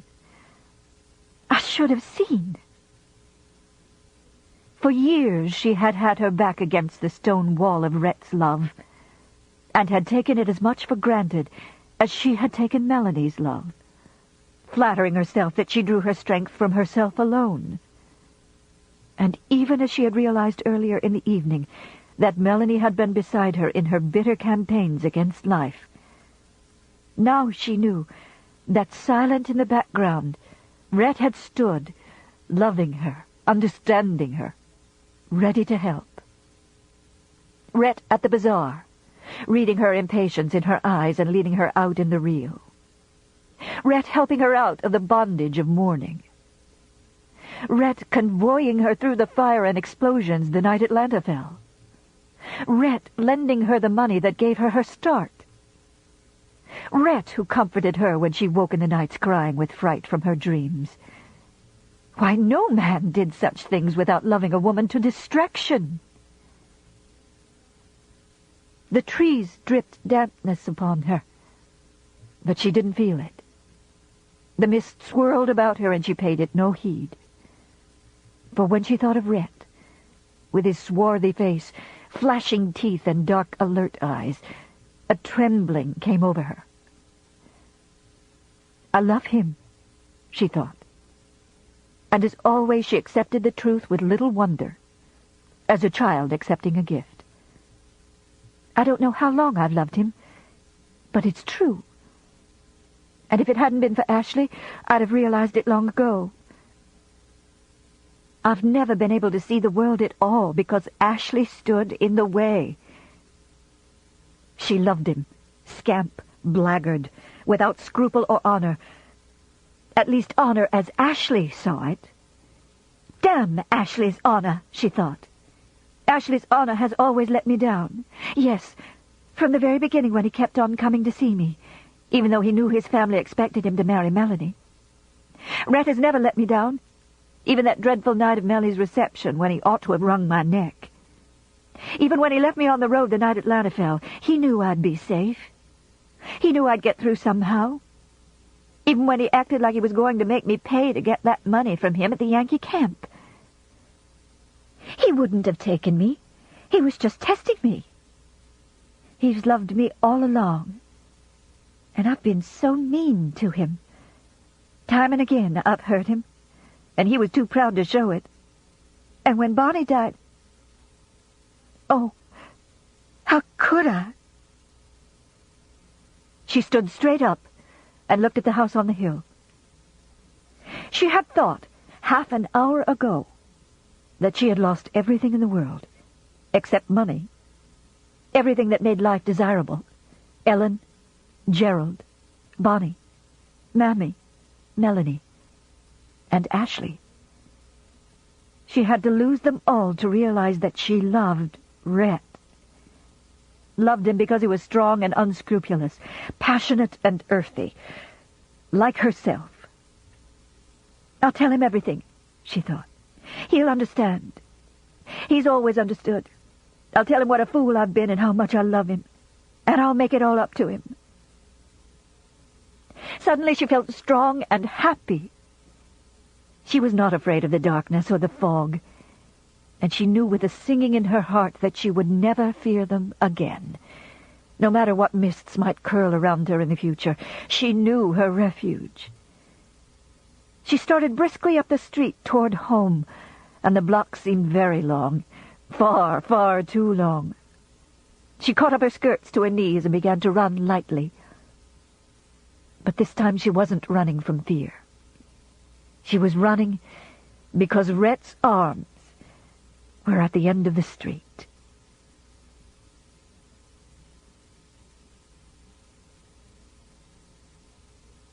Chapter 63. The front door was slightly ajar, and she trotted, breathless, into the hall, and paused for a moment under the rainbow prisms of the chandelier. For all its brightness, the house was very still, not with the serene stillness of sleep, but with a watchful, tired silence that was faintly ominous. She saw at a glance that Rhett was not in the parlor or the library, and her heart sank. Suppose he should be out. Out with Belle, or wherever it was he spent the many evenings when he didn't appear at the supper table. She hadn't bargained on this. She had started up the steps in search of him when she saw that the door of the dining room was closed. Her heart contracted a little with shame at the sight of that closed door, remembering the many nights of this last summer when Rhett had sat there alone, drinking until he was sodden, and Pork came to urge him to bed. That had been her fault. But she'd change it all. Everything was going to be different from now on. But please, God, don't let him be too drunk tonight. If he's too drunk, he won't believe me, and he'll laugh at me, and that will break my heart. She quietly opened the dining room door a crack and peered in. He was seated before the table, slumped in his chair, and a full decanter stood before him with a stopper in place, the glass unused. Thank God, he was sober. She pulled open the door, holding herself back from running to him. But when he looked up at her, something in his gaze stopped her dead on the threshold, stilled the words on her lips. He looked at her steadily with dark eyes that were heavy with fatigue, and there was no leaping light in them. Though her hair was tumbling about her shoulders, her bosom heaving breathlessly, and her skirts mud-splattered to the knees, his face didn't change with surprise, or question, or his lips twist with mockery. He was sunken in his chair, his suit wrinkling untidily against his thickening waist, every line of him proclaiming the ruin of a fine body, and the coarsening of a strong face. Drink and dissipation had done their work on the coin-clean profile. And now it was no longer the head of a young pagan prince on new-minted gold, but a decadent, tired Caesar on copper, debased by long usage. He looked up at her as she stood there, hand on heart, looked quietly, almost in a kindly way, and that frightened her. "Come and sit down," he said. "She is dead." She nodded and advanced hesitantly toward him, uncertainty taking form in her mind at this new expression on his face. Without rising, he pushed back a chair with his foot, and she sank into it. She wished he had not spoken of Melanie so soon. She didn't want to talk of her now, to relive the agony of the last hour. There was all the rest of her life in which to speak of Melanie. But it seemed to her now, driven by a fierce desire to cry, "I love you," that there was only this night, this hour, in which to tell Rhett what was in her mind. But there was something in his face that stopped her, and she was suddenly ashamed to speak of love when Melanie was hardly cold. "Well, God rest her," he said heavily. "She was the only completely kind person I ever knew." "Oh, Rhett!" she cried miserably, for his words brought up too vividly all the kind things Melanie had ever done for her. "Why didn't you come in with me? It was dreadful, and I needed you so." "I couldn't have borne it," he said simply, and for a moment he was silent. Then he spoke with an effort and said softly, "A very great lady." His somber gaze went past her, and in his eyes was the same look she had seen in the light of the flames the night Atlanta fell. When he told her he was going off with a retreating army, the surprise of a man who knows himself utterly, yet discovers in himself unexpected loyalties and emotions, and feels a faint self-ridicule at the discovery. His moody eyes went over her shoulder as though he saw Melanie silently passing through the room to the door. In the look of farewell on his face there was no sorrow, no pain, only a speculative wonder at himself. only a poignant stirring of emotions dead since boyhood, as he said again, "A very great lady." Scarlet shivered, and the glow went from her heart, the fine warmth, the splendor which had sent her home on winged feet. She half grasped what was in Rhett's mind as he said farewell to the only person in the world he respected, and she was desolate again with a terrible sense of loss that was no longer personal. She could not wholly understand or analyze what he was feeling, but it seemed almost as if she too had been brushed by whispering skirts, touching her softly in a last caress. She was seeing through Rhett's eyes the passing, not of a woman, but a legend. The gentle, self-effacing but steel-spined woman on whom the South had builded its house in war, and whose proud and loving arms it had returned in defeat. His eyes came back to her, and his voice changed. Now it was light and cool. "So she's dead. That makes it nice for you, doesn't it?" "Oh, how can you say such things?" she cried, stung, the quick tears coming to her eyes. "You know how I loved her." "No, I can't say that I did. Most unexpected. And it's to your credit, considering your passion for white trash, that you could appreciate her at last." "How can you talk so? Of course I appreciated her. You didn't. You didn't know her like I did. It isn't in you to understand her, how good she was." "Indeed? Perhaps not." "She thought of everybody except herself. Why, her last words were about you." There was a flash of genuine feeling in his eyes as he turned to her. "What did she say?" "Oh, not now, Rhett." "Tell me." His voice was cool, but the hand he put on her wrist hurt. She didn't want to tell. This was not the way she had intended to lead up to the subject of her love, but his hand was urgent. She said, "Be kind to Captain Butler. He loves you so much." He stared at her and dropped her wrist. His eyelids went down, leaving his face a dark blank. Suddenly he rose, and going to the window he drew the curtains and looked out intently, as if there was something to see outside except blinding mist.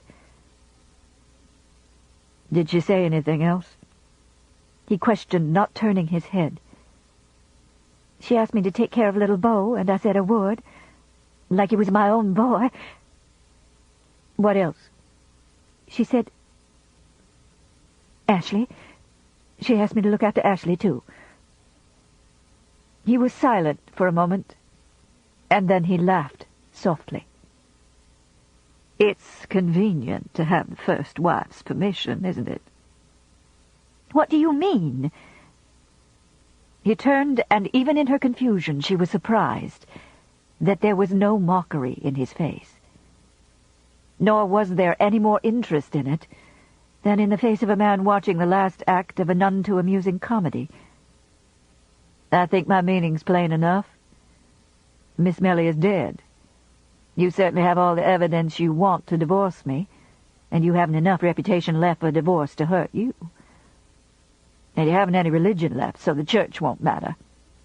Then, Ashley and dreams come true with the blessings of Miss Melly." "Divorce?" she cried. "No, no!" Incoherent for a moment, she leaped to her feet and, running to him, caught his arm. "Oh, you're all wrong. Terribly wrong. I don't want a divorce.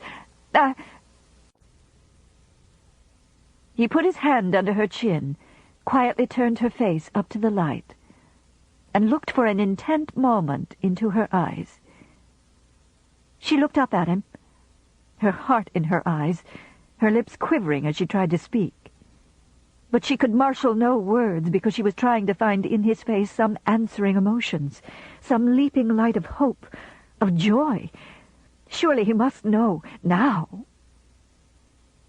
But the smooth, dark blankness which had baffled her so often was all that her frantic, searching eyes could find. He dropped her chin and, turning, walked back to his chair and sprawled tiredly again, his chin on his breast, his eyes looking up at her from under black brows in an impersonal, speculative way. She followed him back to his chair, her hands twisting, and stood before him. "You are wrong," she began again, finding words. "Rhett, tonight, when I knew, I ran every step of the way home to tell you. Oh, darling, "You are tired," he said, still watching her. "You'd better go to bed." "But I must tell you." "Scarlett," he said heavily, "I don't want to hear anything."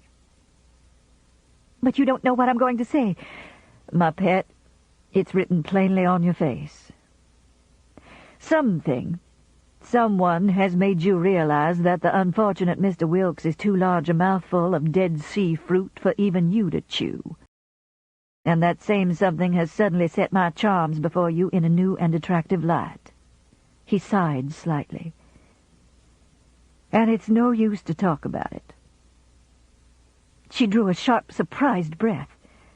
Of course, he had always read her easily. Heretofore she had resented it, but now, after the first shock at her own transparency, her heart rose with gladness and relief. He knew, he understood, and her task was miraculously made easy. No use to talk about it.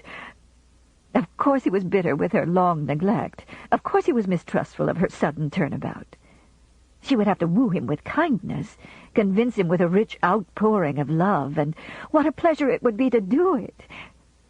"Darling, I'm going to tell you everything," she said, putting her hands on the arm of his chair and leaning down to him.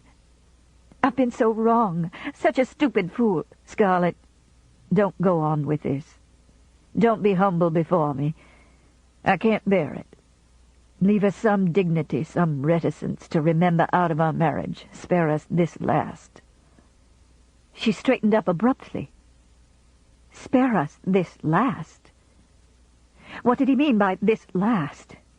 Last? This was their first, their beginning.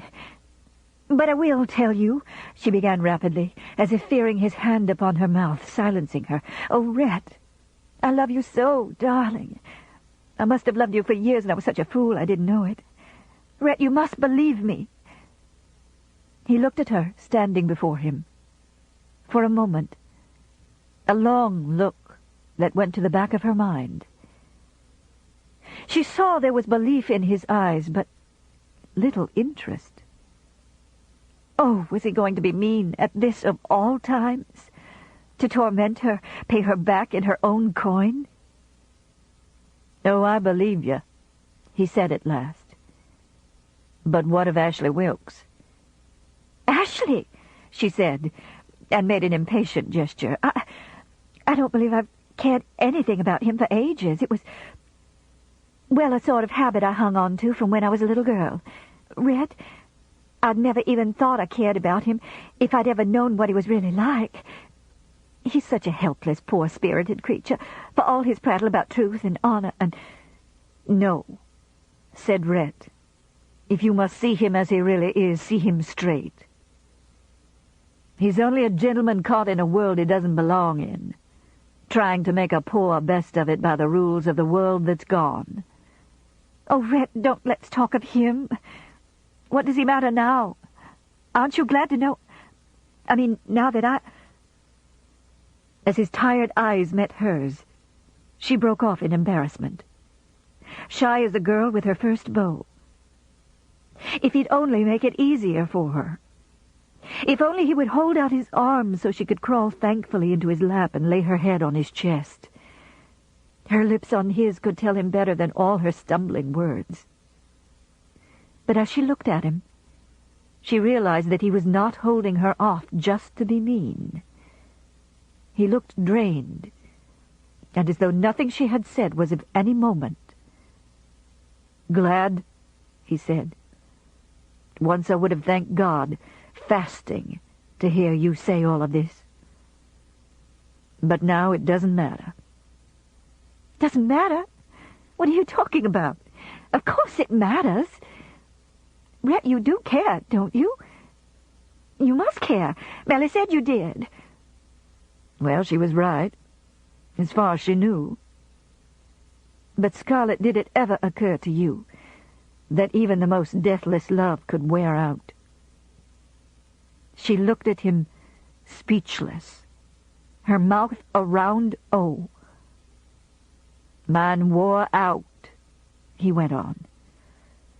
Against Ashley Wilkes and your insane obstinacy that makes you hold on like a bulldog to anything you think you want. Mine wore out. But love can't wear out. Yours for Ashley did. But I never really loved Ashley. Then you certainly gave a good imitation of it. Up till tonight. Scarlett, I'm not upbraiding you, accusing you, reproaching you. That time has passed. So spare me your defenses and your explanations. If you can manage to listen to me for a few minutes without interrupting, I can explain what I mean. Though God knows I see no need for explanations, the truth's so plain. She sat down, the harsh gaslight falling on her white, bewildered face. She looked into the eyes she knew so well, and knew so little. Listened to his quiet voice saying words which at first meant nothing. This was the first time he had ever talked to her in this manner, as one human being to another, talked as other people talked, without flippancy, mockery, or riddles. Did it ever occur to you that I loved you as much as a man can love a woman? Loved you for years before I finally got you? During the war, I'd go away and try to forget you, but I couldn't. And I always had to come back. After the war, I risked arrest, just to come back and find you. I cared so much, I believe I would have killed Frank Kennedy if he hadn't died when he did. I loved you, but I couldn't let you know it.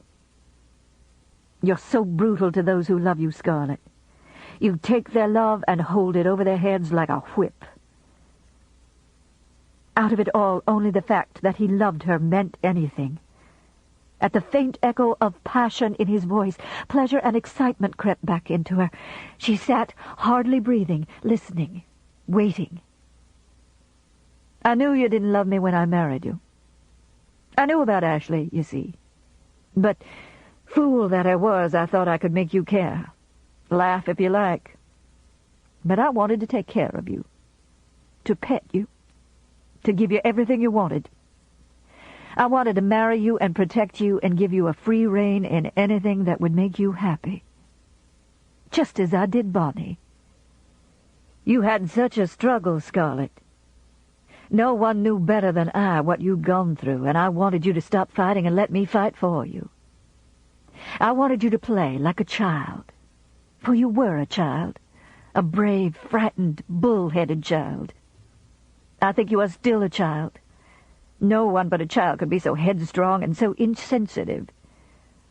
His voice was calm and tired, but there was something in the quality of it that raised a ghost of memory in Scarlett.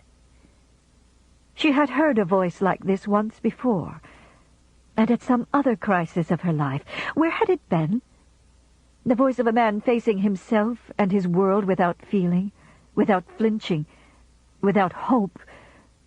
Why, it had been Ashley in the wintry, windswept orchard at Tara, talking of life and shadow shows with a tired calmness that had more finality in its timbre than any desperate bitterness could have revealed. Even as Ashley's voice then had turned her cold with dread of things she couldn't understand, so now Rhett's voice made her heart sink. His voice, his manner, more than the content of his words, disturbed her, made her realize that her pleasurable excitement of a few moments ago had been untimely. Something was wrong, badly wrong. What it was she didn't know. but she listened desperately, her eyes on his brown face, hoping to hear words that would dissipate her fears. It was so obvious that we were meant for each other. So obvious that I was the only man of your acquaintance who could love you after knowing you as you really are.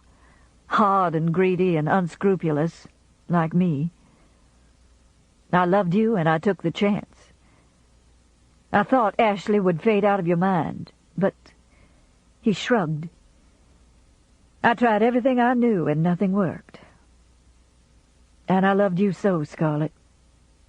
If you had only let me, I could have loved you as gently and as tenderly as ever a man loved a woman. But I couldn't let you know, for I knew you'd think me weak and try to use my love against me. And always, always, there was Ashley. It drove me crazy. I couldn't sit across the table from you every night knowing you wished Ashley was sitting there in my place. And I couldn't hold you in my arms at night and know that... Well, it doesn't matter now. I wonder now why it hurt. That's what drove me to Belle. There is a certain swinish comfort in being with a woman who loves you utterly and respects you for being a fine gentleman, even if she is an illiterate whore. It soothed my vanity. You've never been very soothing, my dear. Oh, Rhett, she began, miserable at the very mention of Belle's name, but he waved her to silence and went on. And then that night when I carried you upstairs, I thought... I hoped so much I was afraid to face you the next morning for fear I'd been mistaken and you didn't love me. I was so afraid you'd laugh at me, I went off and got drunk. And when I came back, I was shaking in my boots, and if you had come even halfway to meet me, had given me some sign, I think I'd have kissed your feet. But you didn't. Oh, but Rhett, I did want you then, but you were so nasty. I did want you. I think... Yes, that must have been when I first knew I cared about you. Ashley... I never was happy about Ashley after that, but you were so nasty that I... Oh, well, he said. It seems we've been at cross purposes, doesn't it? But it doesn't matter now. I'm only telling you so you won't ever wonder about it all. When you were sick, and it was all my fault, I stood outside your door, hoping you'd call for me. But you didn't. And then I knew what a fool I'd been, and that it was all over. He stopped, and looked through her and beyond her, even as Ashley had often done, seeing something she couldn't see. And she could only stare speechless at his brooding face. But then, there was Bonnie, and I saw that everything wasn't over after all. I like to think that Bonnie was you, a little girl again, before the war and poverty had done things to you. She was so like you, so willful, so brave and gay and full of high spirits. And I could pet her and spoil her, just as I wanted to pet you. But she wasn't like you.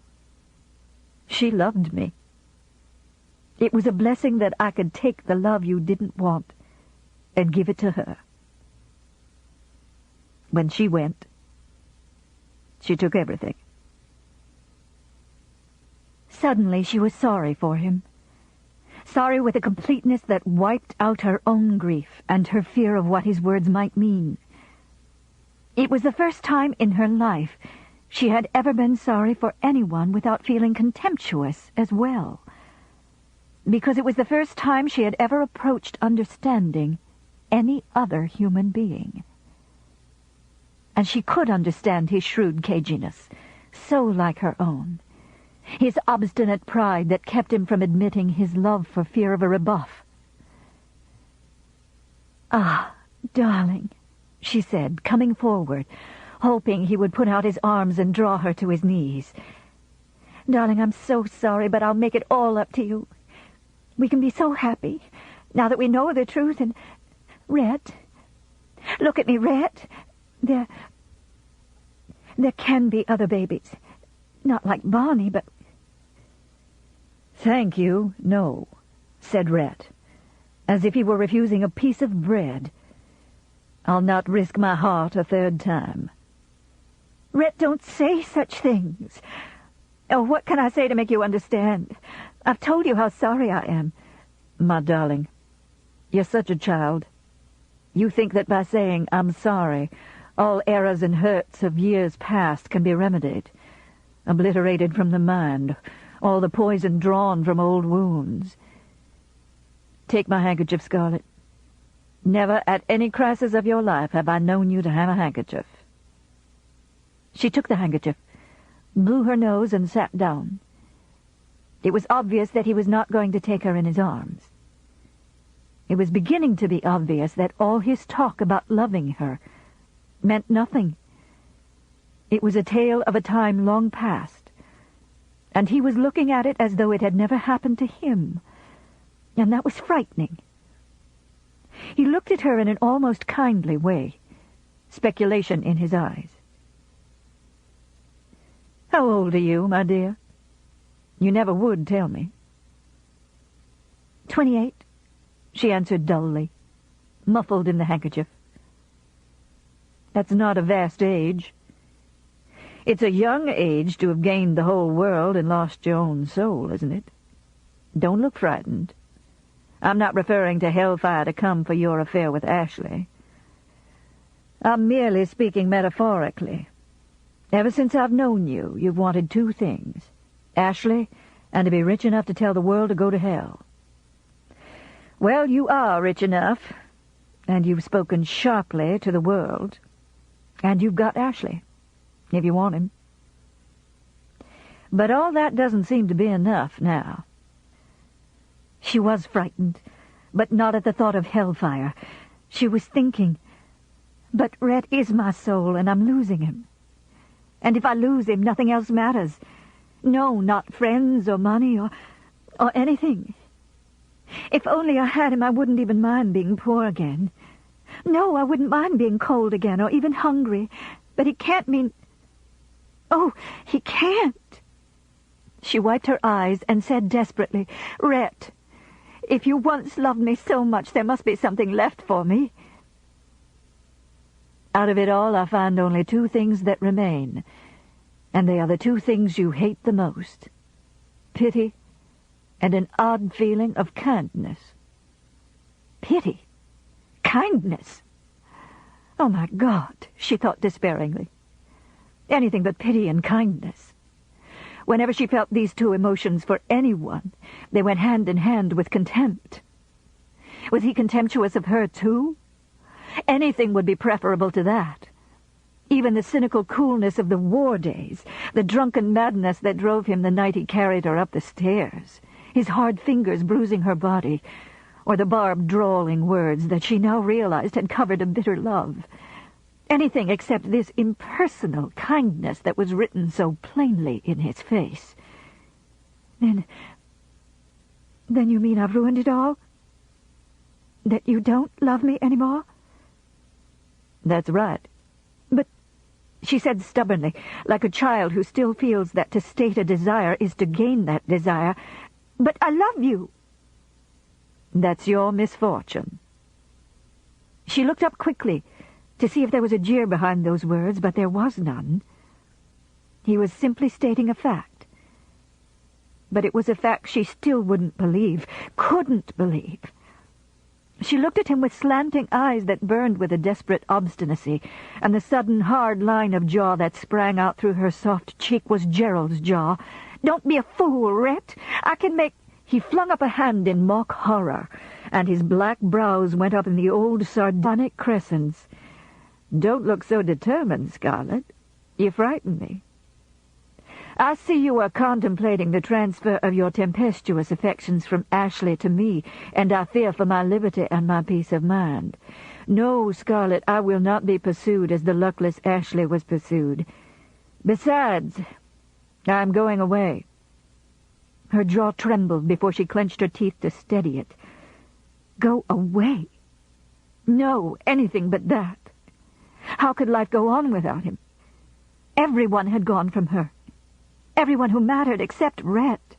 He couldn't go. But how could she stop him? She was powerless against his cool mind, his disinterested words. "I'm going away. I intended to tell you when you came home from Marietta." "You are deserting me?" "Don't be the neglected, dramatic wife, Scarlett. The role isn't becoming." "I take it, then you do not want a divorce or even a separation?" "Well, then I'll come back often enough to keep gossip down." "Damn gossip," she said fiercely. "It's you I want. Take me with you." "No," he said, and there was finality in his voice. For a moment she was on the verge of an outburst of childish, wild tears. She could have thrown herself on the floor, cursed and screamed and drummed her heels. But some remnant of pride, of common sense, stiffened her. She thought, if I did, he'd only laugh, or just look at me. I mustn't bawl. I mustn't beg. I mustn't do anything to risk his contempt. He must respect me even if he doesn't love me. She lifted her chin and managed to ask quietly, "Where will you go?" There was a faint gleam of admiration in his eyes as he answered, "Perhaps to England, or to Paris. Perhaps to Charleston to try to make peace with my people." "But you hate them. I've heard you laugh at them so often and—" He shrugged. "I still laugh. But I've reached the end of roaming, Scarlett. I'm 45, the age when a man begins to value some of the things he's thrown away so lightly in youth. The clannishness of families, honor and security, roots that go deep. Oh, no. I'm not recanting. I'm not regretting anything I've ever done. I've had a hell of a good time. Such a hell of a good time that it's begun to pall, and now I want something different. No, I never intend to change more than my spots. But I want the outer semblance of the things I used to know, the utter boredom of respectability. Other people's respectability, my pet, not my own. The calm dignity life can have when it's lived by gentlefolks, the genial grace of days that are gone. When I lived those days, I didn't realize the slow charm of them." Again Scarlett was back in the windy orchard of Tara, and there was the same look in Rhett's eyes that had been in Ashley's eyes that day. Ashley's words were as clear in her ears as though he and not Rhett were speaking. Fragments of words came back to her, and she quoted, parrot-like, "A glamour to it, a perfection, a symmetry like Grecian art." Rhett said sharply, "Why did you say that?" "That's what I meant." "It was something that Ashley said once, about the old days." He shrugged, and the light went out of his eyes. "Always Ashley," he said, and was silent for a moment. "Scarlett, when you are 45, perhaps you will know what I'm talking about. And then perhaps you, too, will be tired of imitation gentry and shoddy manners and cheap emotions. But I doubt it. I think you'll always be more attracted by glister than by gold. Anyway, I can't wait that long to see, and I have no desire to wait. It just doesn't interest me. I'm going to hunt in old towns and old countries where some of the old times must still linger. I'm that sentimental. Atlanta's too raw for me, too new." "Stop!" she said suddenly. She had hardly heard anything he had said. Certainly her mind had not taken it in. But she knew she could no longer endure with any fortitude the sound of his voice when there was no love in it. He paused and looked at her quizzically. "Well, you get my meaning, don't you?" he questioned, rising to his feet. She threw out her hands to him, palms up, in the age-old gesture of appeal, and her heart, again, was in her face. "No," she cried. "All I know is that you don't love me, and you're going away. Oh, my darling, if you go, what shall I do?" For a moment he hesitated, as if debating whether a kind lie were kinder in the long run than the truth. Then he shrugged.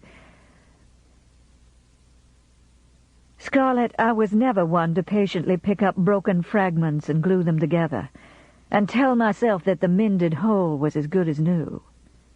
What is broken, and I'd rather remember it as it was at its best than mend it and see the broken places as long as I lived.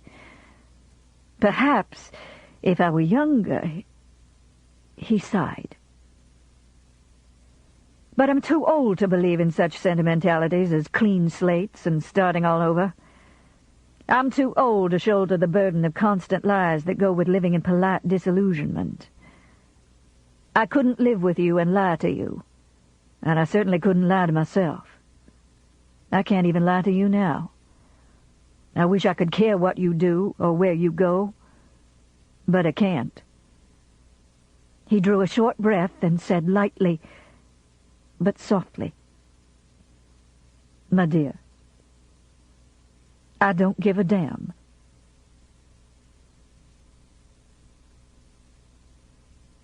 She silently watched him go up the stairs, feeling that she would strangle at the pain in her throat. With the sound of his feet dying away in the upper hall, was dying the last thing in the world that mattered.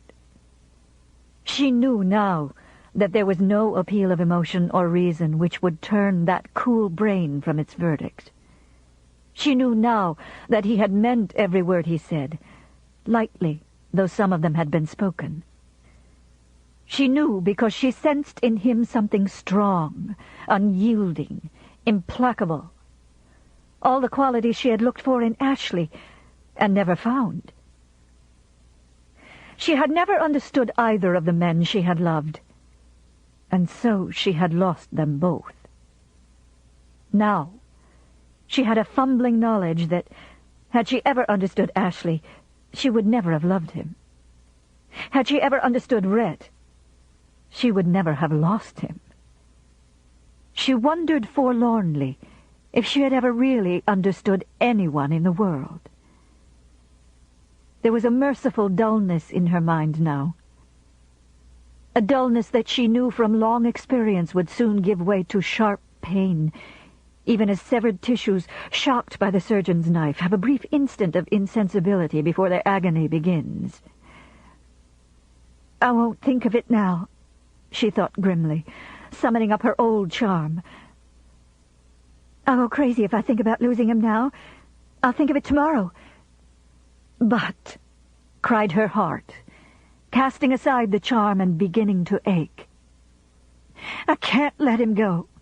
There must be some way." "I won't think of it now," she said again aloud, trying to push her misery to the back of her mind, trying to find some bulwark against the rising tide of pain. I'll go home to Tara tomorrow." And her spirits lifted faintly. She had gone back to Tara once in fear and defeat, and she had emerged from its sheltering walls strong and armed for victory. What she had done once somehow, please God, she could do again. How? She didn't know. She didn't want to think of that now.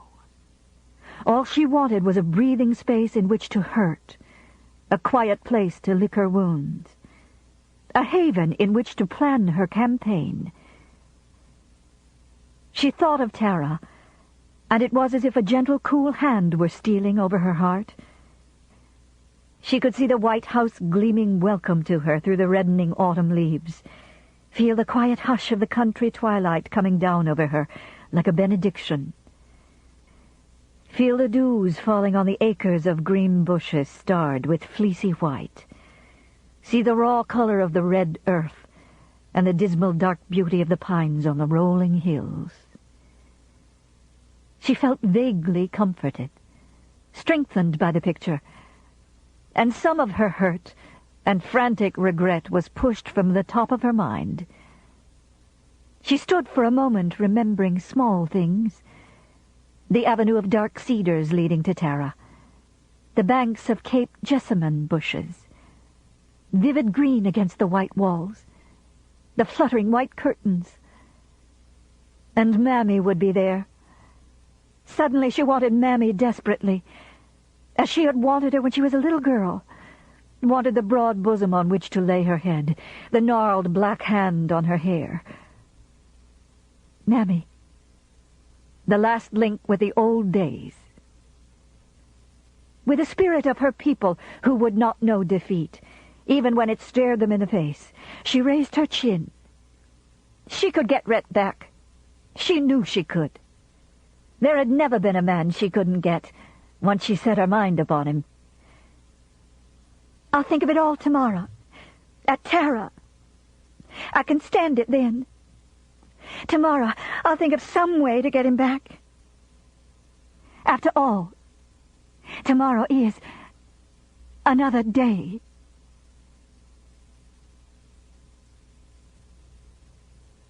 The end.